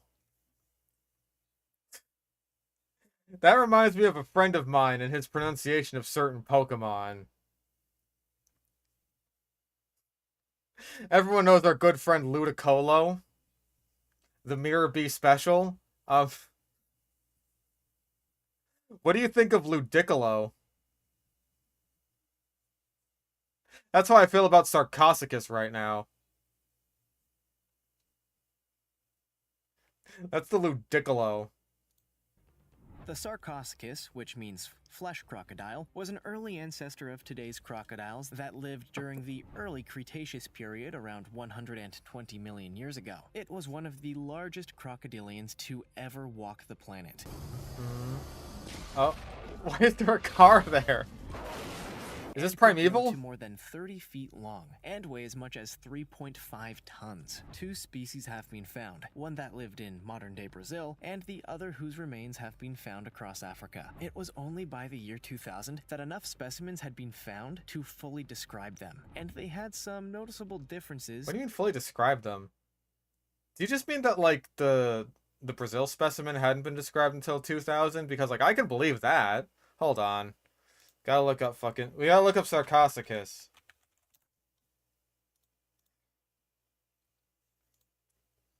Because I can believe that, like, Huh. No. Both specimens had been described a while ago. That's weird. Wait, hold up. Okay, it says that the Brazilian species was described by Marsh in 1869, but under the Crocodilus genus. Hold up. Were these reassigned to Sarcosuchus in 2000? Major findings occurred during expeditions in 1995, 1997, and in 2000. Maybe. I'm gonna call that a maybe. Either way, this thing isn't a dinosaur. To what we think of with crocodiles. Their top jaws were significantly stronger than their lower jaws, for example, and they would have preyed on aquatic animals, as well as venturing onto land to hunt smaller species of dinosaur. Curiously, their physiology suggests they wouldn't have been able to perform the so-called death roll that crocodiles use to dismember their prey. So would have I have never heard of this. I can maybe believe it. That is assuming that these guys were kind of like gharials, which I can also kind of buy due to their, like, more elongated jaws with, like, the bulbous tip, kind of like gharials have. That would suggest to me that they're mostly eating big fish, as opposed to dinosaurs and shit. But yeah, if they're eating, like, smaller prey, but just, like, growing super huge anyway, then yeah, I could buy that maybe they don't death roll. either had an alternative technique to perform the same task, or simply swallowed everything whole. Number 10. Allosaurus. My boy! Allosaurus was a carnivorous dinosaur that lived during the late Jurassic period, around 150 Alright, $50 he talks about the hatchet jaw thing. $50. million years ago. Their remnants have been found in the fossil-rich regions of North America and were first discovered in Colorado in 1869. There are actually 6 different known species of Allosaurus.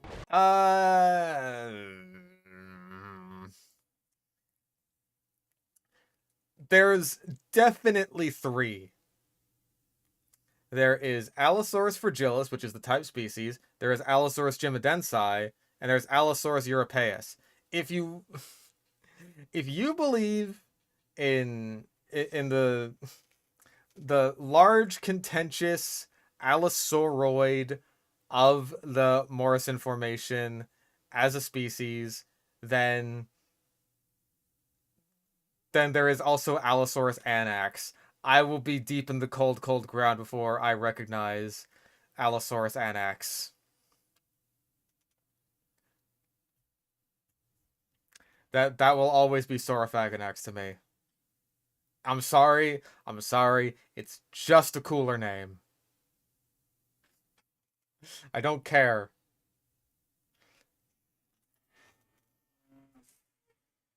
Anything come from the T. Imperator and T. Regina paper? Yeah, nothing. Yeah, like, at most, I want to say there's 4 species. Unless you want to count, like, some really just contentious stuff, like the material in Africa and Australia, I think.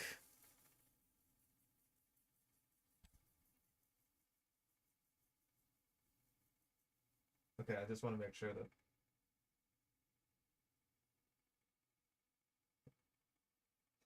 that... one of the spray hoses and Zuko's tank was having an issue, and I just want to make sure it's all good.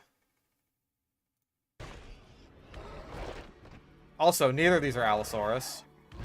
All of which had very unusual vertebrae, which is why the name means different lizard. They walked on 2 legs and were up to 31 feet long in most cases, although some fossil specimens... Okay, he says 31 feet long. I want to say Saurophaganax got, like, into the at least upper 30s as far as, like, top estimates are concerned. Maybe even, like, up to 40 feet long. That's what I've heard, at least. So I don't think he's counting Saurophaganax into that. have suggested they could be up to 45 feet long. Ah, okay, so yes, he is then. Okay, so again, that is at least 4 then. Because this video was from 4 years ago. So that still would have been Allosaurus maximus, not Allosaurus anax. Even though I think 45 feet, even for like upper limit Saurophaganax estimates, is too big. I want to say that's too big. Tons, and were probably the apex predators of the time, preying on most of the... I forgot, like, Jurassic World Evolution 1 just had, like, the goats fucking stand there so the carnivores could eat them. I forgot about that. The other large dinosaur species. They are known to have hunted Stegosaurus, for example, after an Allosaurus tail vertebrae was found with a puncture wound that's the shape of the spike from a Stegosaurus tail. It wasn't the tail vertebrae as far as I remember. I believe it was actually the pelvis, which is worse by a lot. He got stabbed right in the peanuts. Poor bastard.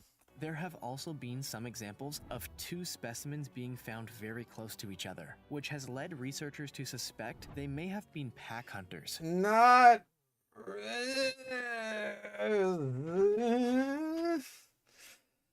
Okay, the close proximity of so many Allosaurus fossils to one another in, like, the, I want to say it's the Cleveland Lloyd Dinosaur Quarry, that's led to so much speculation as to why the fuck that was the case. Because there's nothing else like it. Like, with things like predator traps, you also get the prey. You know what I mean? That's why they attract the predator, like in the La Brea tar pits. It's not just like a bunch of dire wolves and Smilodon in there. You also get a bunch of other stuff. So the fact that it's so much material and it's like all Allosaurus is really weird. So like the initial thought was like, oh, it's like a predator trap. It's like, that doesn't make any sense because where's all the prey items that they're eating? Are they congregating here for some reason? Was this like a flood? I think like the main theory going on right now is that what happened in this particular instance that led to the Cleveland Lloyd Dinosaur Quarry is there was a drought, and so a bunch of Allosaurus all congregated together, and basically it was down to the last man. Like, they would have been just trying their hardest to survive in these, like, in this super harsh condition where it's like, it's down to nothing but Allosaurus. I think that's the consensus. I might be totally wrong about that. Which would have made them even more deadly. This could instead be a sign that they fought with each other, however. So it's hoped that future discoveries may once and for all solve the question of whether they had a complex social hierarchy. Almost certainly not. Or not. Number 9, Troodon. The bird-like Troodon formosus was one of the first dinosaur species to be found in North America. Okay, so Troodon is another tooth taxa.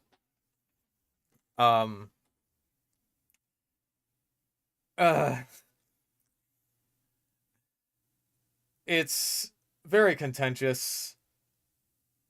Yeah, I don't know what the fuck the deal was with the 10 FPS gameplay.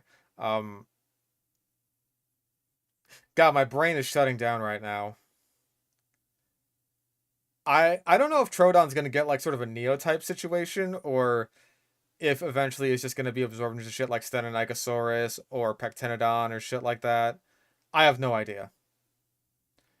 I don't really know what the deal with Troodon is yet, but like as far as I'm aware, it's still like acceptable to use it as sort of just like a, I know what you're talking about at least, but it's not like recommended, and you'd be better off going with like a more defined and a more defined species with more diagnostic traits. Like Stenonychosaurus, like Pectinodon. Paleontologists dug up a set of fossils in Montana in 1855. For more than 20 years, they were thought to be a large species of lizard from more recently. But as more became known about the deposit where the fossils were found, it became clear that they were a species of dinosaur that were dated to a specific time during the Cretaceous period, around 77 million years ago. The name quite ominously means wounding tooth, and this is in reference Well, yeah, it's because the teeth are very serrated. to their sharp and serrated teeth that would have been used to inflict serious damage on their prey.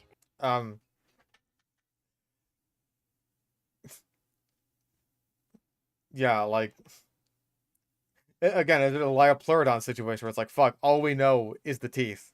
Let's name it after the diagnostic traits of the teeth. Bang, bang, boom. And were likely powerful enough to tear chunks of flesh, while the victim was very much, their geographical spread meant that, depending on Was very much what? I think he was gonna say still alive, but like, it got cut out. Oh, AI.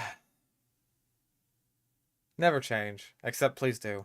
where they were, they had slight differences according to climate. Those in colder regions, for example, were several feet taller than their 4 or 5 foot long cousins from more temperate climates, and it's even thought that the amount of feather covering they had would alter based on how warm they needed to be. It's not clear if they were ferocious carnivores or scavengers, or even if they worked together in groups, but you certainly wouldn't have wanted to— How can you say that, like, oh, we don't know about if Troodon worked together in groups. We could totally say that Sinosauropteryx did. Fucking weird. to come across one if it was feeling hungry. Number 8, Kronosaurus.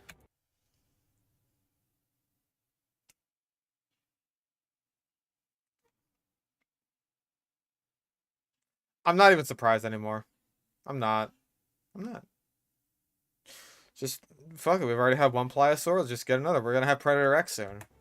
The Kronosaurus was a type of short-necked plesiosaur that swam in the world's oceans during the early Cretaceous period around 140 million years ago. 2 different species have so far been discovered, one whose fossils were unearthed in Australia and the other that was found in Colombia. They grew to up to 36 feet.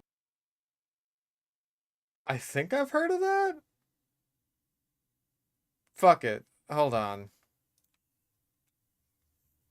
Colombia.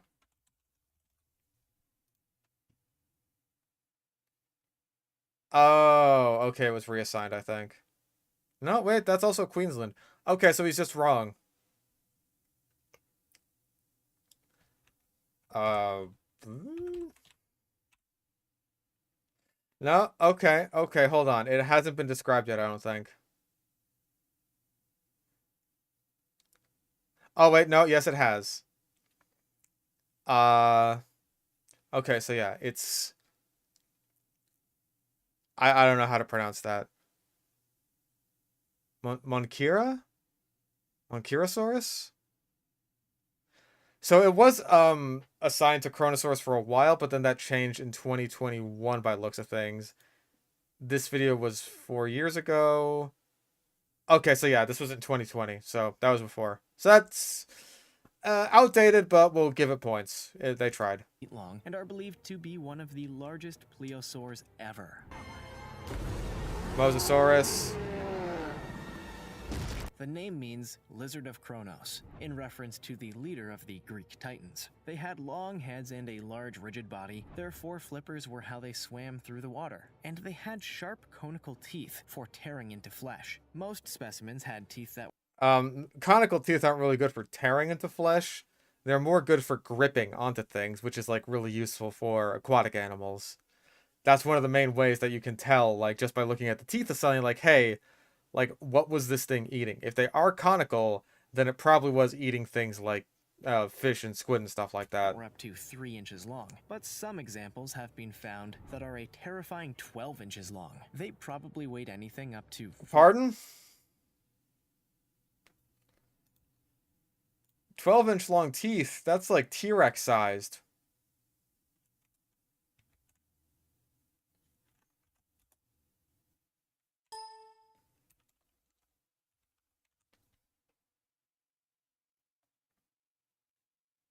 I'm seeing nothing on the size of the teeth.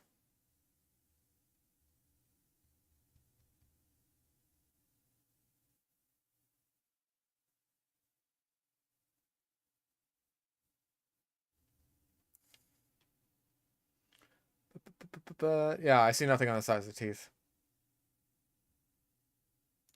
I think that's wrong. I think that's too big. 14 tons, and because they were lizards, would have had to... No, they weren't.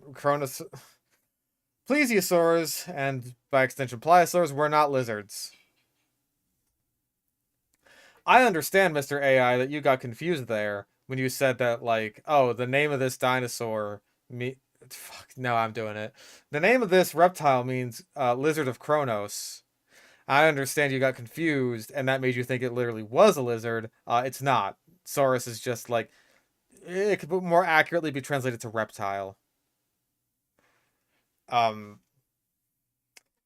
Yeah, I don't really know exactly where the Sauropterygian like ancestry branched off from reptiles, like or from other reptiles rather. But they're not lizards. They're not closely related at all. Turn to the surface every few hours to fill their large lungs with oxygen. You could just say that because they're reptiles, I had to do that. At the time this species was alive, there's no other known creature that was anywhere near the same size. Kronosaurus was, therefore, the dominant predator, and would have made light work of anything they came up against. Number 7, Amphicelias fragilis. Oh my god. Oh wow, we're doing this? Okay.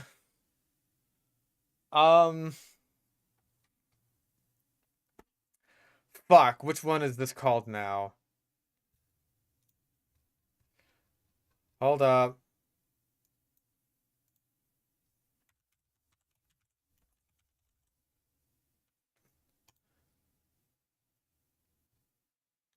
Paleobiotia. Oh wait, no. I need dinosaurs. I need dinosaurs.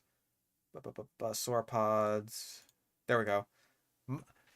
Marapunisaurus. There we go. Okay. If you have never heard of Amphicelius fragilis, I don't blame you. It's kind of obscure, but also kind of not. It's weird. So basically, back in the ye olde days of the Bone Wars, there was, I think, Cope founded.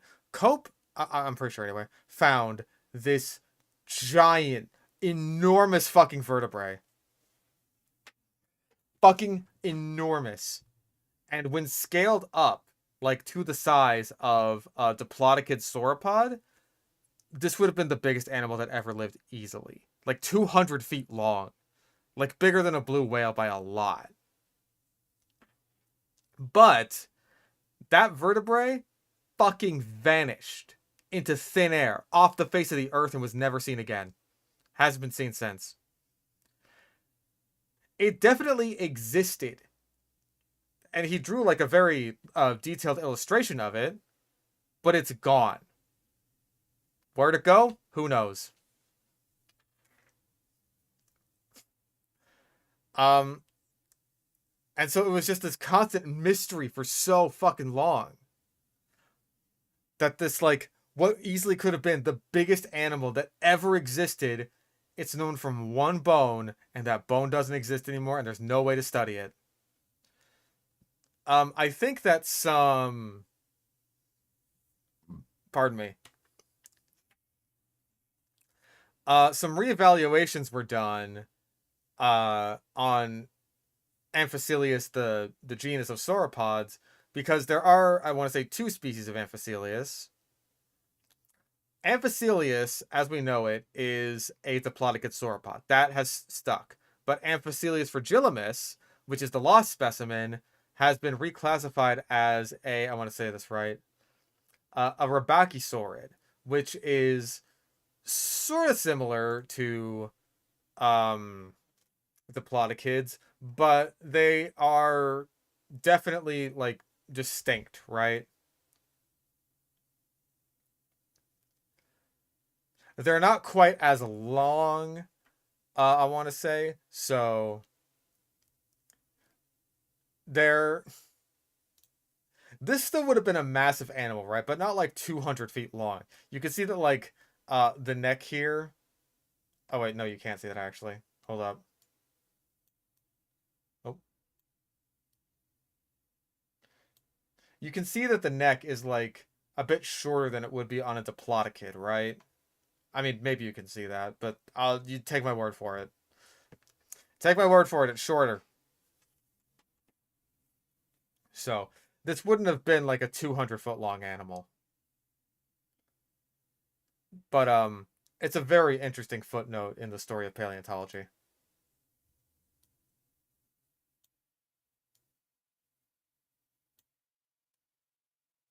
Oh. Get it sized right again. A little smaller.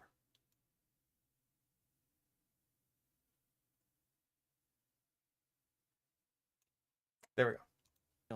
We normally think of the carnivorous dinosaurs as the most dangerous, but spare thought for the herbivores. I mean, you've already had Ankylosaurus on this list, so fuck it, right? Because with their extreme size and weight, they could certainly put up a good fight. The Amphicoelias fragilis is a great example of this.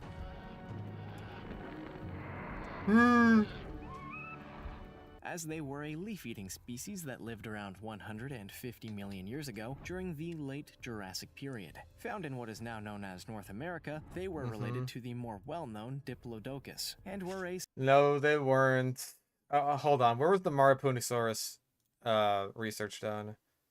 When was that reclassification made? 2018. Yeah, he should have known better. That was old news by this point. Similar size at an estimated 82 feet long. I think that's more in line for like the currently existing species of Amphicoelias. Hold on, let me check that. Yeah. That is Amphicoelias altus. Also known from a holotype vertebrae.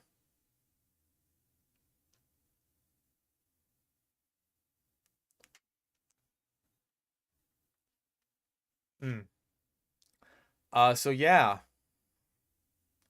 You're kind of just getting it mixed up here. Probably because Amphicoelias fragilis is the more well-known of the Amphicoelias, even though it's not Amphicoelias anymore. Because paleontology is fun. They weighed more, though, with a theoretical mass of up to 20 tons. They were 82 feet long, but they weighed more? Meaningless. Which would have required incredibly powerful legs and tail muscles to support. Once fully grown, very few other dinosaurs would have messed with them. Their tail whip alone would have caused huge damage. And they'd likely have... Look at these little babies causing huge damage to that leaf. To that tree star. Before the sharp tooths came. Have been able to throw any predators free of them without much effort. This was fortunate because they wouldn't have been able to move very quickly, at just a few miles per hour. And because of their weight and the way they walked, other animals would have felt faint trembles in the ground for up to a quarter of a mile away. I don't believe that, honestly.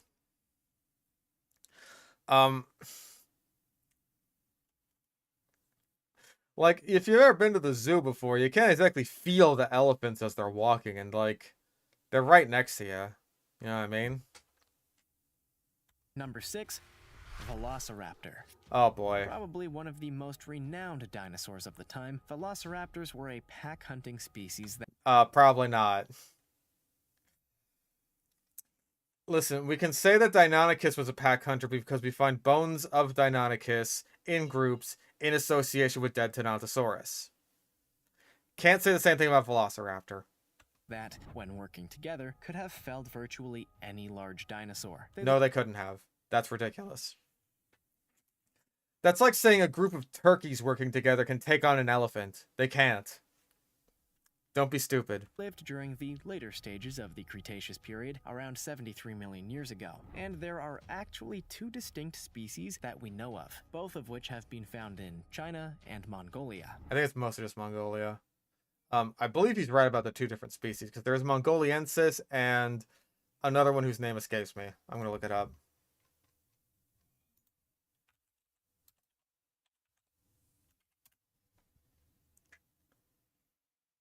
Yeah, Osmolske.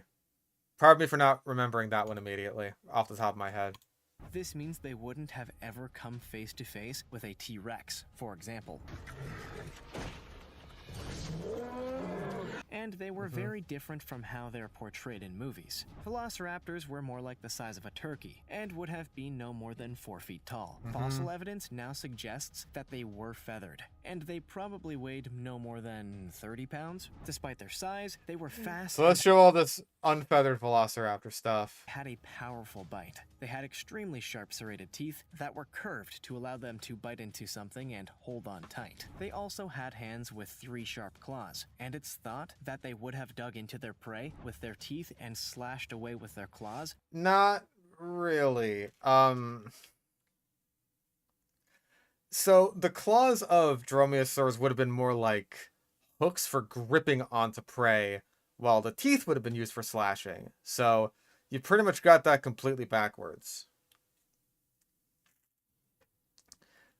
Like, you know, a lot of speculation has been done into the function of the sickle claw of dromaeosaurs, and it's pretty widely believed. Initially it was believed that, like, oh, maybe it was used for, like, disemboweling prey, which is a thought. It's now more believed that it would have been used for, like, pinning prey or gripping onto it.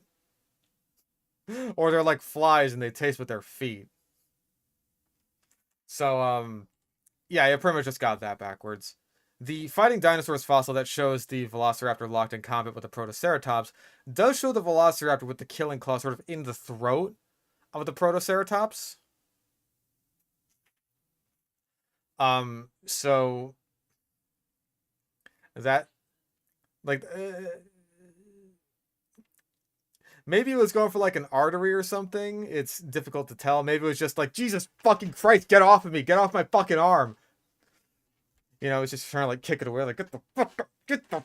Get the fuck off me, motherfucker. Ow. Actually kicked my table there. That actually hurt. Until their victim lacked the energy to keep on fighting. Number 5, Asdarchidae.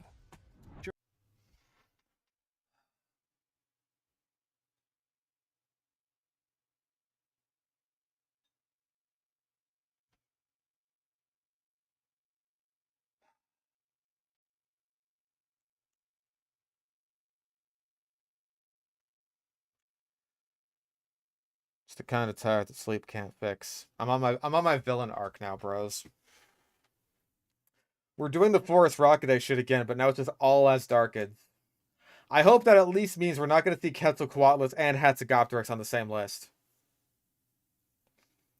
It's the same fucking shit. The whole family of them. During the Cretaceous period between 140 and 70 million years ago, Asdarchidae were a type of pterosaur, and some of them were They were a whole group of the them. largest known flying creatures of all time. The name has its roots in the Persian word of Asdar, which was a legendary dragon-like. It's so jarring every time. Just right in the middle of a sentence, boom. Here's a clip with nothing but the sound from the documentary. Creature, and they were probably the closest nature has ever come to a true menace of the skies. They had very long legs, and necks had large heads and jaws like spears. It's quite possible they could use these to pierce the skin or armor of their prey, and then transport. Not really. I mean, skin, yeah. Armor, no. These would have been hunting pretty small animals on land. Not necessarily like, oh, armored prey. That's kind of silly. it to their nest where they could take more time to devour it. Due to their size, they probably didn't spend much time in the air and are thought to have lived lives more similarly to the way storks and hornbills do today. In other words, standing on the ground and using their powerful eyesight to scour the surroundings for their next potential meal. Most would have eaten small dinosaurs and recently hatched young, but the larger species of Asdarchidae would have been one of the dominant predators and taken anything but the largest of land animals. That's insane. That is insanity. These animals did not weigh more than like a couple 100 pounds. They would have gotten along just fine on like small prey. You're saying that these guys would have hunted anything but the largest? You're basically saying they would have hunted anything short of an Alamosaurus. That's utterly preposterous. People had enough of a problem when Prehistoric Planet showed a couple of Quetzalcoatlus like chasing a T-Rex off from a kill. Not even killing it or hurting it really. Just being annoying. People had enough of a problem with that. This wasn't killing a T-Rex. It just wasn't. The biggest ones had wingspans of up to 66 feet and would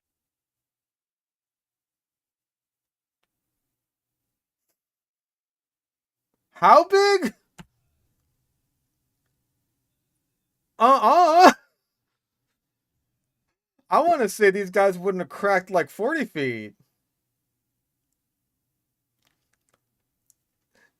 At the absolute biggest, I want to say like 35 maybe. That's like double the size. That's like, I want to say, the size of the fucking Dominion cats.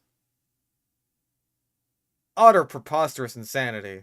would have dwarfed most other dinosaurs across modern-day Romania and Germany, where their remains have been found. Number 4, Pelagornis sanders.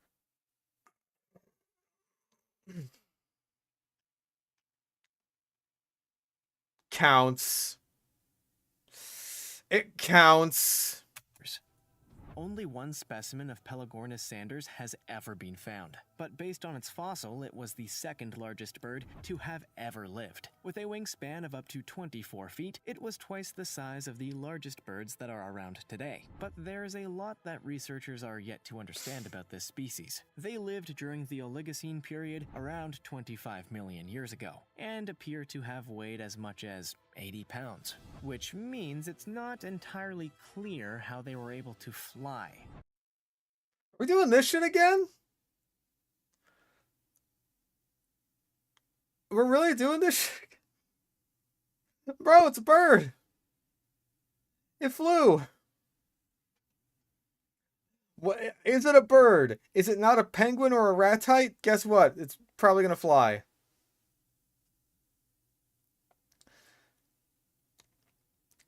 Yeah, like this would have had a massive wingspan. Like 24 feet for 88 pounds? Yeah, I believe it. That thing can fly. Like, you know, planes can fly, right?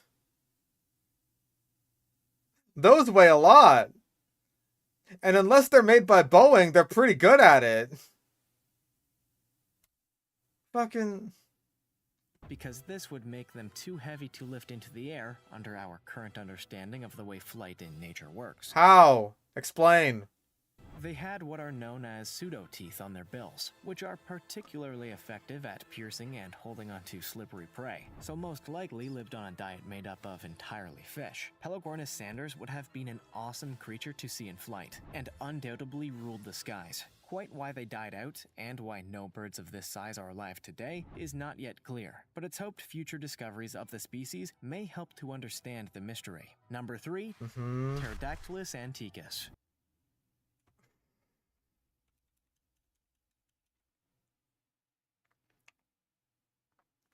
Do I bring up the Pterodactylus image again? I'm gonna do it.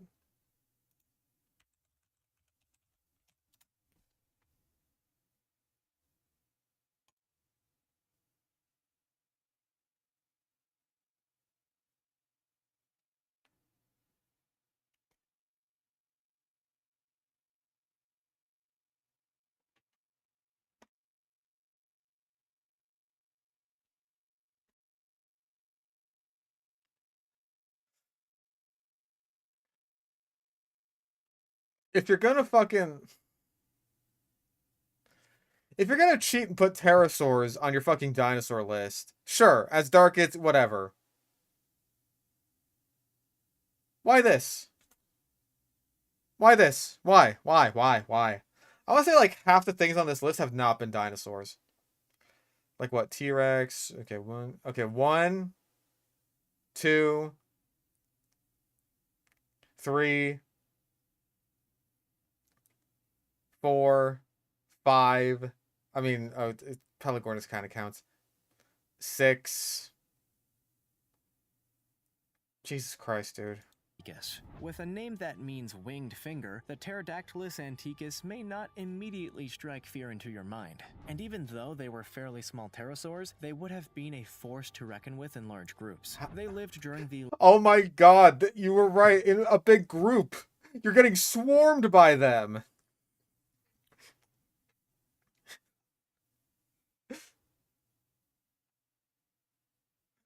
"7,000 fucking pigeons. Eat this man." late Jurassic period around 150 million years ago. Hey, you know how this scene has pteranodons in it because pteranodons are actually big and threatening? Crazy, right? And their fossils have been found in Germany, elsewhere in Europe, and in Africa. Their 90 sharp teeth, perfect for tearing flesh, show that they were carnivores, and it's believed they preyed mainly on fish and small animals. There's evidence to suggest that in times of need, however... Look at all these better pterosaur species that you could be using instead of Pterodactylus. Wow. That's crazy.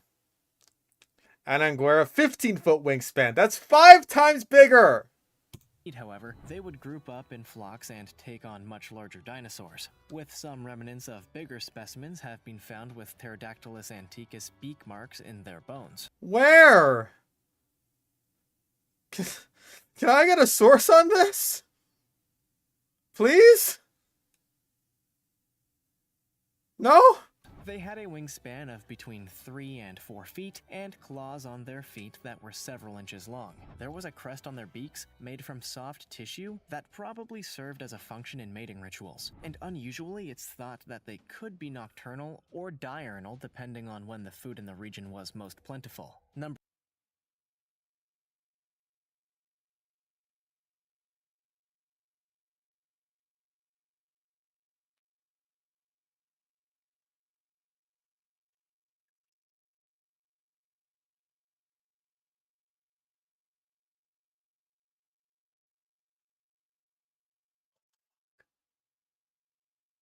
This is fan fiction. He's writing about fucking swarms of like Sinosauropteryx and Pterodactylus eating everything that moves. What the fuck, man? Number 2, Pteranodon longiceps.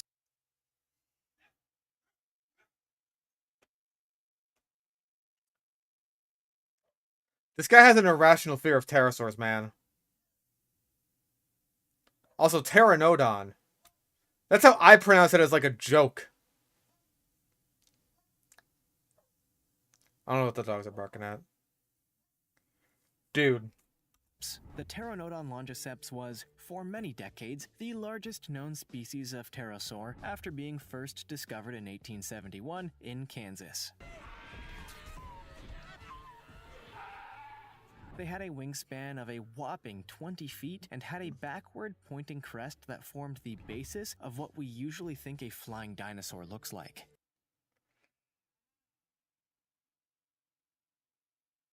How are Kronosaurus and T-Rex under this? How are fucking Asdarchids under this? Asdarchids are like the pinnacle of pterosaurs. You don't get scarier than that. And I was just like, oh, Pterodactylus, Pteranodon. They lived around 85 million years ago when the central U.S. was covered in water. Pteranodon longiceps is thought to have spent the vast majority of their lives flying over the water in search of fish and other potential food, and rarely ever went back to land apart from the breed. When they needed a break or wanted to eat whilst not airborne, they would have landed on the water and floated on the current until it was time to fly again. This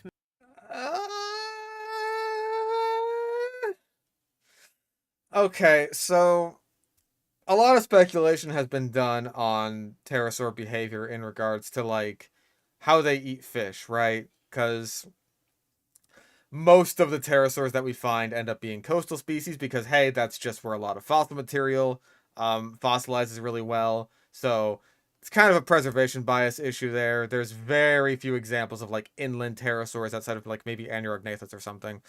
So a lot of speculation has been done on that, and I believe it has been determined that pterosaurs could indeed dive into the water like modern day seabirds and take off from the water surface. I don't know if they'd be like resting on top of the water the way seabirds do, though. I don't know about that. But it is possible. I just don't know if that'd be like the main way that they're, chilling out, right? Because the Western Interior Seaway, you really don't want to hang around there for too long. Dive in, get the fish, get the fuck out. You know what I mean? Don't get eaten by a mosasaurus. Maneuver probably wasn't the easiest of things, and simulations suggest they would have had to hop and splash about for a few moments until they were able to generate enough lift. While they didn't have any teeth, they certainly had a mean attitude and would harass larger animals by flying around them and violently flapping their wings. Where are you getting They're this a perfect from? example of how it wasn't just the mouths of the dinosaurs you had to watch out for, because many had other features that were just as dangerous. Hey, can we hear about some of those fucking dinosaurs instead of literally anything else? Alright. Place your bets on number 1. I'm betting like Megalodon or something. It's not gonna be a dinosaur. It's not. We just know. We've long since passed the point of having non-avian dinosaurs on this list. I'm guessing Megalodon. Spinosaurus, that's a bit generous. A dog. Alright, I'm guessing Megalodon. Number 1, Dimorphodon macronix. I was too generous!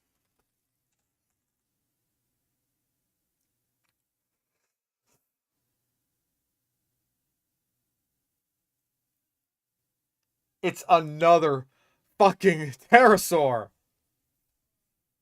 If I wanted to watch a man eat an orange, I would have gone to the orange eating class! The eating of an orange is a lot like a good marriage. Just eat the damn oranges!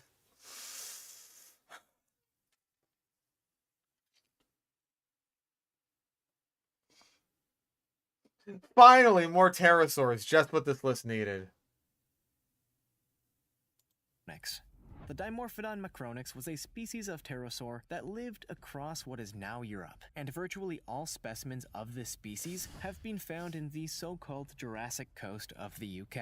Their name means two-form tooth, which is in reference to the fact that they had two distinctly different types of teeth in their mouths. Ones that were Unless, of course, you're the Jurassic World Dimorphodon, in which case they're all just, like, mangled, fucked up teeth that just go every which way and look like shit. Designed to tear flesh, and others that were designed to grab tightly onto prey. They were fairly primitive, with only a small cavity for their brains, and would have stood about 3 feet with a 4.6 foot wingspan.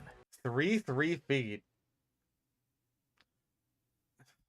Good fucking job. Very little is known about their diet, but based on their physiology, they most likely fed on fish and other aquatic animals, as well as small land animals too. It's also thought that they may have been pack hunters and would work together to hunt larger prey that could feed them and their young. Despite the way they look, they probably weren't very good at flying because of their large heads and large bodies in proportion to their wings. They wouldn't have been able to glide and probably only flew for short periods of time. Where the fuck are we getting this pack hunting pterosaur shit from?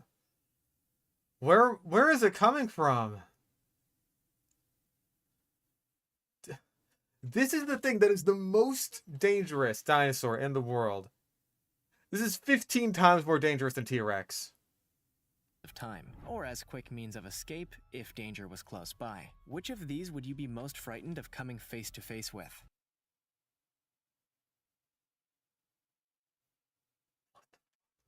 What are these thumbnails, dude? How pregnant is this bitch? What the fuck? Is this fetish content? Am I getting in trouble for showing this? This is just a row of dead kids.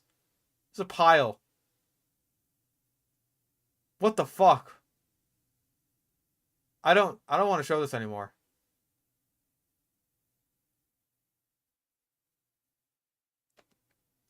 The most best video.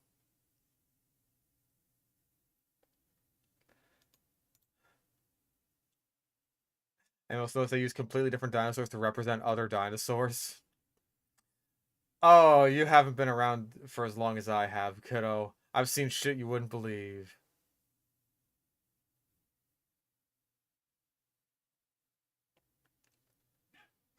I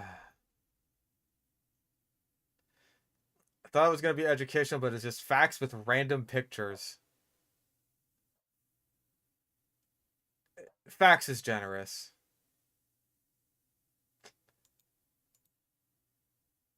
I heart dinosaurs. I have very bad news for you, Gracelyn Conley. There's not many dinosaurs on this list. Hold on. I have to know. Is this like a half and half ratio? I really don't want to look at these. These make me very uncomfortable.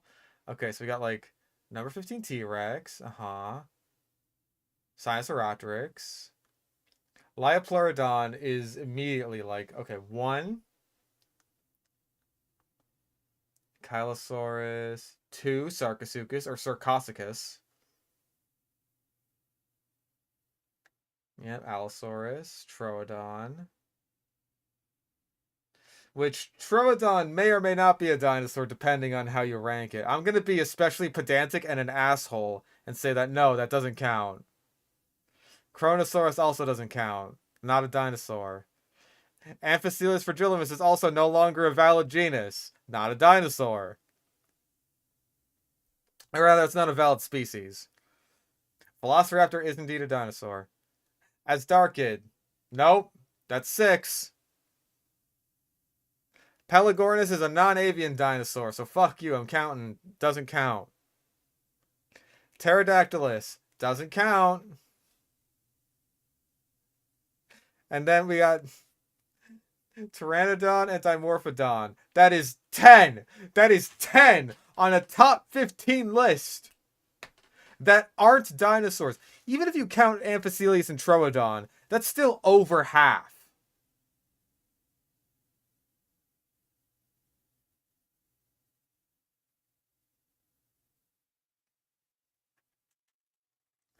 Unfucking real.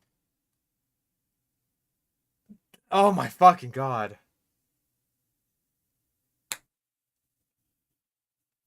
That's over half.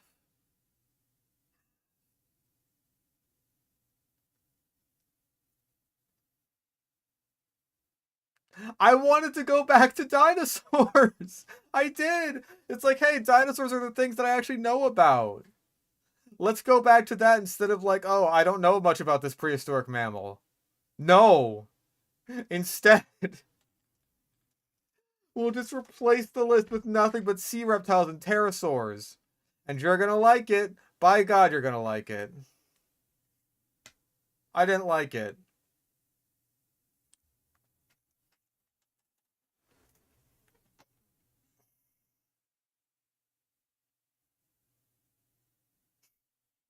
That was our palate cleanser.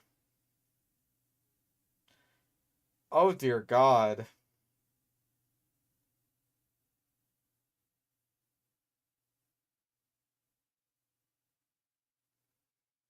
Am I dead yet?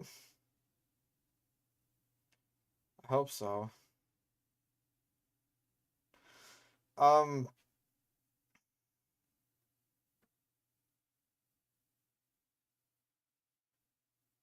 Happy Sludge Day! Hot Sludge Sunday. I'm glad I woke up for this.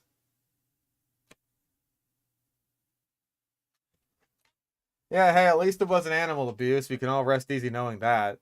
That dinosaurs have been dead for so fucking long that you can't abuse them anymore. Unless they're birds, in which case, yeah, you can. And very easily, actually. Oh, fucking Christ.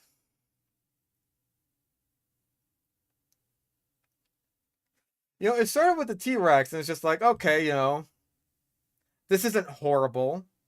There's a couple things that are, like, misspoken. Like, oh, hey, it's 40 feet tall instead of 40 feet long. But, like, that's a minor quibble. And then it kept going. As these AI videos so often do, the longer they go on, the worse it gets.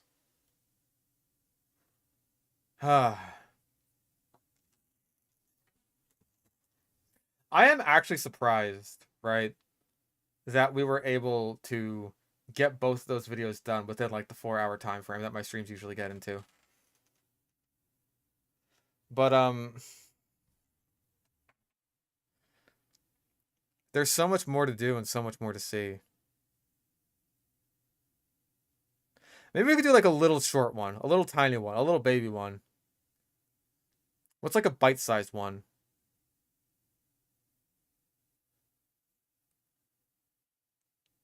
Because there's some of this playlist that are only, like, a couple minutes long. Oh, 5 prehistoric creatures that may still be alive, and it's got a woolly mammoth in the thumbnail. That's fucking flawless.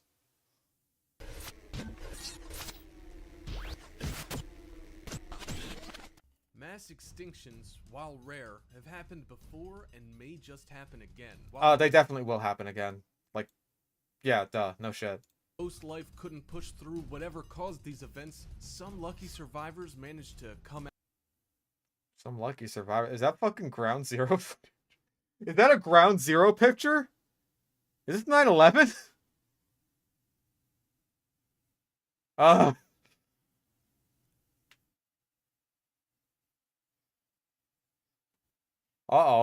Out on the other side. The following 5 prehistoric creatures that may still be alive include some creatures recently found, with others just waiting to be discovered. Let's begin. Number 5, Loch Ness Monster and Friend. I know what it means by that, but I love just imagining that the Loch Ness Monster is friends with, like, Champ and the Lake Ogopogo Monster and shit like that. That's just funny. We all know about the Loch Ness Monster. Whether you believe it or not, there are an overwhelming number of sightings each year. Furthermore, Nessie isn't the An overwhelming number of sightings of logs.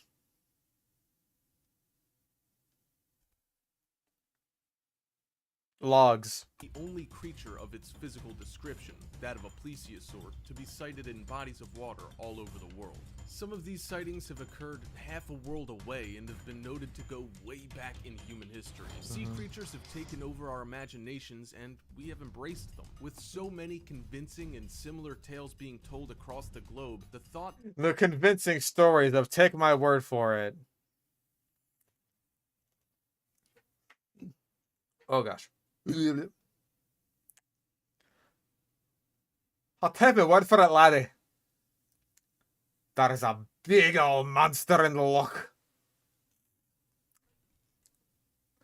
You can't see it right now, but it's in there.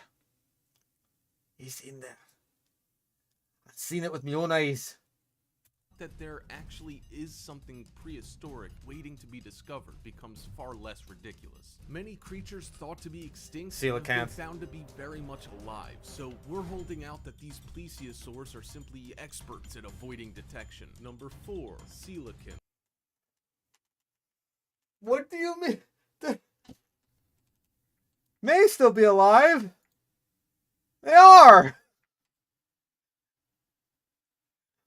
They are. What are you, stupid?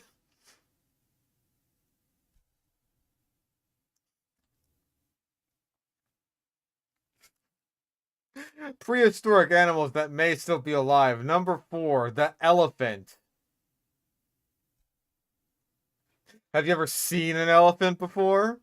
I haven't, so maybe they're still alive. This prehistoric fish was thought to be completely extinct until 1938, that is. Fisherman Hendrik Goosen, situated just outside of Cape Town, South Africa, hauled this incredible find in with his catch one day. Upon seeing the fish displayed, local museum owner Marjorie Latimer knew that it was unlike anything she had ever seen. Unfortunately, the innards of the fish had already been disposed of by the time the discovery was made public, hindering a proper investigation. What was clear, however, was that the fish found was indeed prehistoric. After years, another was caught and confirmed to be a coelacanth. Upon further investigation, scientists found that the modern variant retains remarkably most of the same physiology of its prehistoric counterparts. This That depends, because Mawsonia was fucking enormous. Like, hold up, let's get out of the pterodactylus scale. Yeah, a bit bigger than a modern day coelacanth. Superficially they look kind of similar. Like, Colossal could definitely selectively breed a coelacanth until it got really, really big and say, hey, this is the first Mawsonia we've had in like 70 million years. They could do that.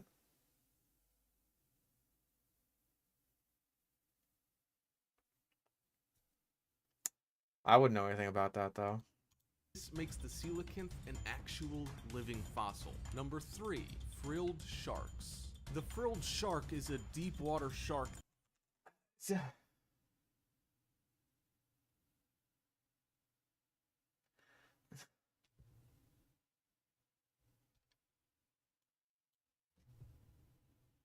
Fuck, I'm leaving that highlighted.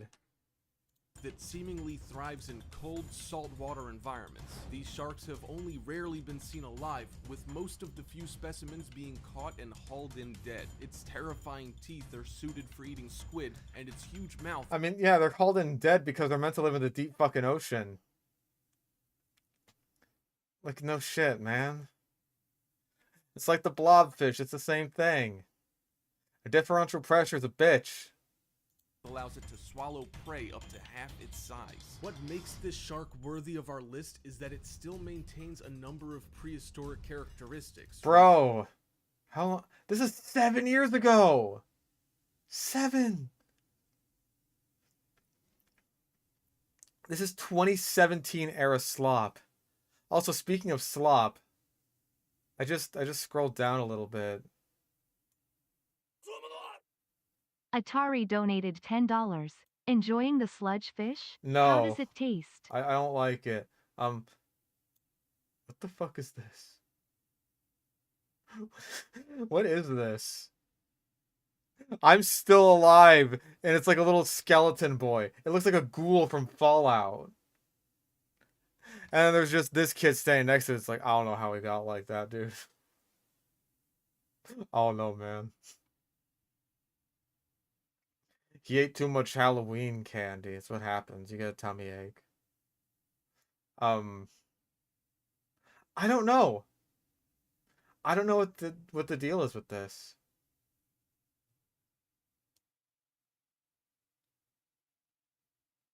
Click on it. I kind of want to.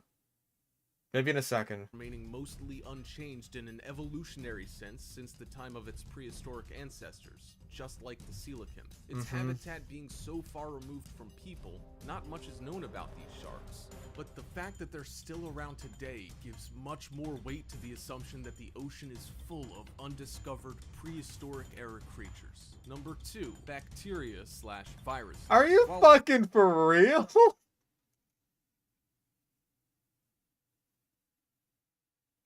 Oh my god, do I have to highlight creatures now too? Oh, fuck it. Let's highlight prehistoric too. Napoleon donated $3. Never enough sludge UWU. UWU. Well, you may WU, but I WU. Prehistoric bacteria and viruses being thawed out and resuscitated sounds like the plot of a bad 90s movie. It actually has been done in real life. There have been a number of... How is that 90s? Is that like a 90s plot?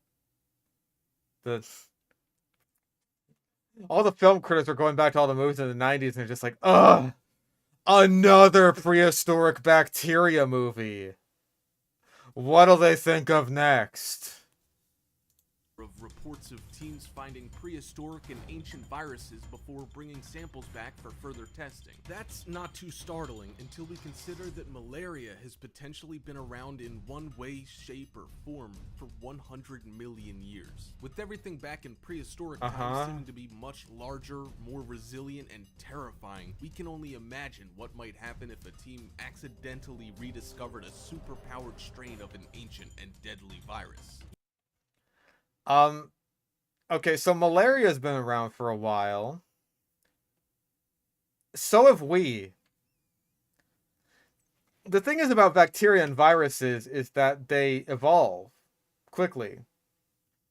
They evolve very rapidly, you see, in order to keep up with our immune systems that are also basically changing in order to fight off these viruses and bacteria. Viruses especially, because, like, once we get infected with a virus, we can't get infected with it again. Unless it's, like, evolves and becomes a new strain. Then we can get infected with it again. So if a virus wants to reproduce, then yeah, it's got to keep going. It's got to keep evolving. So, honestly, old malaria or something like it would probably be, like, comparatively speaking, not a big fucking deal. Like, we would have evolved to combat those fucking ages ago. So, it probably wouldn't be that big of a deal. I'm sorry. Now, if it were something that we hadn't been exposed to, then you could have something there. Because that's the same thing as, like, what happened with the Native Americans and, like, smallpox. Because they had never been exposed to smallpox before. They hadn't gotten the chance to develop immunities to it. Unlike Europeans who were around smallpox for fucking ages, and it's just like, yeah, who the fuck cares? It's basically asymptomatic at that point. So if there was some kind of, like, ancient virus that we knew literally nothing about, and that we had never been exposed to before, then yes, you can call that a plot to your bad movie. Even more and set it in the alarming would be 90s or whatever. Repercussions if such a virus were to escape and spread. Thankfully, the chances are low, but the fact remains that multiple, newly discovered prehistoric viruses are being reanimated at this second. Number 1. Mammoths. We all know that mammoths once roamed the earth. What we still fall short of, however, is actually bringing them back to life. When cloning was first confirmed to be potentially viable, the fad went viral, with Dolly the sheep becoming an overnight sensation. Since then, the fuss has died down, with technological shortcomings currently holding us back from the science. So this is not an extinct animal that may still be alive. It's, hey, when are we bringing the mammoth back already?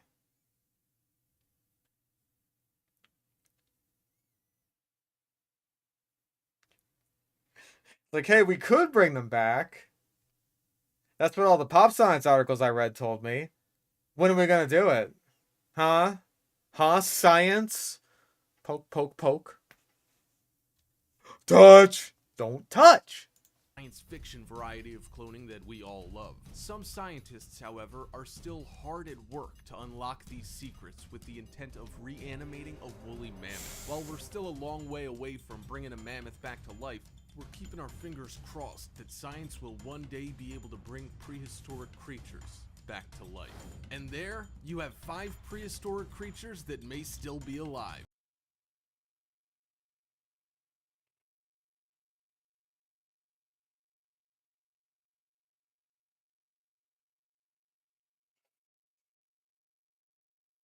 Pardon?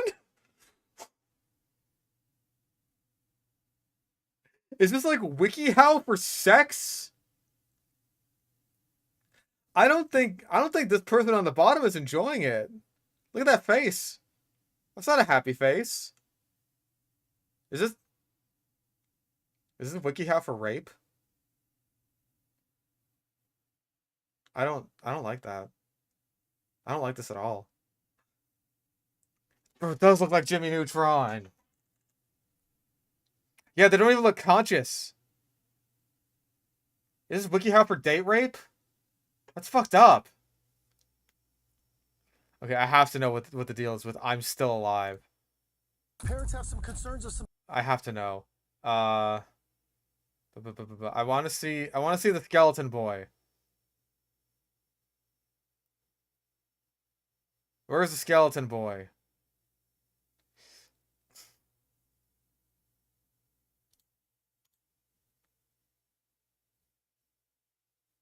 What is that thumbnail, man? Okay, thank you.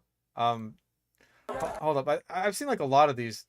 Okay, these kids are just chained up. This guy's like, what's with all the chains? Oh, there he is. There's skeleton boy. Look at him.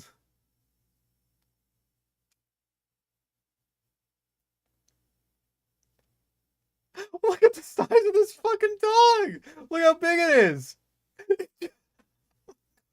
Wait, this is the same thing. This is the same like AI generated thumbnail of a guy being dragged out of the water by chains.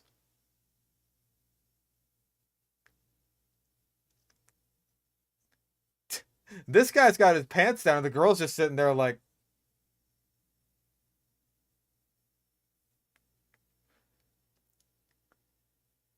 Is this fetish stuff?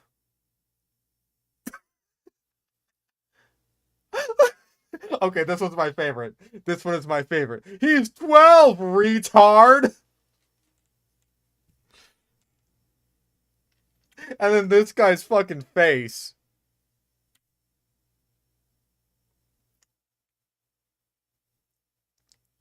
Oh my god.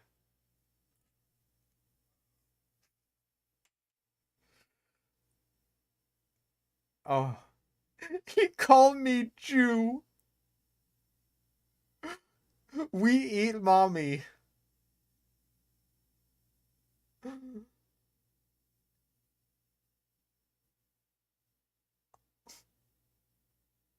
Unbelievable.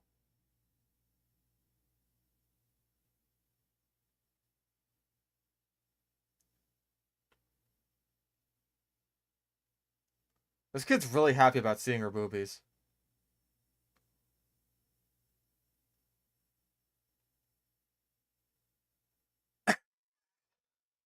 I ate all the kids. Honey, I ate the kids.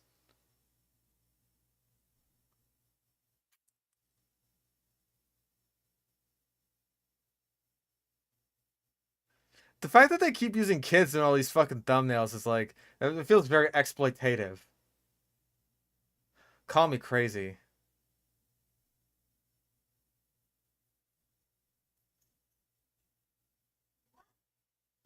When dumb criminals try to pull guns on cops, it's like a 5-year-old kid saying, "Die, bitch!"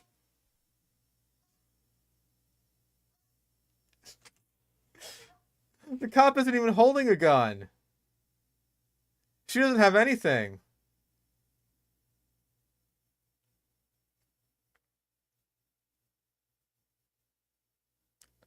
There's so many of these.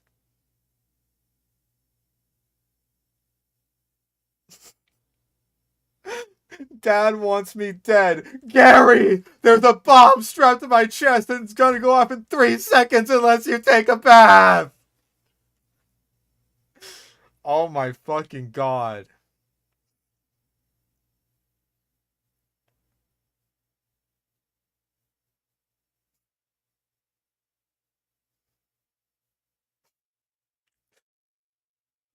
This is incredible. These thumbnails are a work of art as far as I'm concerned. Like, there's so many hours of content of this. There's hours of it. You could watch this shit for days and not even make a dent in it.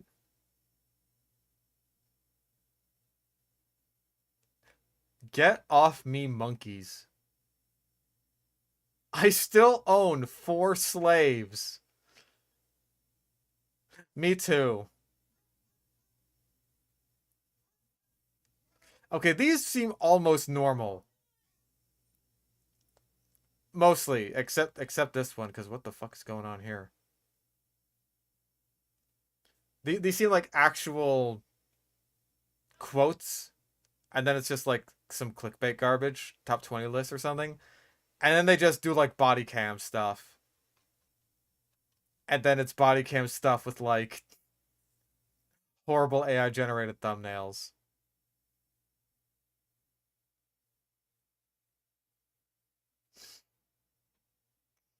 Yeah, I saw that. The mysterious sword you can't touch is like the blades of chaos from God of War. I still love Skeleton Boy here. I'm still alive! No, you're not. You'll be stone cold dead in a moment. I think I'll go for a walk. I feel happy. I feel happy. Yeah, 8 million fucking subs. But hey, our fucking our boy here, like 3 million. People just like garbage. What can you do? What can you do? I mean, I know what I could do, and that's make a couple $100 extra off it a month, so keep it up, assholes. Except for you. This guy, stop. Stop what you're doing. Just forever. Stop.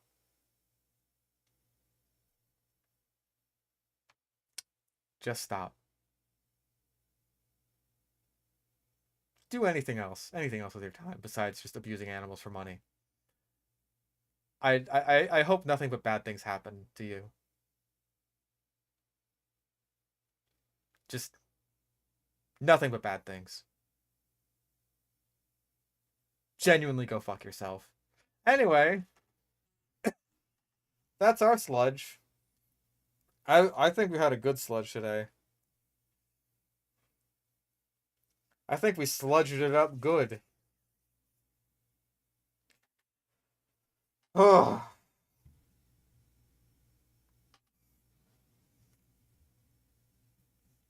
Welcome to the membership, Dave. That's our sludge. Tune in next sludge. Sludge it up.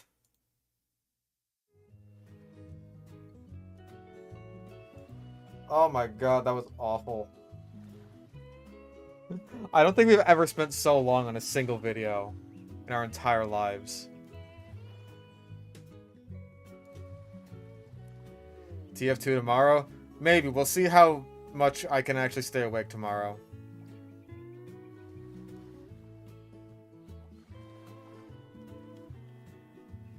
Okay. I'm gonna go.